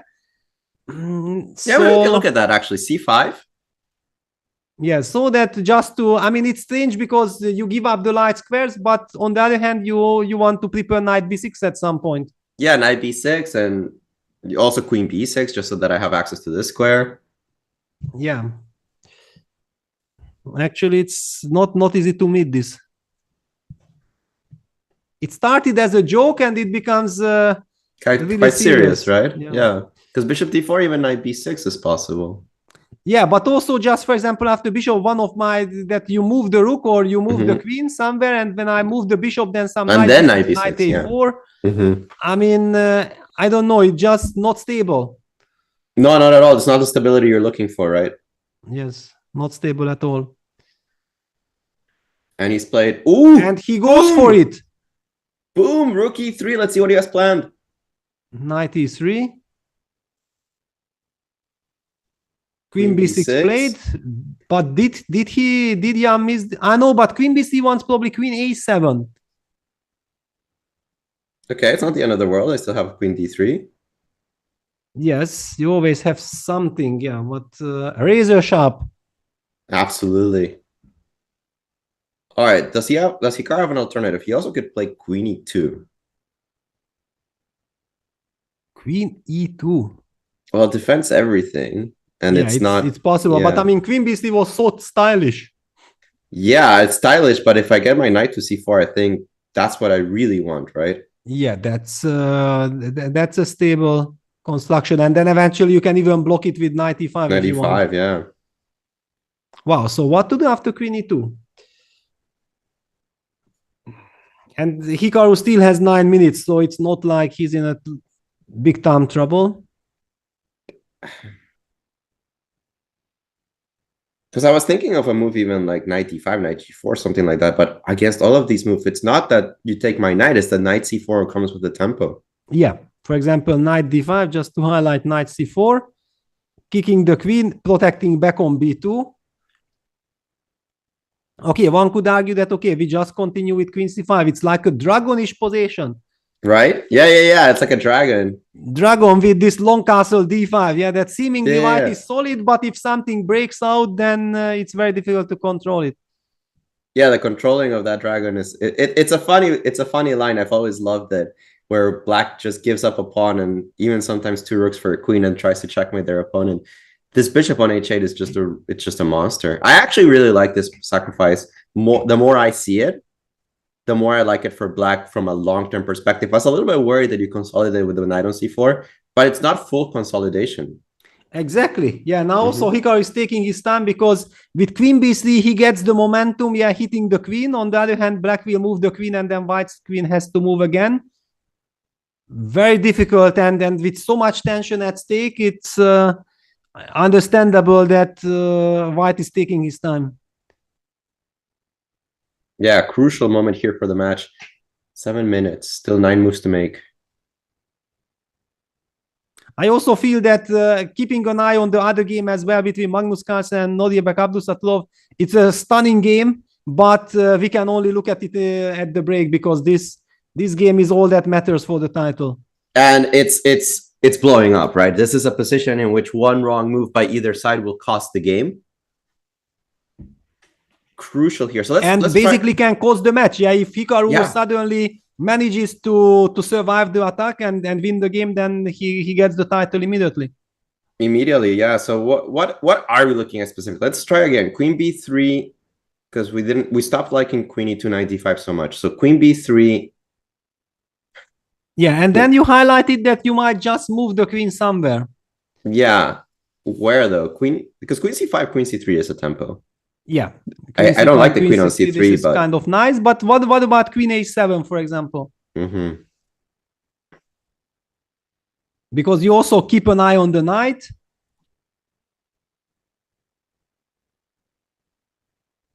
Might be quite awkward, and this knight d5 business is coming as well. Yeah, it's not easy at all. Or you still have Queen a3 and knight d5, you have knight c4 again. But it runs into some rook b4. I mean, good luck. No, but this looks kind of knight c4, rook b4. This is just way out of control. Yeah. Yeah, I feel that Queen e2 probably has to be played, but... No, but again, in that variation after Queen b3, Queen a7, Queen a3, knight d5, what if Hikaru tries to bail out and just takes on d5 with the knight? Okay, let me just take back on d5. Yeah, I'll take with the bishop. And just like this, yeah? Just give up the queen and say, yeah, you'll probably perpetual me, but is there more? But okay, the queen knight combo is always dangerous. Besides, who told you that I have to take on b2? That's very true. But okay, probably I will. Yeah, it's yeah. Otherwise, knight b6 would be a move, but I'm not sure if I can gamble like this. Yeah, it's a fascinating position. I feel that black is so happy in this position, right? Completely riskless. Yeah. I mean, and Hikaru done to 4 minutes 47 when he opts for queen b3. We might be seeing this direction. Yeah, queen b3 played, and we expect queen a7, but... Yeah, on the board. It's move 22, so 7 more moves before time control. It's without an increment. Queen a3 played, computer hates it. We also saw that it's the most logical, keeping an eye on b2 and on e3. Yeah, we thought this was the move, right? We saw that, what else if not this? And then the big question that is this knight d5 line then really already happening, or does black have something even better? I don't see another move though. Yeah, and it's also so tempting. Yeah, just open up this diagonal. Attacks everything, open up the diagonal. Yeah, because all the other 9 moves are just like a worse version of knight d5. Yeah, don't seem to be so effective at all. So okay, let's take a look after knight d5. You called knight takes d5 a bailout. Yeah, knight d5 on the board. And knight c4 played instantly by Hikaru. No bailouts for him. He wants to keep the material. And well, who knows if it was a bailout? Yeah. Yeah, also true, right? Nobody knows. Yeah. So we like rook b4 here. That rook b4 looked just so strong. I mean, if Hikaru would be on the black side, I would say rook b4 will be blitzed out by Hikaru instantly. Yeah, I'm actually surprised Jan doesn't blitz it out. It's such a Jan move as well. Yeah, but on the other, rook b4 is on the board. There it is. And bishop takes d5.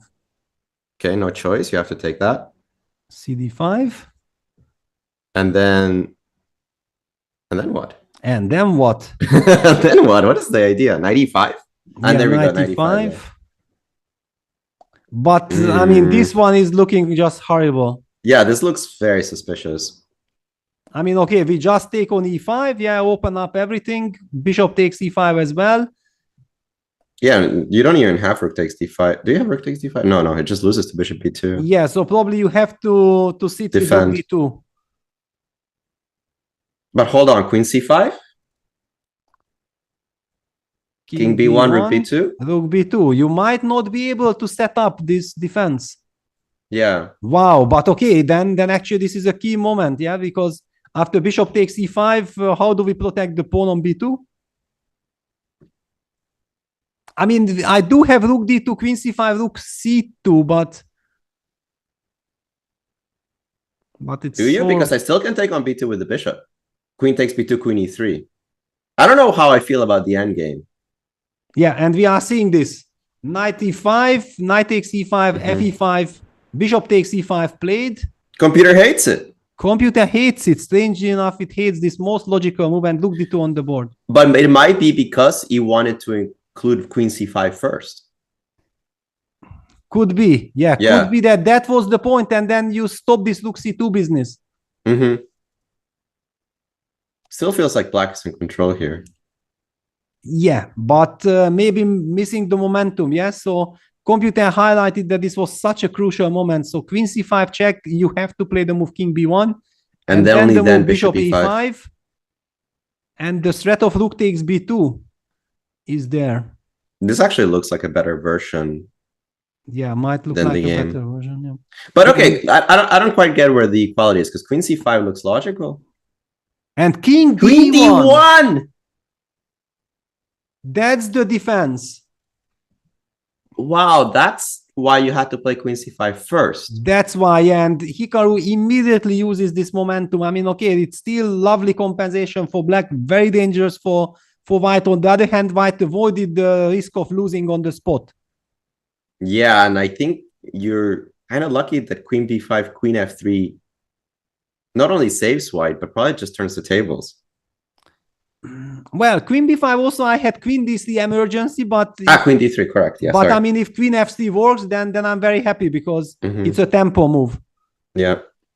Yeah. Wow. I mean, rook d2, king d1 immediately blitzed out. But that's what Hikaru was playing for. Genius. What a defense. And now Jan will be kicking himself. I mean, if he realizes that I could have forced that king to b1. Yeah, where it's kind of weird to say it, but it's much weaker on b1 in front behind his pawns because of the action of the e5 bishop, right? And the tactics revolving around rook takes b2. Exactly. And now suddenly king d1, it's quite some safety for white with this rook on d2. Yeah, the entrance bar is still preferring black a little bit. You can imagine that that's a very human evaluation as well. The king on d1 is, after all, very weak. It's only a exchange for a pawn that you have a material advantage as white, and far from ever converting it. So Nepo needs to keep up his attack. He has 3 minutes left for just a couple of moves. No real big time pressure there, but needs to make a decision on how to continue. Exactly. I mean, 2 more moves before the time control for black. It's move 29. King d1 has just been played, and I think Hikaru is now kind of relieved, because simply when you are in a mating net with king b1 and the bishop and rook hitting on b2, you just, no matter how good defender you are, you just can't probably defend. But here he's and Nepo goes for bishop takes yeah, b2. I was wondering, bishop b2 works, right? And that's what I was wondering. That bishop Nepo already plays it. Yeah, bishop takes b2, but queen f3 comes. The point being that after rook b2, there is rook d4 check, winning the queen. So it's quite a simple tactic. But the big question is what happens after queen f3, hitting the f7 pawn, eyeing also the d5 pawn.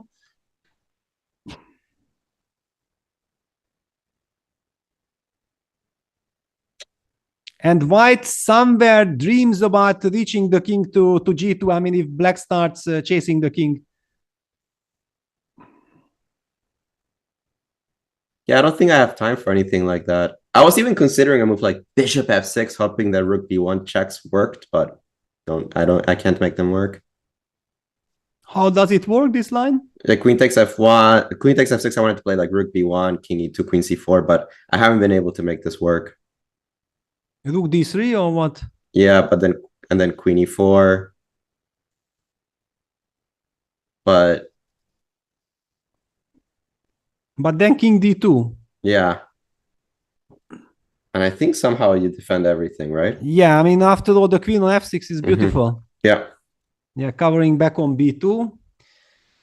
Wow, maybe actually Jan has foreseen this king d1, simply believing that bishop b2 just wins, yeah, because he has seen this tactic. But queen f3 is the key defense. And queen e7 played, actually, just holding on to the position. Queen takes d5 won't come with the tempo. I like this move. Queen e7 is a little more sedate than I was thinking. Just prepares the future advances. I think bishop c3 becomes a threat, kind of. Yeah, and of course, important to protect the pawn and not weakening the king any further. Yeah. So yeah, it's a nice defense. And important both sides now with 5 extra minutes that they've reached move 30. Yeah, on the other hand, we know exactly how quickly those minutes disappear. Especially in this position, right? Yes. I mean, I can imagine if it was move 40 in a classical game. I mean, you first go to the bathroom, wash your face, then you walk around, get a tea, get some snack, and then only with full energy you get back to the board and think that you are now up to the challenge to understand what's going on. Yeah, the 5-minute additional time on move 30 is incredibly tricky because, yes, it's more time, but 5 minutes, oh, man, when you're playing chess, 5 minutes goes by so quickly. Man, half an hour goes quickly when you're playing chess. And when you have a position like this, where everything is hanging, everything needs to be calculated. And let's be absolutely honest. I mean, yes, white is surviving, but Hikaru doesn't know that. And finding defenses is always harder than just coming up with different things to randomly attack. And this is something that black can easily do in this game. Exactly. I mean, okay, the attack is still on. Yes, white king on d1 is kind of safe, but now that the b2 pawn disappeared, if the black bishop retreats, then all these rook b1 checks are coming. How do you kind of orientate yourself in this by trying to set up a defense?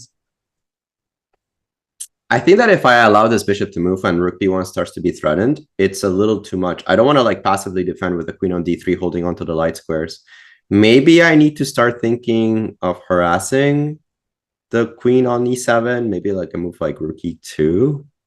Rook e2 or rook e1, yeah, which one is more natural for you? I wasn't sure because rook e2, at least I pretend that I still have pressure on the pawn on f7. Yes. And that at some point it's important.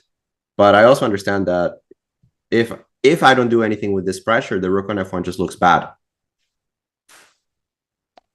Yeah, it's very concrete. Yeah, basically rook e2. On the other hand, also you have this point that after bishop e5, you want to take rook e5. Yes. But where does this lead? This hang on. So bishop e5, can you take on e5? Because I have rook b1 check. Ooh. And then I'm gonna take on f1 and I'm ready to go for an endgame. Yeah, and that actually is not a fun endgame. Wait. Yeah, I don't see it because you don't have the move king e2 here, unfortunately. Yeah, it's very tricky. Okay, just to highlight what we are talking about, king c2, then rook takes f1, and okay, this looks very good for black. Wow, basically because that was the point between rook e2 and rook e1. Rook e1 clearly will be met by bishop e5. At least that's what we are guessing. Yes. But I mean, if after rook e2 also we can play bishop e5, that's a completely different story then. Yeah, again, it's easy to make moves with black, right? You just threaten things. Rook e1, bishop e5, you're threatening rook b1. Yeah, the more and more computer thinks about the position comes closer and closer to equality, but humanly speaking, over the board, the clock ticking down, I think that you just look for survival. You don't think that the position is close to equal yet. Because it never ends. You never stop calculating at this position. You never see any variation in which the position becomes simplified and you're okay. So many of these positions become simplified and you're just dead lost because you had to give up your exchange. And there we go. The move rook e1 played. We thought about the move bishop e5. There's no need to play this. There's also other moves. Queen d7, queen a4 is tempting, for example. But whatever Fedosei, I don't know why I said that. Whatever Jan plays at this position will threaten something. And then it's again the onus on Hikaru to keep defending. The reason why suddenly you mentioned Fedoseev, I think because Fedoseev went on to beat Wesley So in the third game with black. It was in my mind and then I mixed up the names. But yeah, big win by Vladimir Fedoseev taking down Wesley So in their third game, putting him a full point ahead and a must-win situation for Wesley. Yeah, and also Magnus Carlsen has won his third game against Abdusattorov, so taking the lead, 2-1 lead for Magnus Carlsen. Yeah. And here suddenly we have action. So after rook e1, bishop e5, Hikaru opted for rook e3. He's trying to evacuate his king. He's desperate. I mean, if king reaches g2, then suddenly there is not much to worry about. Yeah, that would be the dream. But still a few moves away from there. Do I ever want to play d4? Probably not, right?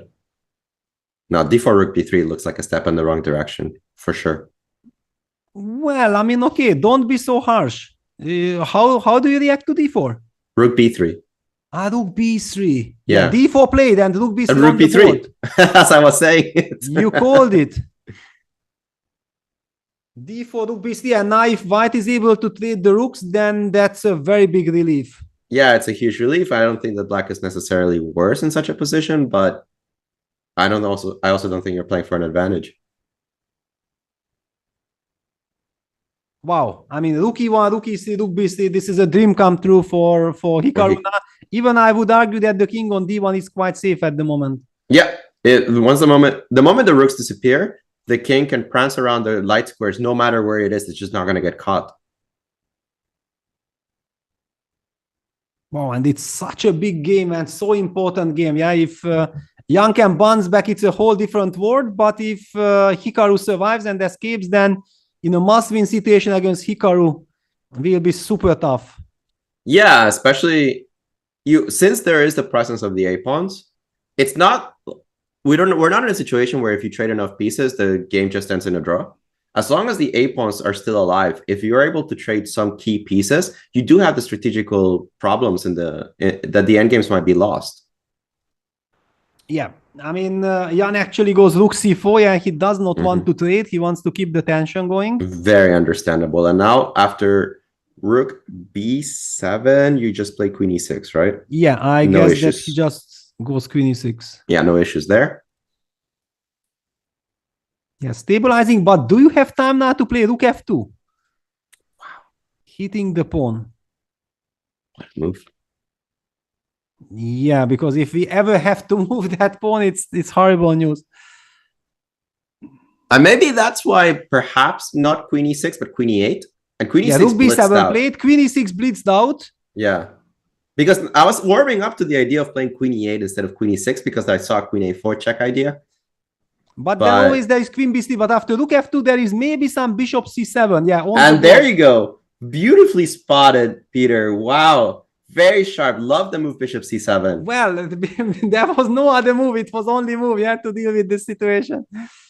No, come on. That was gorgeous. I didn't see it at all. This retreat, bishop is beautiful on e5. Sometimes you don't want to move it. But this bishop is now doing an even more important job, locking out the rook on b7.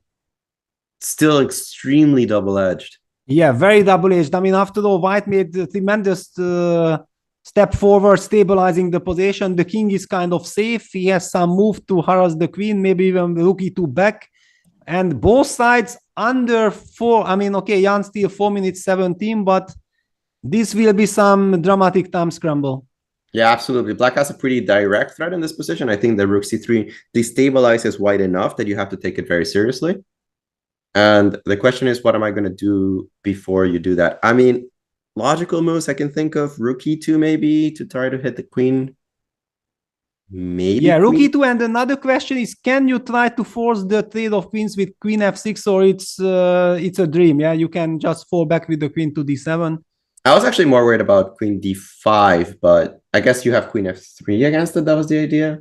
Yeah, but I mean, you already have too many moves. Yeah, after queen f6, then it's pointless. Yeah. Wow, Hikaru under 3 minutes. That's a tough position to play under 3 minutes. Very tough, because there is just you don't. Yes, of course we understand you have to deal with rook c3 threat, but still the position is so mysterious. Yeah, it's and rook e2 played. Okay, queen d6 blitzed out. Nepo putting the pressure not only in the position but on the clock as well, and against Hikaru, who is such a fast player, but he knows he needs the pressure on both sides. He knows that this position is just complex. It's probably not winning for black. So he needs Hikaru to make a mistake. Yeah, and also he knows exactly that he's threatening with the move rook c3, and it's so annoying from the white side that you know exactly that rook c3 might be just too much to handle. Yeah, so you want to sidestep. You want to see a move before it comes. Yeah, that you know what's going to be your idea. Yeah, under 2 minutes for Hikaru Nakamura, not the situation you want to be in clockwise. Not at all. All right, let's suggest a move.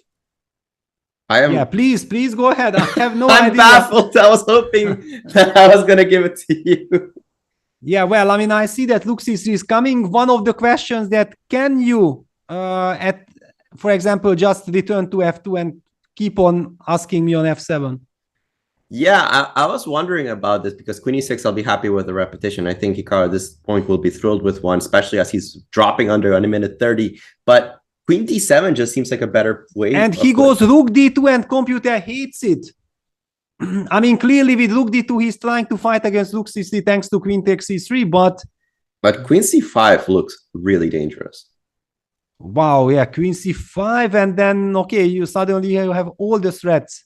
I have all the threats in the position. I mean, rook c1, check king e2, and then queen e5, check queen e1, and checkmate. Queen c5 and queen on the board. c5 played, yeah. It's such a natural move. So easy to play this move. The queen is consolidated. It defends the rook on c4, defends the bishop on c7, defends the pawn on d4, and threatens rook c1. It's a move that's easy to play when you have no time. And not only does Nepo have plenty of it, he's putting the pressure on his opponent. So play it quickly and directly. And the engine, the white just disappeared on our evaluation bar. Exactly, yeah. Hikaru is trying to run away with king e2, but will he be able? Probably not, to escape. Rook c3 played. Rook c3. Rook d3. And okay, Nepo still has 4 minutes on his clock. So basically, if he really feels that it's the crucial moment, he should spend some time. This might be it, right? But there might be more than one solution. Even a move like queen c4 looks really good. Looks very tempting, yeah. Just to put this complete box, complete paqueto, as I like to call it, because I mean nothing moves. Yeah, you are just completely pegged, and okay, good luck. No, I like the control of queen c4. I'm wondering if he's trying to calculate a way to win the rook directly, but I don't quite see it. Yeah, so for example, the other move would be rook, and black plays the move queen c4. Computer immediately jumps back, like white is back alive.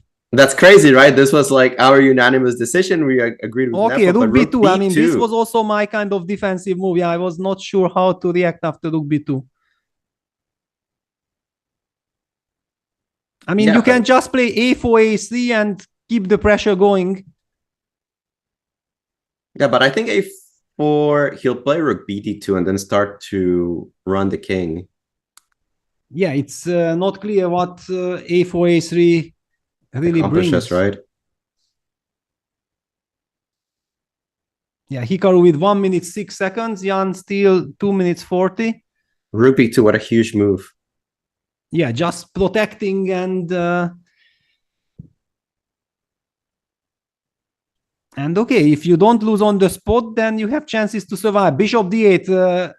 And a very logical move. He's preempting the fact that this rook on b2 wants to swing over to d2 and protect the other rook. And h4 quickly played by Hikaru. He doesn't want to see this bishop landing on g5, much less landing on e3. No way that bishop is reaching its dream square.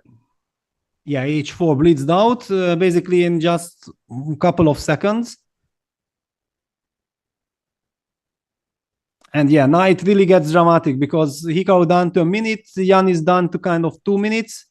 Bishop e7 played. There is now no clear direct way. Black just has to probably is eyeing bishop b4, fighting for the d2 square. Even bishop a3, bishop c1 maybe.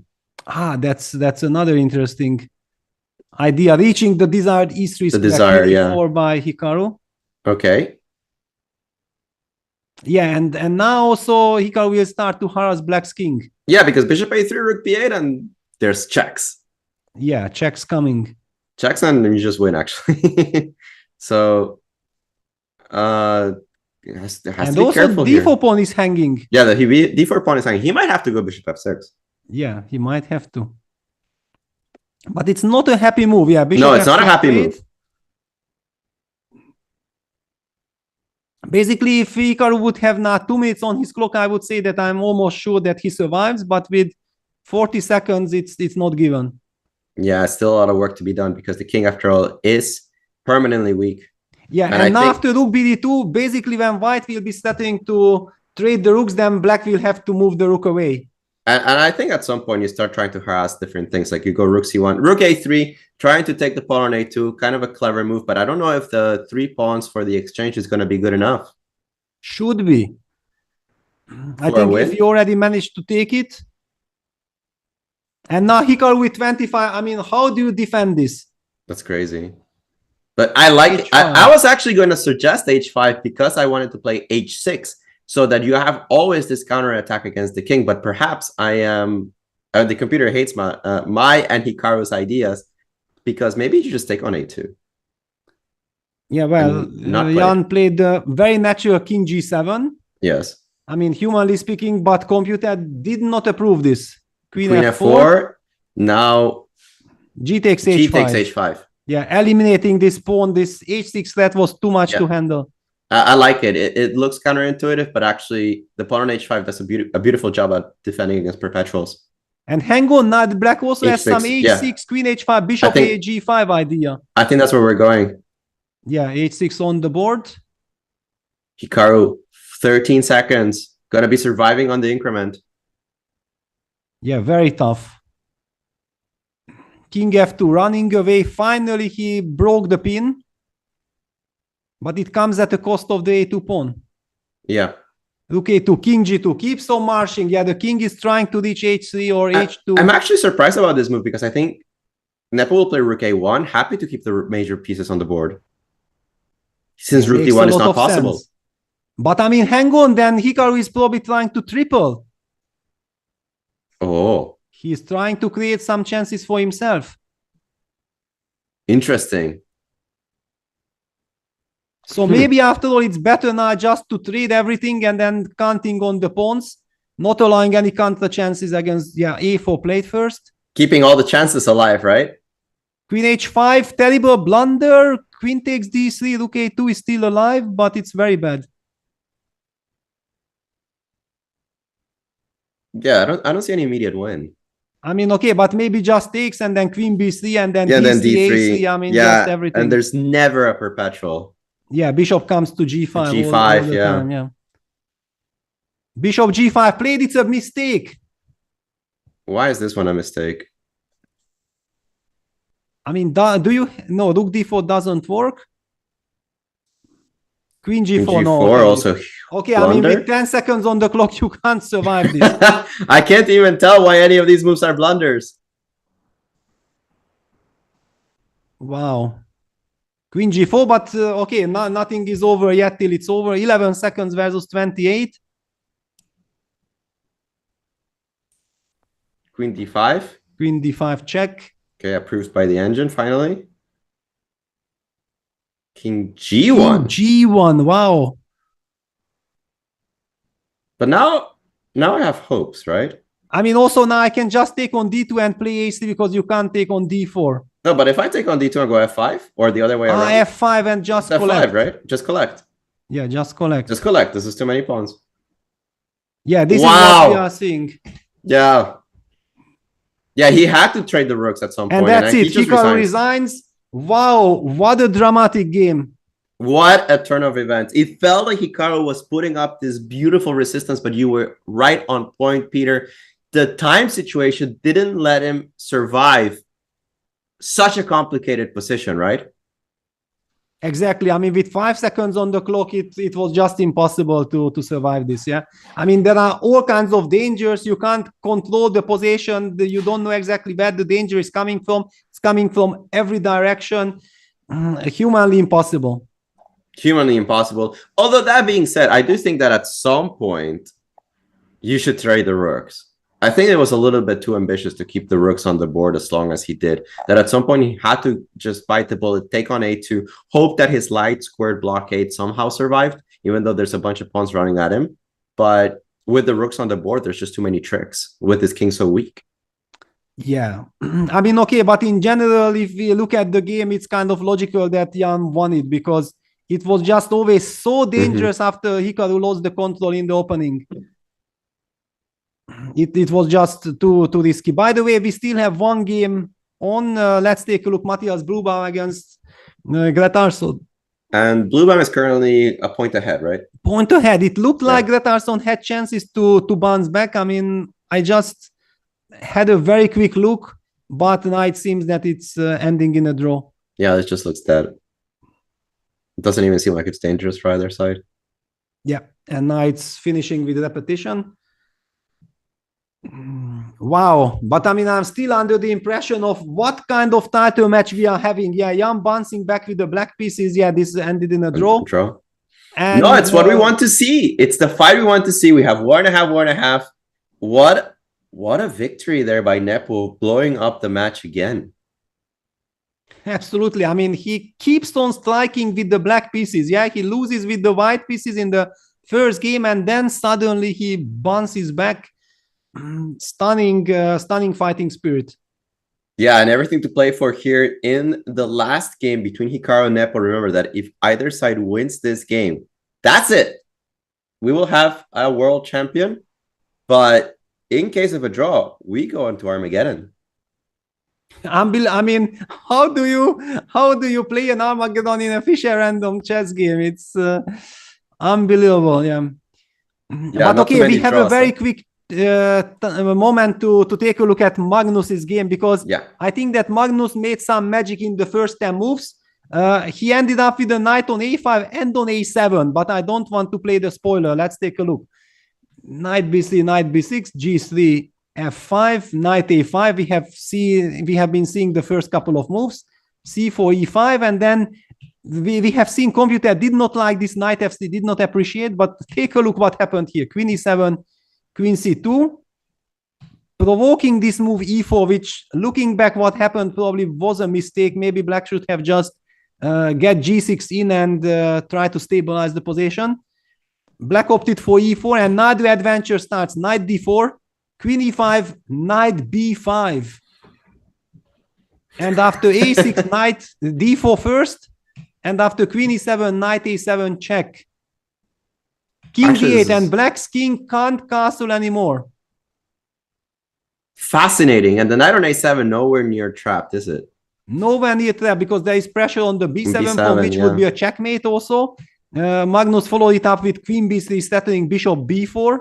Also threatening c5, queen b7. Yeah, also beautifully spotted. Yeah, this mother mate with rook b7, knight b7, the two mates checkmating this king. Incredible. So after queen b3, Noriebek had to play d6.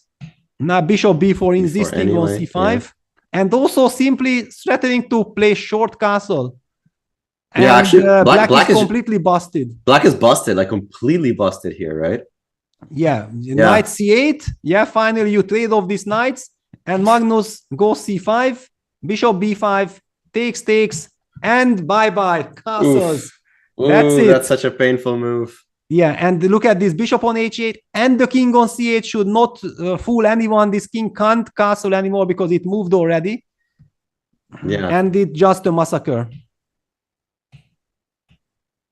Sidestepping the queen trade.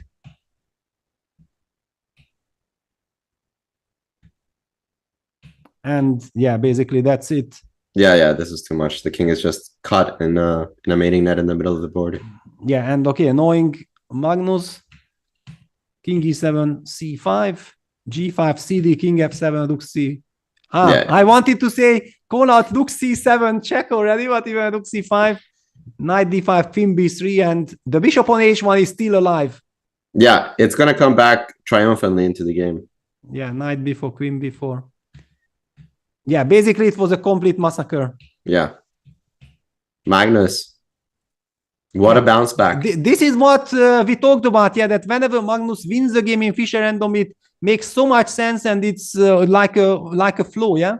Yeah, complete flow. He just demolished his opponent with a few moves, understood the power of the knights, and that's a tough thing to do from afar, right? Are your knights stuck, or are they powerful?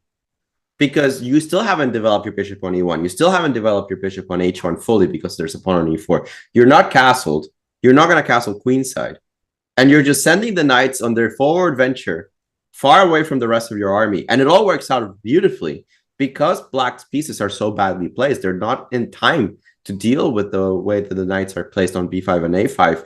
Beautiful chess here by Magnus Carlsen. Beautiful understanding of the position and really punishing Noriebek's opening. Yeah, I wonder if after a6, d4, because we have seen after queen e7, knight e7 check, basically it was game over, that did the move ed3 helped him a bit? No, but knight a7 anyway, and I take back with the queen. Yeah, check, king d8, queen takes d3, you are setting knight takes b7 check, you are setting bishop c3. I'm trying knight so c6. That brings me knight e4, and then knight c6 check. Yeah. Oh my god, what a fork. Oh my god. I mean, this is when you make like this. Okay, I don't even want to see the rest of it. It's horrible. Terrible. Yeah. There's just too many threats. Oh my god, yeah. So basically then this whole e4, knight d4, queen e5 just was too ambitious by Abdusatov. He miscalculated something. Yeah, he must have maybe d4 Zwischenzug he missed. Yeah, he either missed or severely underestimated the idea of d4. And it's also not so clear, right? If queen e7, knight a7, king d8, it looks dangerous, but it's also dangerous for white. The moment that you put the move queen b3 on the board, you realize, yeah, my position is falling apart. But from afar, it might not be so obvious that this knight is going to make it back. Yeah, but I somehow feel that this was the overconfidence of the youth. Yeah, after Queen C2. If you ask Yasser or if you ask me, I mean, we are old school. We want to go G6. We want to stabilize our position. I mean, but Abdusattorov, being a very aggressive player, he wanted to use the momentum with E4, but Magnus countered it beautifully and went on to win a crushing game. It was a gorgeous game by Magnus. Absolutely gorgeous game. And if we have, do we have enough time to look at how Vladimir won? Yeah, I mean, how do you beat Wesley at all? Yeah, I think we still have like 5-6 minutes before the kickoff. Awesome. So yeah, let's take a look. Wow, the Grand Prix attack by Wesley. Too aggressive. Look at that. And D6. Look at this. Fedoseev going for the Sicilian. We have a close Sicilian structure. Yeah, knight f3, bishop c6, queen e2, knight c7, knight bc b6, stopping knight a5. Yeah, this has some potential. Okay, basically Wesley wants to punish black. Yeah, immediately grabbing the initiative in the center. Knight f6. All right, e5, I guess. Yeah. e5, knight d7. Provocative play. Very Fedoseev, very provocative, trying to get his opponent to come after him. c4, d. Wow, this structure. c4, d5. Look at this. This is like some Catalan business. Oh my god. d5. And then dc, dc. I guess queen c4, bishop b5 is an issue. Yeah, queen c4, bishop b5 definitely is a big issue. The rook is lost. Wow, and suddenly after dc, it resembles some Caro-Kann with third move e5. Yeah, but the king's not in castle just yet. Bishop d5. Still, how do you evaluate this?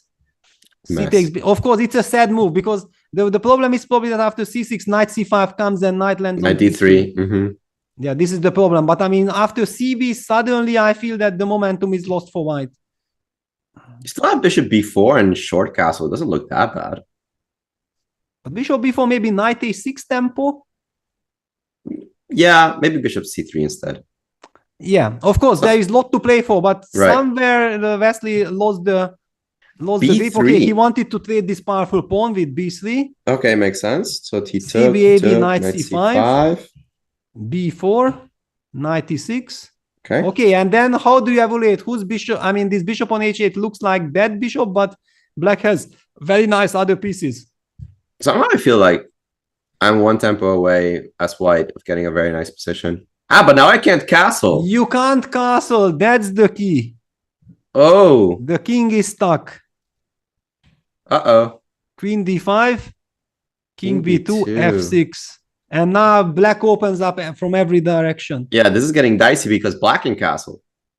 Exactly. Black can jump all the way to g8 with the king. Rook bc1, trying to stop that. fe5, queen a6 check. Razor sharp business, king d7. Queen a4 check. b5. b5. Well, if rook c7 does not work, then I don't believe. Knight e6. Knight b3. And okay, now it's over. Now it's over, yeah. Yeah. Rook c8. Bishop c5. King e8. The king walks away. Black is 2 pawns up. White's king is in a dire straits. Yeah, horrible position here for Wesley. Yeah, this is over. I mean, the bishop's even more powerful. Yeah, AG, rook a8, and he designed. So, wow. I mean, yeah, I have to... What a win by Fedoseev. I mean, very sharp game, but I have to restart the program. Just a second. Yeah, that's huge, which means we have a leader in every single match except our championship match, which is very cool. Yeah. I mean, as spectators, as commentators, we cannot ask for more excitement. And there we have it, the new position. There we have it. The players are so Wesley experimented. Room. Yeah, Wesley experimented with the Sicilian type approach of playing e4, f4 quickly. It didn't give him any good rewards in that particular game. And the secret weapon, sorry to interrupt, but there we see the secret weapon of Jan, the T. The tea's coming. Yeah, I mean, just like for you, the coffee is the secret weapon, and for Jan, the tea. Oh, he's ready. Trying to calm the nerves. I mean, imagine this is the decisive game. I mean, if anyone wins, then becomes the new Fischer world champion. Fischer Random world champion, pardon me. That's incredible. And the paycheck that goes with that, that's going to be a very nice as well. But it's the prestige, right, at this point.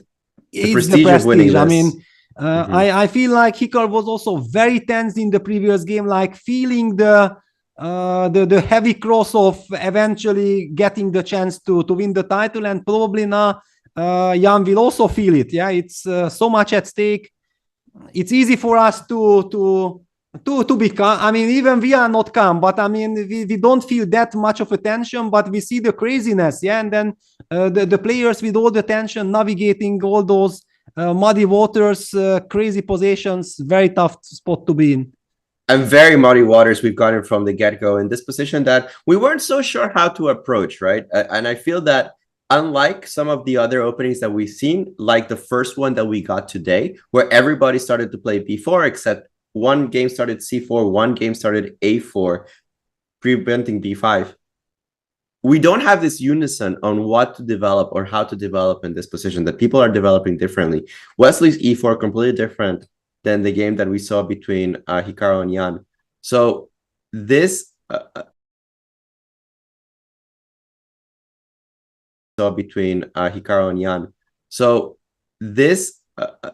like ability to play different things from the opening position, I really like.